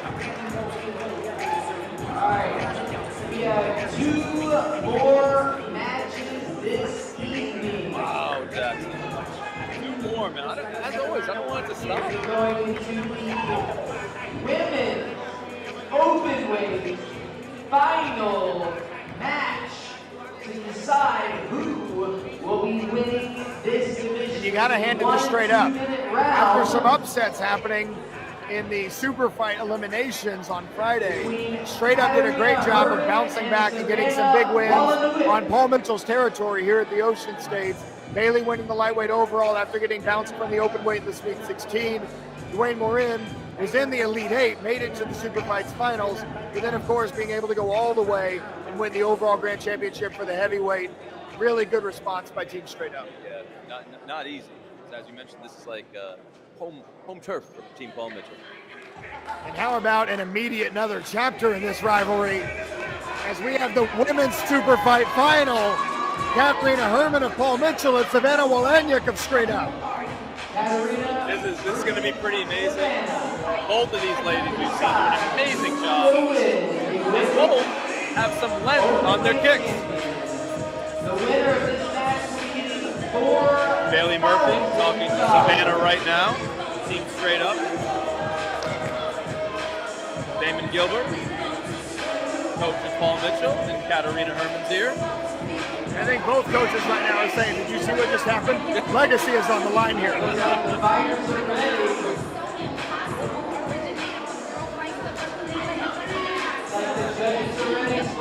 These two teams have all the respect in the world for each other. That doesn't mean they like each other. Here we go, everybody. We're up. They both start with 2 kicks. They collide. No score yet. This is only 1 round. Early 2-0 lead for Woleniuk. Kick is blocked. Kick is blocked, but brings Woleniuk to the ground. 40 seconds remaining. Backfist Herman scores. Herman gets the point, 2-1. Beautiful job by Herman. Yeah, his leg up. And what was so effective for Woleniuk on the first exchange was she had her leg above Katie Herman's. Backfist did not connect. Herman looking for a head kick. Woleniuk scores on the corner. 3-1. Minute 15 remaining.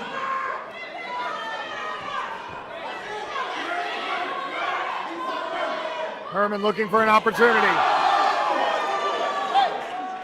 No point on the exchange. 3-1. They 1 both minute look remaining. like they want to land that kick. Herman had to block a kick on the way in there. Herman doing a good job of getting her hands out in front of her to prevent another kick from Wolaniuk. At this stage in the fight, another kick for Wolaniuk would almost do it. 1 point for Herman, the follow scores. Wolaniuk clings to a 1 point lead. Wolaniuk to the body, 2 points ahead. Herman looking for a kick. Another blocked kick, push out of bounds. 20 seconds remaining. Herman, kick to the body, scores. That's stuck it. Number 4, Jackson. 10 seconds left. Tied match. Wolaniuk wants the kick. Oh, nice block by Savannah. Blocking that kick. 3 seconds, Jackson, and We're going to overtime. another OT, baby. We go to overtime. Next point where it's 4-4.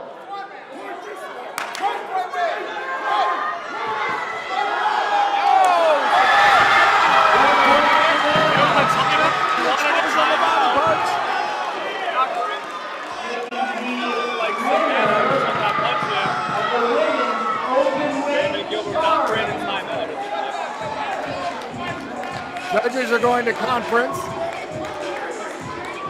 Damon Gilbert incensed about something. Well, it looked like he was calling a timeout from the bench about something. And it appears he was attempting to call timeout for good reason. I just don't know what that reason is. Did have the timeout, and I did see timeout. They're going to grant them. Can we get through a few divisions without a rules issue tonight? I don't think so. Damon Gilbert's still incensed. The fighters are still up. Katie Herman still in full gear. Savannah Wolaniuk putting her headgear back on. Now, Jackson, maybe you can, just for the audience, so Damon Gilbert had the timeout signal before they said go. If the coach calls a timeout, is that granted? So the fighter is who has to call the timeout. I see. Okay. However, it depends on what Damon Gilbert was trying to call the timeout for. If he was trying to call the timeout for something that otherwise would have prevented the fight from continuing, for example, making sure the score was correct, or if there was a clock stoppage that shouldn't have happened. I wasn't looking at the scorekeeper table, so I couldn't tell. And this is all speculation. Right. But clearly, Damon Gilbert believed there was some reason that overtime should not have started yet. And because he does not believe overtime should have started, then nothing that happened in overtime should count. However, that is if what Damon Gilbert is concerned about is something that would prevent the fight from continuing, which we don't know because we don't know what it is. We do not. Judges are conferring with each other. We have a North American Sport Karate Association arbitrator making a determination. The crowd very confused. As are we. Maggie Messina waiting with the wonderful championship belt. Looks like the arbitrator is calling for the coaches to come to the front table. Or maybe the other judges. It's the other judges, like not the coaches. Judges. Savannah now. We still do not know anything yet. There's a big meeting of the judges right now. It looks like the arbitrator. Trying to eavesdrop on what determination is being made here.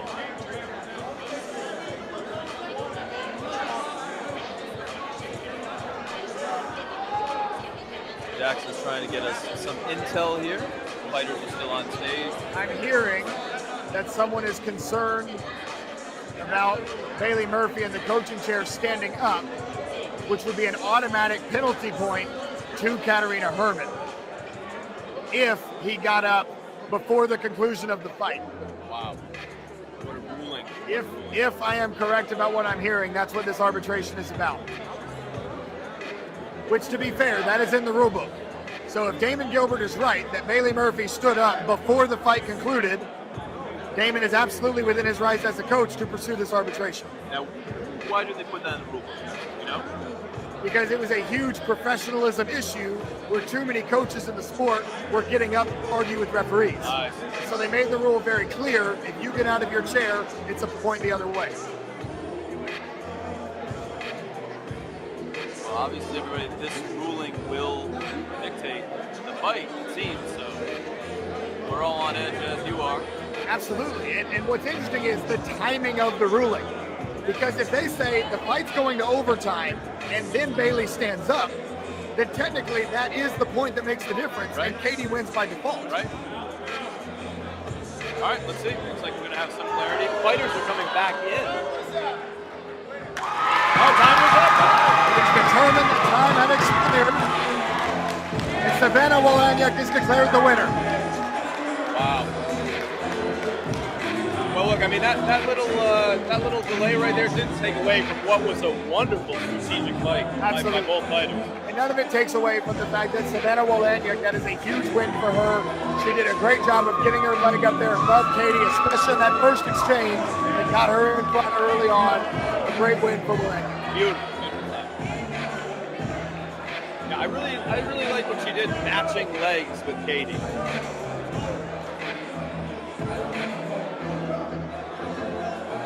Over here with this beautiful belt.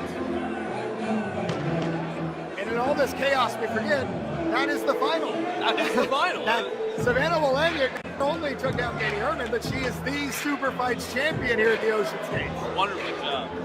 We have our top 8 women fighters for the open weight. Please come up to stage to collect your money.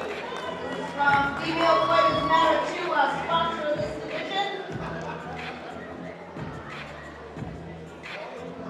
We have finalists.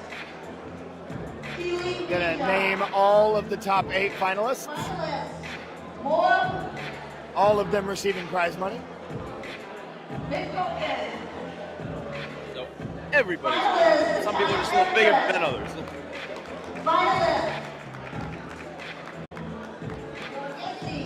What a wild circumstance at the end of that $500 each. Every year that we've been doing this, something wild happens. It's amazing. It's amazing. States are so unpredictable. And I want to reiterate, everything that I say at this microphone is based on information that is passed to me. Second place. We appreciate you for trying to get some intel from us. It ain't easy. Katarina Herman. And our overall first place winner, Savannah. Well done, Savannah. Well done.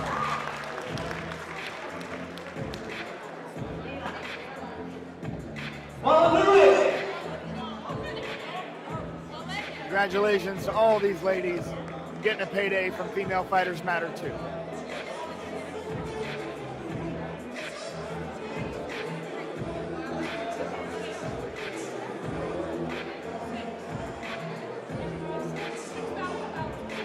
Well, Jackson, we're moving right along, man. Right along. What I go back to on that interesting situation at the end of that final fight is that Coach Damon Gilbert was calling timeout before the last time score. He was, yes. Which would lead me to believe that he saw Bailey Murphy get up before that point ever happened.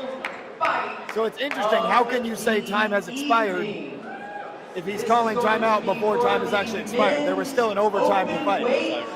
It's interesting. Unless maybe they didn't see Bailey to get up. We're going to be seeing Sandro Peters. That's one of the hard things about arbitrations.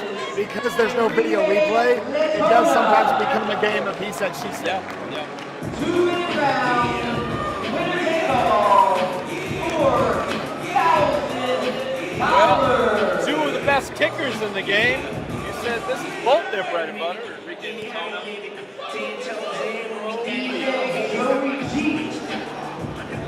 Paul Mitchell on a little bit of a rough streak in the last few events.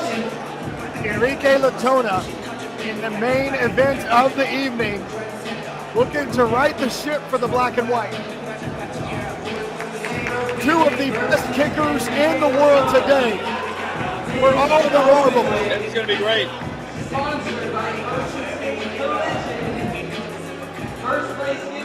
I feel like it'll be Enrique's volume versus Sandro's precision. And it may come down to the follow-ups. Which kicker, because a lot of kicks are going to cancel out in this fight, which kicker gets the better end of those follow-up reverse punches? Absolutely. I couldn't agree more. Sandra Peters, Germany, in the white. Enrique Latona, Guatemala. Team Paul Mitchell in the black. Here we go. 2 minutes for glory. And there it is, right on cue, Jackson. Kick show. Beautiful block by Trying to Latona. follow. 2 points, Latona.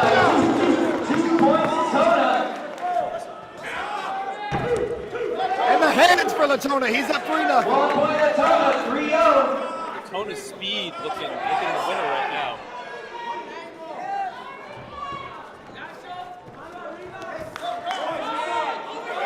Peters able to get on the board with the hands. 3-1. Paul Mitchell and Latona.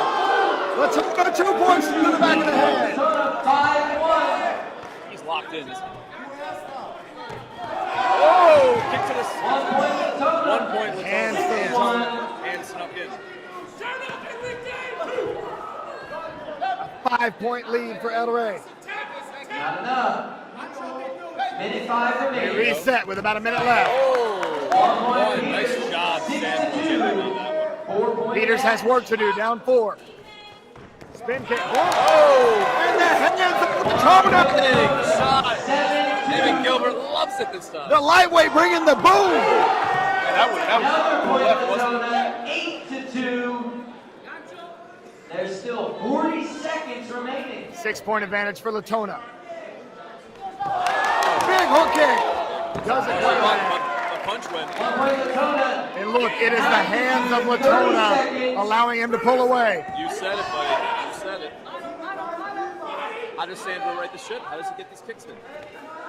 20 seconds. He doesn't have much time left to do it. Enough. 15 15 seconds. seconds. 7-point lead for Latona. No time. 10 seconds remain. 7 seconds. 9-2. 7 seconds. And Latona making it known that he is the best kicker on the planet. Time. And he is the Super Fox champion. Dominant performance by Enrique Latona. Well done. Well, there you go. Open weight grand championship. You asked for Paul Mitchell to right the ship, Jackson, and Enrique Latona delivered for you. What an end to an absolutely outstanding night of martial arts competition. Your Super Fights winners, Savannah Wolaniuk of Team Straight Up, Enrique Latona of Team Paul Mitchell. Mike Petrarca, I love this sport. I love this sport, man, and I love doing it with you. Next year will be the 5th year you and I will probably come back for it. Let me tell you, best moment of the night. Give me your top 3. Well, Enrique Latona capping off the evening with a win, which, by the way, we've got to shout out Ocean State Collision Center for being the sponsor for the men's super fight. That is a storybook ending to the night for Enrique to go and claim that title. That's one of the big highlights for me. For me, man, I gotta tell you, Savannah winning the fight against Katarina. I don't see Katarina lose very often. Philip Brumet, wow, I've never seen what he's brought to the table. And Michael Molina, Caitlin Bond, so many people. But I would say Philip Brumet for me was one of my top highlights. An evening full of incredible moments. We thank you all for tuning in. Make sure you hit that share button so all your friends can see this amazing world that is sport karate. I'm Jackson Rudolph. I'm Mike Petrarca. And we cannot wait to see you again next year at the Ocean State Grand Nationals. Take care, everybody. Let's give it up for all of these fighters that are on stage.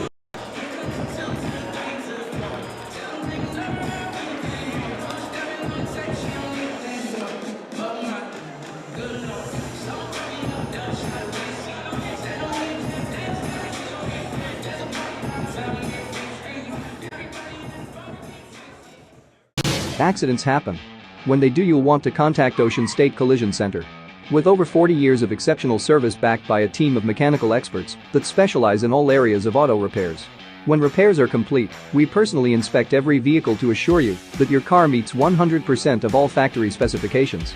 From insurance claims, tows, to tune-ups, Ocean State Collision Center is New England's resource for all your auto needs. Visit us at Facebook or call 40130533811 for all your auto needs. Tragedy knows no gender, it knows no socioeconomic status, it knows no space, no time. People have free will, and they can use that will, and that will can catch any of us in the trajectory. And that's why we all need to take responsibility for our actions.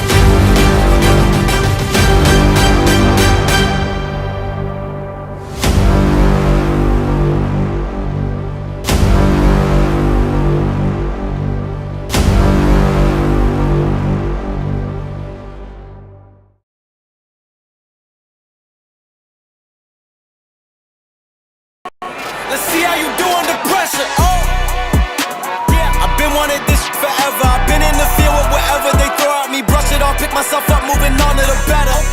Hey, yeah, ain't no errors, baby, it's a new era. I wake up early, feeling rich like I'm Kesha. I get to the paper, boy. Extra, extra. A moment can live on forever.